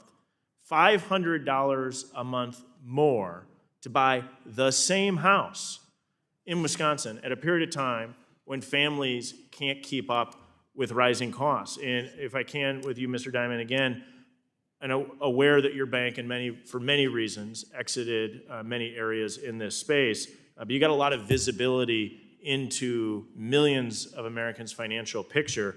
Sketch this out. How's this impacting your customers? Well, currently the customers are actually doing okay. That inflation, high rates are going to eat away at their balance sheets, their health, eventually their jobs, and their spending money.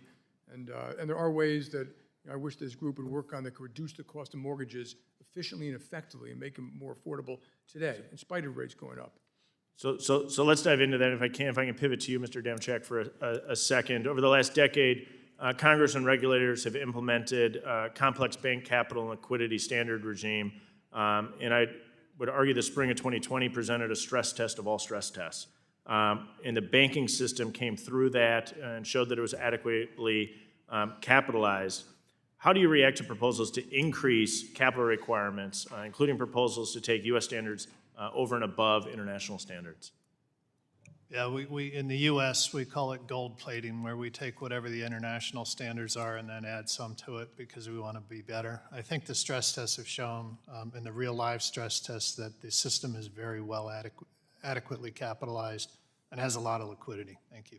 Thank you very much. Madam Chairwoman, I'll yield back. Thank you very much. And this side of the aisle applaud President Biden on student loan forgiveness. Very important. The gentlewoman from Pennsylvania, Ms. Dean, is now recognized for 5 minutes. Thank you, Madam Chair, and thank you to all our CEOs for your time today. I listened with interest to all of your opening statements, and there were certain phrases that popped out to me. For example, Mr. Cesare, you said you are one of the world's most ethical companies. Ms. Frazier, you said, and you spoke globally, that our banks are the envy of the world. Mr. Diamond, you said that part of your work is to help solve the problems facing our country.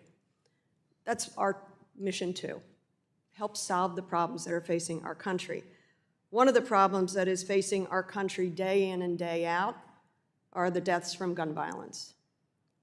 Since 2009, the United States has suffered a devastating 281 mass shootings, causing more than 1,500 deaths, and obviously so many more injured and terrified. We know that some of the deadliest mass shootings have been financed with credit cards.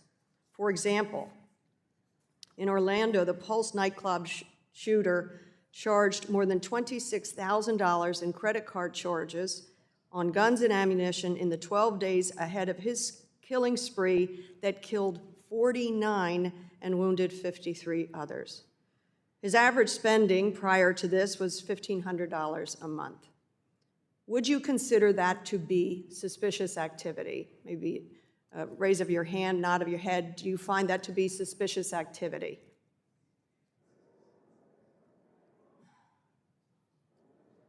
I'm seeing some sort of yeses. More facts, and we don't know what they spend the money on. We do not. Well, we have a reason to talk positively about that. There's a way for us to know. In addition, before the Pulse nightclub shooter racked up credit card debt on gun and ammunition purchases, he ran several online searches to determine whether his credit card unusual spending would be flagged and reported to the police. Of course, it was not. To your point, Mr. Diamond, you didn't know what he was spending it on. And to set the record straight on an issue that a few of my Republican colleagues have raised today, which is the newly created Merchant Category Code, or MCC, for gun and ammunition retail stores. As you may know, I co-led a letter with Senator Warren in support of this code. And given that the International Organization for Standardization has voted to create the code, I want to confirm your response to Mr. Williams' questioning that you'll be using the code. Is that correct? I'm seeing a general absolute yes there. It's my understanding that you already have practices for the detection of fraud and suspicious activity. Is that generally true? Yes, we've talked a lot about fraud. Do you think that this code, for example, had it been in place and shown that extraordinary activity of the ultimate shooter and killer in the Pulse instance, wouldn't it have been useful to note that racking up of credit card charges very unusually? Wouldn't that have been useful to note? There's sort of a maybe. If you know what it's for and who it is and why, and yes. That's why this code is going to be important. You do know all those gun sales get reported to the government, all of them. And Ms. Frazier, I was thinking of you because you have such a global view of what you are doing. I know you all do, frankly. I was in Eastern Europe and Central Europe recently. It happened to be the week of Uvalde. And I think about the global shame that comes upon this country as a result of our out-of-control problem with gun violence. 54,000 people died last year of gun violence, 4,400 of them children. And in these meetings in Europe, each meeting began with, we are so sorry for your tragic losses in Buffalo and Uvalde. What responsibilities do you, the banks, have? What conversations have you had around your boardrooms to say, how can we help slow the tragic loss of life due to gun violence? We know that many of the transactions are coming through our systems. Ms. Frazier, what can you do? Yeah, thank you very much for your question. As you say, we do operate in a number of countries where they have tragic deaths from gun violence around the world. This is something, sadly, we see in many different countries. None quite like ours. Understood. But it is problems in many countries, and we have a lot of discussions with our board and also with our employees who are concerned for their safety and their security as well, for our customers coming into bank branches around the world. So it is an active dialogue about what we can do to help prevent. I thank the chairwoman, and I just ask you to continue to partner with us to try to reduce this scourge. Thank you. Thank you. The gentleman from South Carolina, Mr. Norman, is now recognized for 5 minutes. Thank you, ma'am. I want to thank all the witnesses for appearing today. I hadn't been in for all the questions, but it shocks me, some of the questions you're being asked. It really shocks me. I've heard, trying to shift blame for gun violence. I've heard things about unequal equity in housing that you're responsible for. I've heard one of the members say you sucked. And when you were asked the question, and I don't understand this, maybe y'all can help me. When asked the question, and I think the bulk of it was how many of you raise your hand if you're going to have a person of color follow you in leadership? Why is and nobody raised their hand or made a comment on it. And by the way, I'm a real estate developer from Rock Hill, South Carolina. I'm part of the delegation there. I'm not a politician, but I don't understand the boldness is just not there to fly back at some of these people and what they're asking. Why would the answer to that question be, Mr. and Ms. Politician, we don't look at color. We look at achievement. We look at past history of building banks, because that's the business you're in. And Mr. Moynihan, when the comment "suck" came up, your predecessor, Hugh McCall, I would like to have seen his response. I don't think it would have been a Marine response to that, because y'all represent such a vital part of our economy. You're competitors, you compete. And I don't understand why the boldness is not there. And to fly back, you can't satisfy this group, and that's why the American people are so frustrated. You're talking about global shame? Leaving Americans behind all over the world is a shame. Leaving $8 billion on the ground is a shame. Having inflation at a 40-year high is a shame. Having, cutting off our gas supplies and buying it from the very people that are killing your customers. Because the last time I checked, buying oil and natural gas from countries that hate us don't make really good sense for your customers who you represent and build shareholder value. I wrote each of you a letter. We had 37 co-sponsors, and I asked the question, why is paying for abortions for your employees, how's that building shareholder value? And maybe it's a disagreement on what health care is. I don't consider health care killing the baby. But that being said, y'all have got such an opportunity to show boldness. And maybe in my letter to you, it was, maybe your board of directors is not getting involved. We're sending the letter, certified mail, to every director of your corporations. But it's an honest opinion to try to understand it from somebody that's in the workforce. I didn't make my money in politics, as so many of these professional politicians have done. So I would just beg you to get your voice back. This ESG stuff, really? I mean, you're just laying down and taking it, the wokeness that's existing today.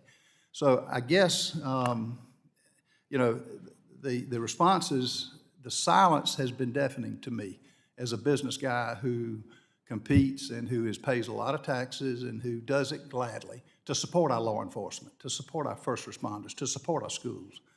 And y'all represent a great tradition, and I wish you would just voice your opinion more. The Disney company learned a valuable lesson in trying to get involved in something they don't have any chance to have any need to be involved with. The governor kind of taught them a lesson, and I hope and pray we're going to have more governors that teach lessons for companies that have no business getting into the political arena. So thank you for what you do. Put a value. What's the cost of ESG that you're having to comply with? Let's start with Mr. Scarf. I've got 45 seconds. Today, it's very small, but it's going to grow to be something substantial. Okay. Similarly, I don't know the exact number, but it is small and growing. What's small? It would be in the tens of millions at this particular juncture relative to our size. Mr. Moynihan? I think that today the gathering data is small, but it'll grow because we're getting more requests that we're not sure are the right things. We're getting more requests for data from more sources. I would give the same answer, sir. Thank you. Small things lead to big things, don't they? And shareholder value and paying dividends is a big thing. Yes, sir. I would say Donna? currently, we'll get you an exact number. I say it's tens of millions, but we have ESG requests from every regulator around the world, every central bank around the world, every government around the world. It'll likely be hundreds of millions of dollars at one point. I Can can't she top answer, that. Mr. Chairman? Will you answer? It's a large number and growing, and we get more Right. requests every day, to Jamie's point. Same comment.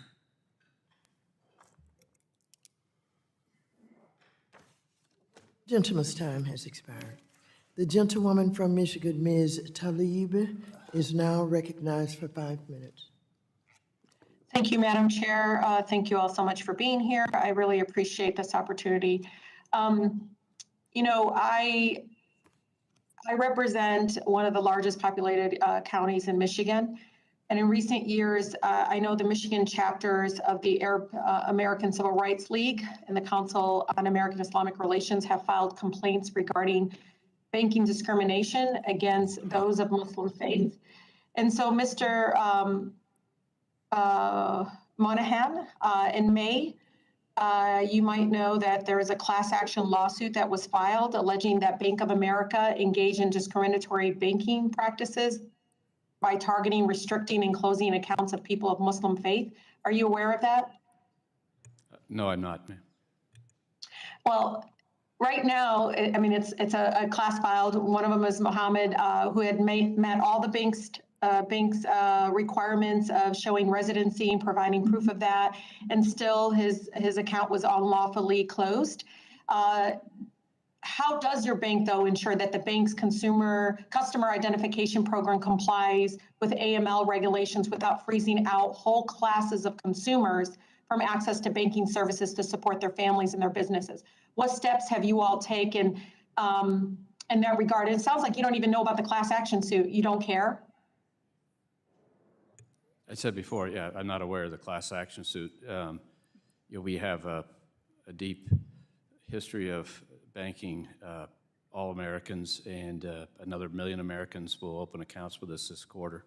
And so I think we've got a strong track record across all ethnicities and all people. So if you have a specific issue, Sir, you should be very concerned. Mr. Manahan, you should really be concerned about this because, again, you can see that there's a pattern that specific groups from their certain background or ethnicities or faith, again, this is a lawsuit that was filed in May, and that, we need to make sure that Americans of Muslim faith or any of national origin are not being targeted, and that you guys are not implementing processes that singles them out. Are you at least supportive of making sure that you're not discriminated against a whole community? I can assure you that's not the case. Okay, well, I hope you got good lawyers. Do you know, you have all committed, as you all know, to transition the emissions from lending and investment activities to align with pathways to net zero in 2050. Do you know what the International Energy Agency has said is required to meet our global 2050 net zero targets of limiting global temperature rise to 2.7 degrees Fahrenheit or 1.5 degrees Celsius? So no new fossil fuel production starting today. That's like zero. So I would like to ask all of you and go down the list, because again, you all have agreed to doing this. Please answer with a simple yes or no. Does your bank have a policy against funding new oil and gas products? Mr. Diamond? Absolutely not, and that would be the road to hell for America. Yeah, that's fine. That's fine. Sir, you know what? Everybody that got relief from student loans has a bank account with your bank should probably take out their account and close their account. The fact that you're not even there to help relieve many of the folks that are in debt, extreme debt because of student loan debt, and you're out there criticizing it. Ms. Frazier, how about you? We will continue to invest in and support clients who are investing in fossil fuels and in helping them transition to cleaner energies. And Mr. Monahan? We are helping our clients make a transition, and that means we're lending to both oil and gas companies and to new energy companies and helping monitor their course towards the standards you're talking about. Yeah, Mr. Scharf? Excuse me, the same thing as Mr. Moynihan said. Yeah, I'm not going to ask you, Mr. Diamond, because you obviously don't care about working class people in frontline communities like ours that are facing huge amounts of high rates of asthma, respiratory issues, and so much more. Cancer rates are so high among my communities that I represent. So I'm not going to even ask you if you're committing to ending financing of new oil and gas projects. But Ms. Frazier, Mr. Monahan, Mr. Shea, we are living through a climate crisis today. And a commitment to net zero requires a commitment to ending fossil fuel financing. It is important because I want you all to know at the end, we're going to pay the cost of the public health impact. These are people that you're supposed to be serving, the folks that you're supposed to be providing and supporting in communities. Anything else defies all logic and scientific evidence at our disposal. If your financial institutions aren't going to follow through on your own net zero commitments, then regulators, including the Federal Reserve and Congress, must step in and make them. And with that, Chairwoman, thank you so much again for holding this hearing. I think it's so important for the people we represent. I yield back. Thank you. The gentlewoman from New York, Ms. Ocasio-Cortez, is now recognized for 5 minutes. Thank you, Madam Chair, and thank you to all of our witnesses who are here testifying today. I want to dive a little bit into the Paycheck Protection Program and a bit of what we've seen afterwards. I have one of 3 reports here that I'd like to present today, a Forbes report detailing some of the revenues that banks have made during the Paycheck Protection Program, and also digging into a little bit of the fact that when it comes to loan forgiveness, Small Business Administration recently opened a portal for small business owners to appeal directly with them for forgiveness. Chase, Bank of America, and PNC have opted out of that direct program. Is that correct, Mr. Demchik, Mr. Diamond, and Mr. Moynihan? I believe so. Yeah, I'm not aware of it.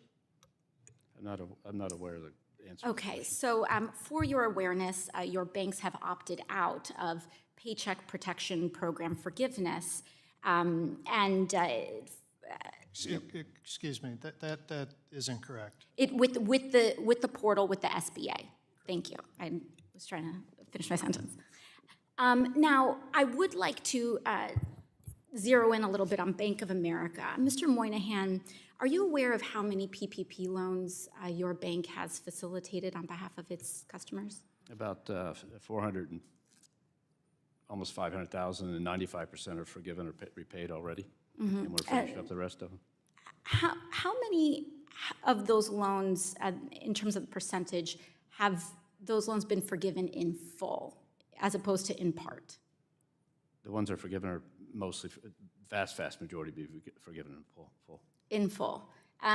What we're starting to see here with some reporting in The Intercept, and this is just one reason why I was curious about the numbers, is that we're starting to see that Bank of America is refusing to forgive some PPP loans in full, but in terms of the portal that Bank of America have set up, it's very difficult to appeal these decisions. And in fact, what we're seeing is that Bank of America had pre-populated a forgiveness amount in their portal, sometimes drastically lower than small business owners had anticipated and had qualified for. And in instances where these small business owners have documentation, there's very little recourse or appeal. Does your portal make it easy to appeal their decisions so that after 2 attempts, the SBA can then take over the case?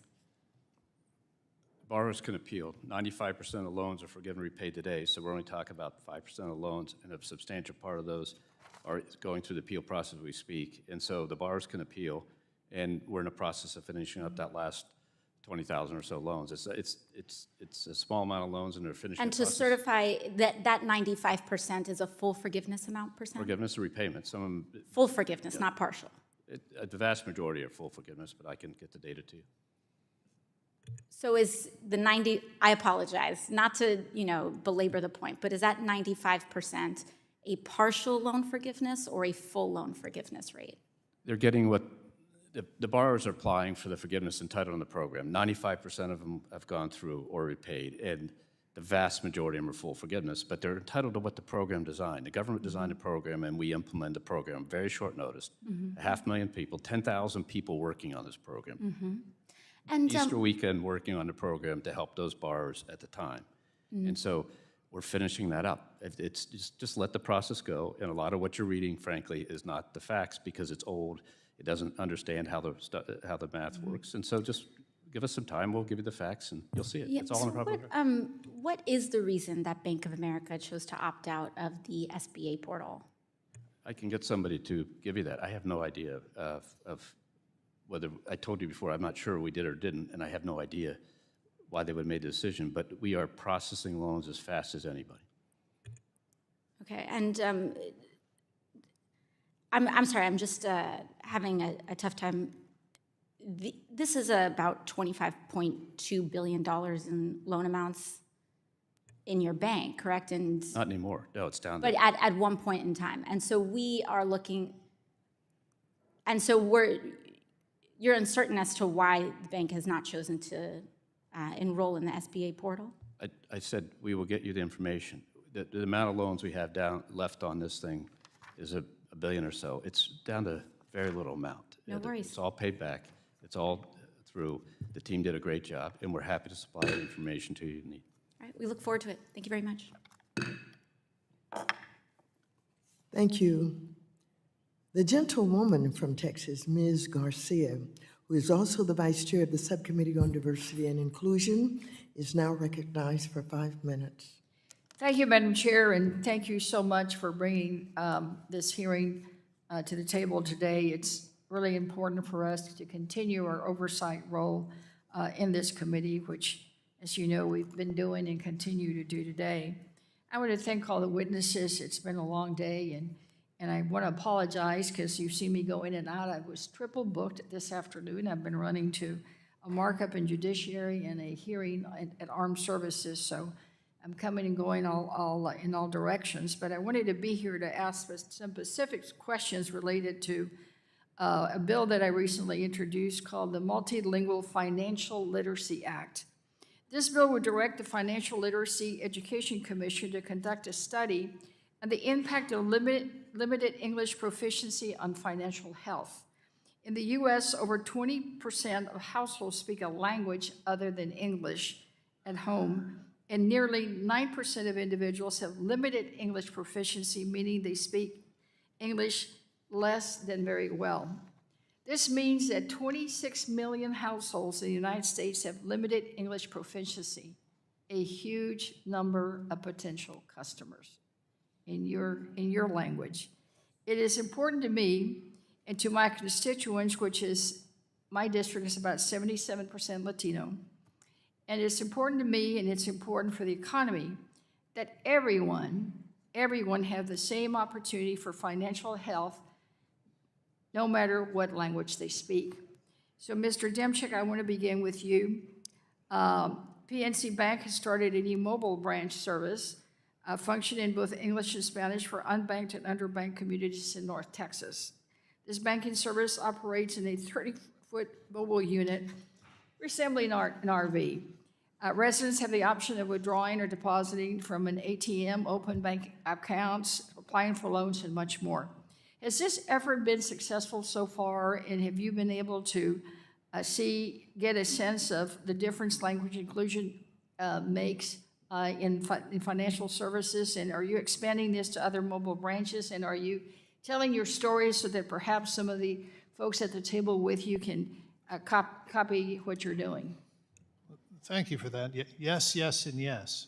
We have a fleet of mobile branches that is growing every day. We deploy it into both rural and urban LMI communities, and the financial economics make sense because it can cover multiple communities out of one. It's fancier than an RV, but out of one big truck. And it offers every service that you can get in a traditional bank.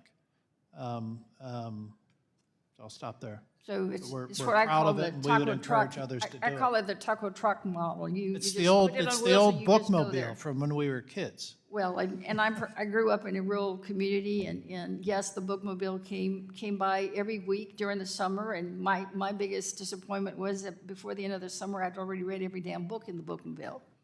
But I was an avid reader, and I certainly believe in mobile units. So thank you for doing that, and I hope that your colleagues are listening, because I think that's obviously a model that can be used to serve so many other underserved communities around our country.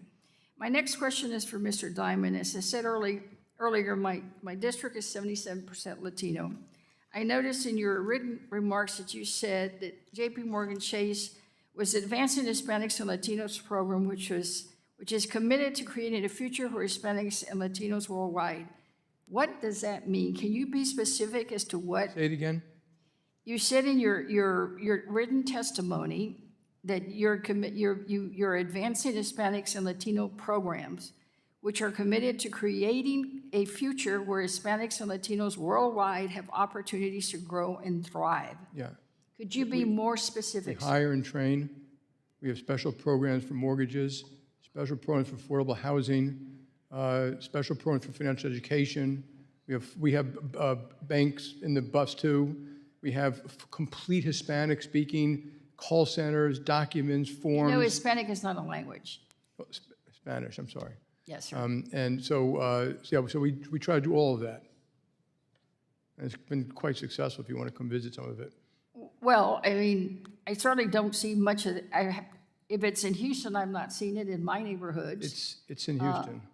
So I just wondered if you could be specific about a program where you are really working and making sure that the Latino community is included. I've been to those communities myself in Houston and stuff, and I'm going to send you all the documents and details. All right, well, I look forward to seeing that. And just a last thing for Ms. Frazier, thank you for all the work. I noticed in your written testimony that you said you were the #1 affordable housing lender. Thank you. We need to do more. With that, I yield back. Thank you. The gentlewoman from Georgia, Ms. Williams, who is also the Vice Chair of the Subcommittee on Oversight and Investigations, is now recognized for 5 minutes. Thank you, Madam Chair, for holding this hearing today, and thank you to our witnesses who joined us for this very long day. As a newer member of Congress, I have the benefit of listening to all of the other questions before it is my turn, so a lot of my questions have already been answered, but I do have one that is very specific to my district. I represent Atlanta, Georgia, and unfortunately, Atlanta leads the nation in the racial wealth gap. Home ownership has proven to be one way to help close the racial wealth gap. Too many people have faced barriers to getting a home loan because of their lack of traditional credit information. In fact, 45 million people don't have enough credit history to be accurately scored, and many of them are our family, our friends, and our neighbors.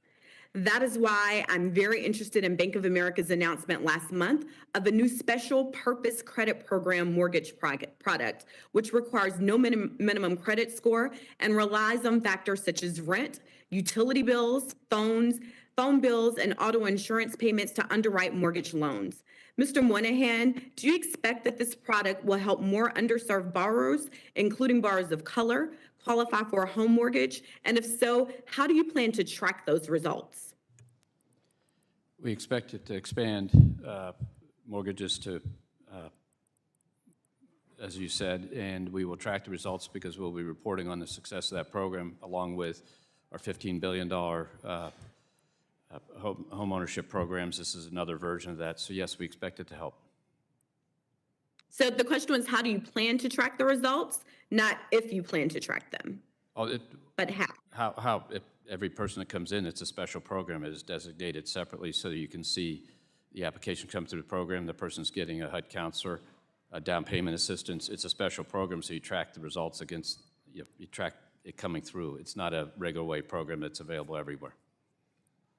So can you tell us more about how this program will work in practice? For example, how will borrowers know that they can use rent and other data that's not typically on their credit report to help them qualify for this new mortgage product?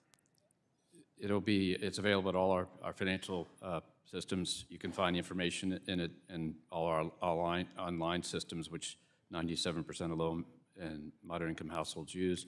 And you can find it in our specialized mortgage product, our Better Money Habits and things like that. So it's available in all our operating channels so everybody can see it and find it. And this is something that people coming in to look for a mortgage product are told is available? I was at the branch up the street here, and the day after we announced it, we had people coming in already here in Washington, D.C., so I'm sure that we'll have a lot of people come into the branches and ask about the program. And Mr. Moynihan, I think this is a great thing, so I want to hear more about it. And so if you could tell me more about why you decided to make this pilot program available in certain cities, and if you expect to expand to other cities as well as expanding this product offering in the future. If the program's successful and it serves a customer the way we hope it does, yes, we'll be able to bring it to other cities. It's an extension of work we've been doing for many, many, many years. The unique aspect to this is from the 1974 Equal Credit Opportunity Act enabling these types of programs through to now. This has a little bit different qualification mechanisms to it, so we expect it to be expanded to other cities once we sort of get used to it and see how it operates. But it's about where the mortgage is being done and the borrower, not just about the borrower, which our other programs are.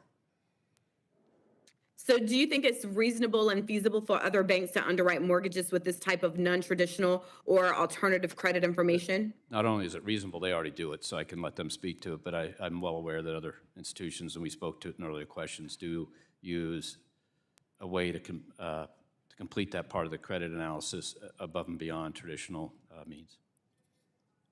And I would love to hear from other banks about what they're doing to underwrite mortgages for with information for non-traditional or alternative credit information. We're doing fundamentally the same thing, and we'll send you the package and how we do it. Would love to hear more about it. Anyone else? Well, I would just add that this is something that the OCC has organized around Project Reach, where all of the banks are working together to try and use all of the information that we have to go beyond the FICO score to help make credit decisions on a more informed basis, not just for mortgage, but for a host of products. Anyone else before my time expires? Thank you, Madam Chair, for my time today, and I yield back. Thank you. The gentleman from Massachusetts, Mr. Auchincloss, who is also the vice chair of the full committee, is now recognized for 5 minutes. Thank you, Madam Chair. Long hearing, almost done. As we've been in this hearing, the Fed announced a 75 basis point increase. The Fed chairman is channeling his inner Volcker and is committing publicly to using the full freight of monetary policy to reverse QE and rein in inflation. His greatest asset in this endeavor is going to be his credibility as an inflation fighter. By a show of hands, how many of you have confidence in the Fed's resolve through 22 and 2023 to pursue its mandate of price stability? That's a show of confidence from Wall Street in Governor Powell. The best way to reduce inflation, though, is to expand the productive capacity of our economy. Mr. Diamond, you said this in your remarks. That means raising labor force participation rates and perhaps most impactfully, building more housing. At the state and local level, that means pushing back on NIMBY opposition to multifamily housing in particular. At the federal level, what can government and big banks do together to help build more affordable housing, not just to finance it? Mr. Monahan, because our home state of Massachusetts is so crucially under the weight of housing costs, I'd like you to answer first, and then anybody else can jump in. So if you're talking about developers, first of all, the financing that we all do as an industry, the financing our company does, about $5 billion a year in housing, low-income, moderate-income housing, low-income housing tax credits. In terms of development, one of the perceptions is we got to create more development. So a group of my colleagues in Charlotte, we created $60 million of equity to go into more developers to close that gap. We're working in Boston to see if we can put together the same kind of program on the theory that there's a need to develop more developers who can do more work, but it's a universal problem, whether it's in Charlotte with 20, 30,000 housing unit shorts, Boston the same thing, New York City. Getting housing developments fast is critically important, but it's a multifaceted question which requires us to think about university housing, it requires us to think about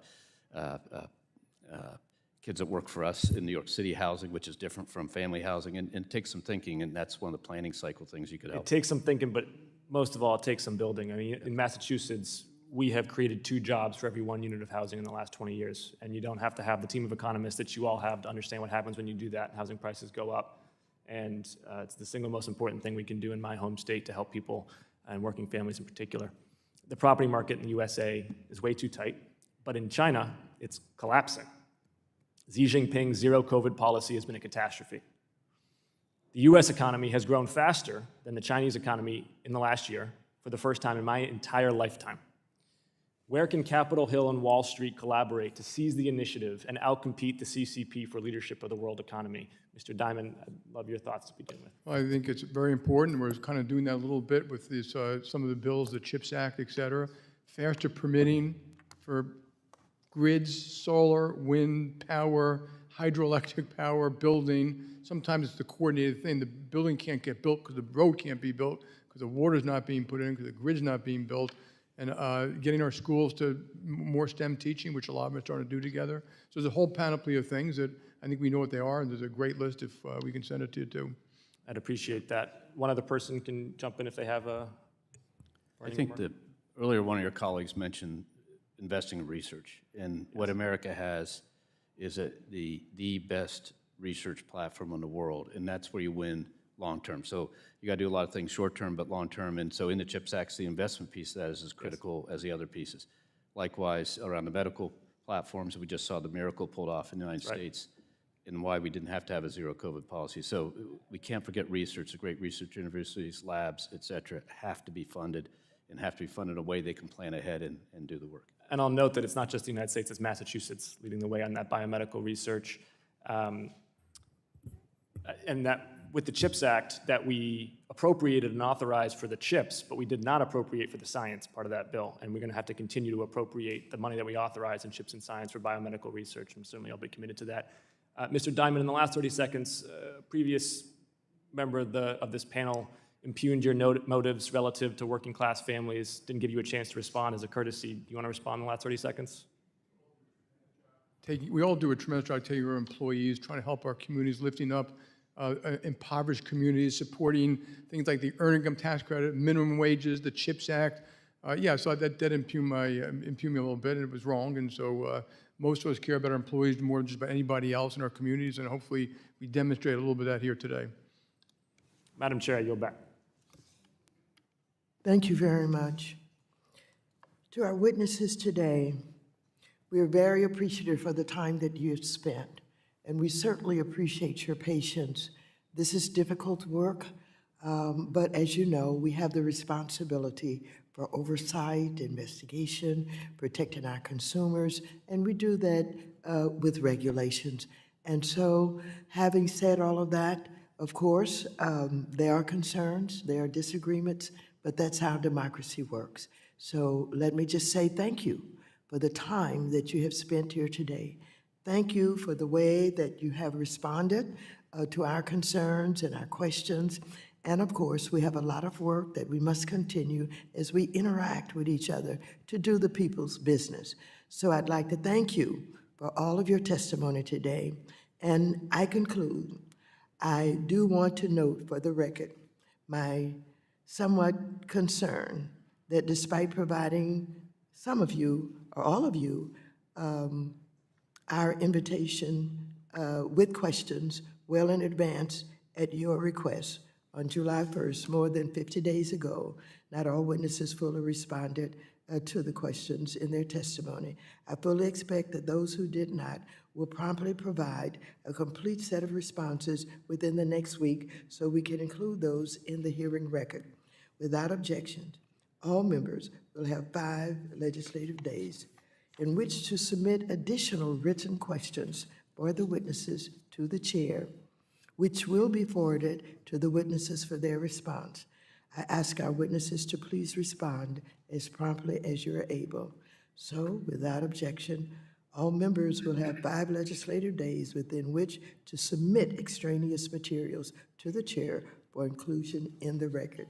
With that, again, my sincere thanks for the time that you have spent and the patience that you have demonstrated. This hearing is adjourned. Thank you.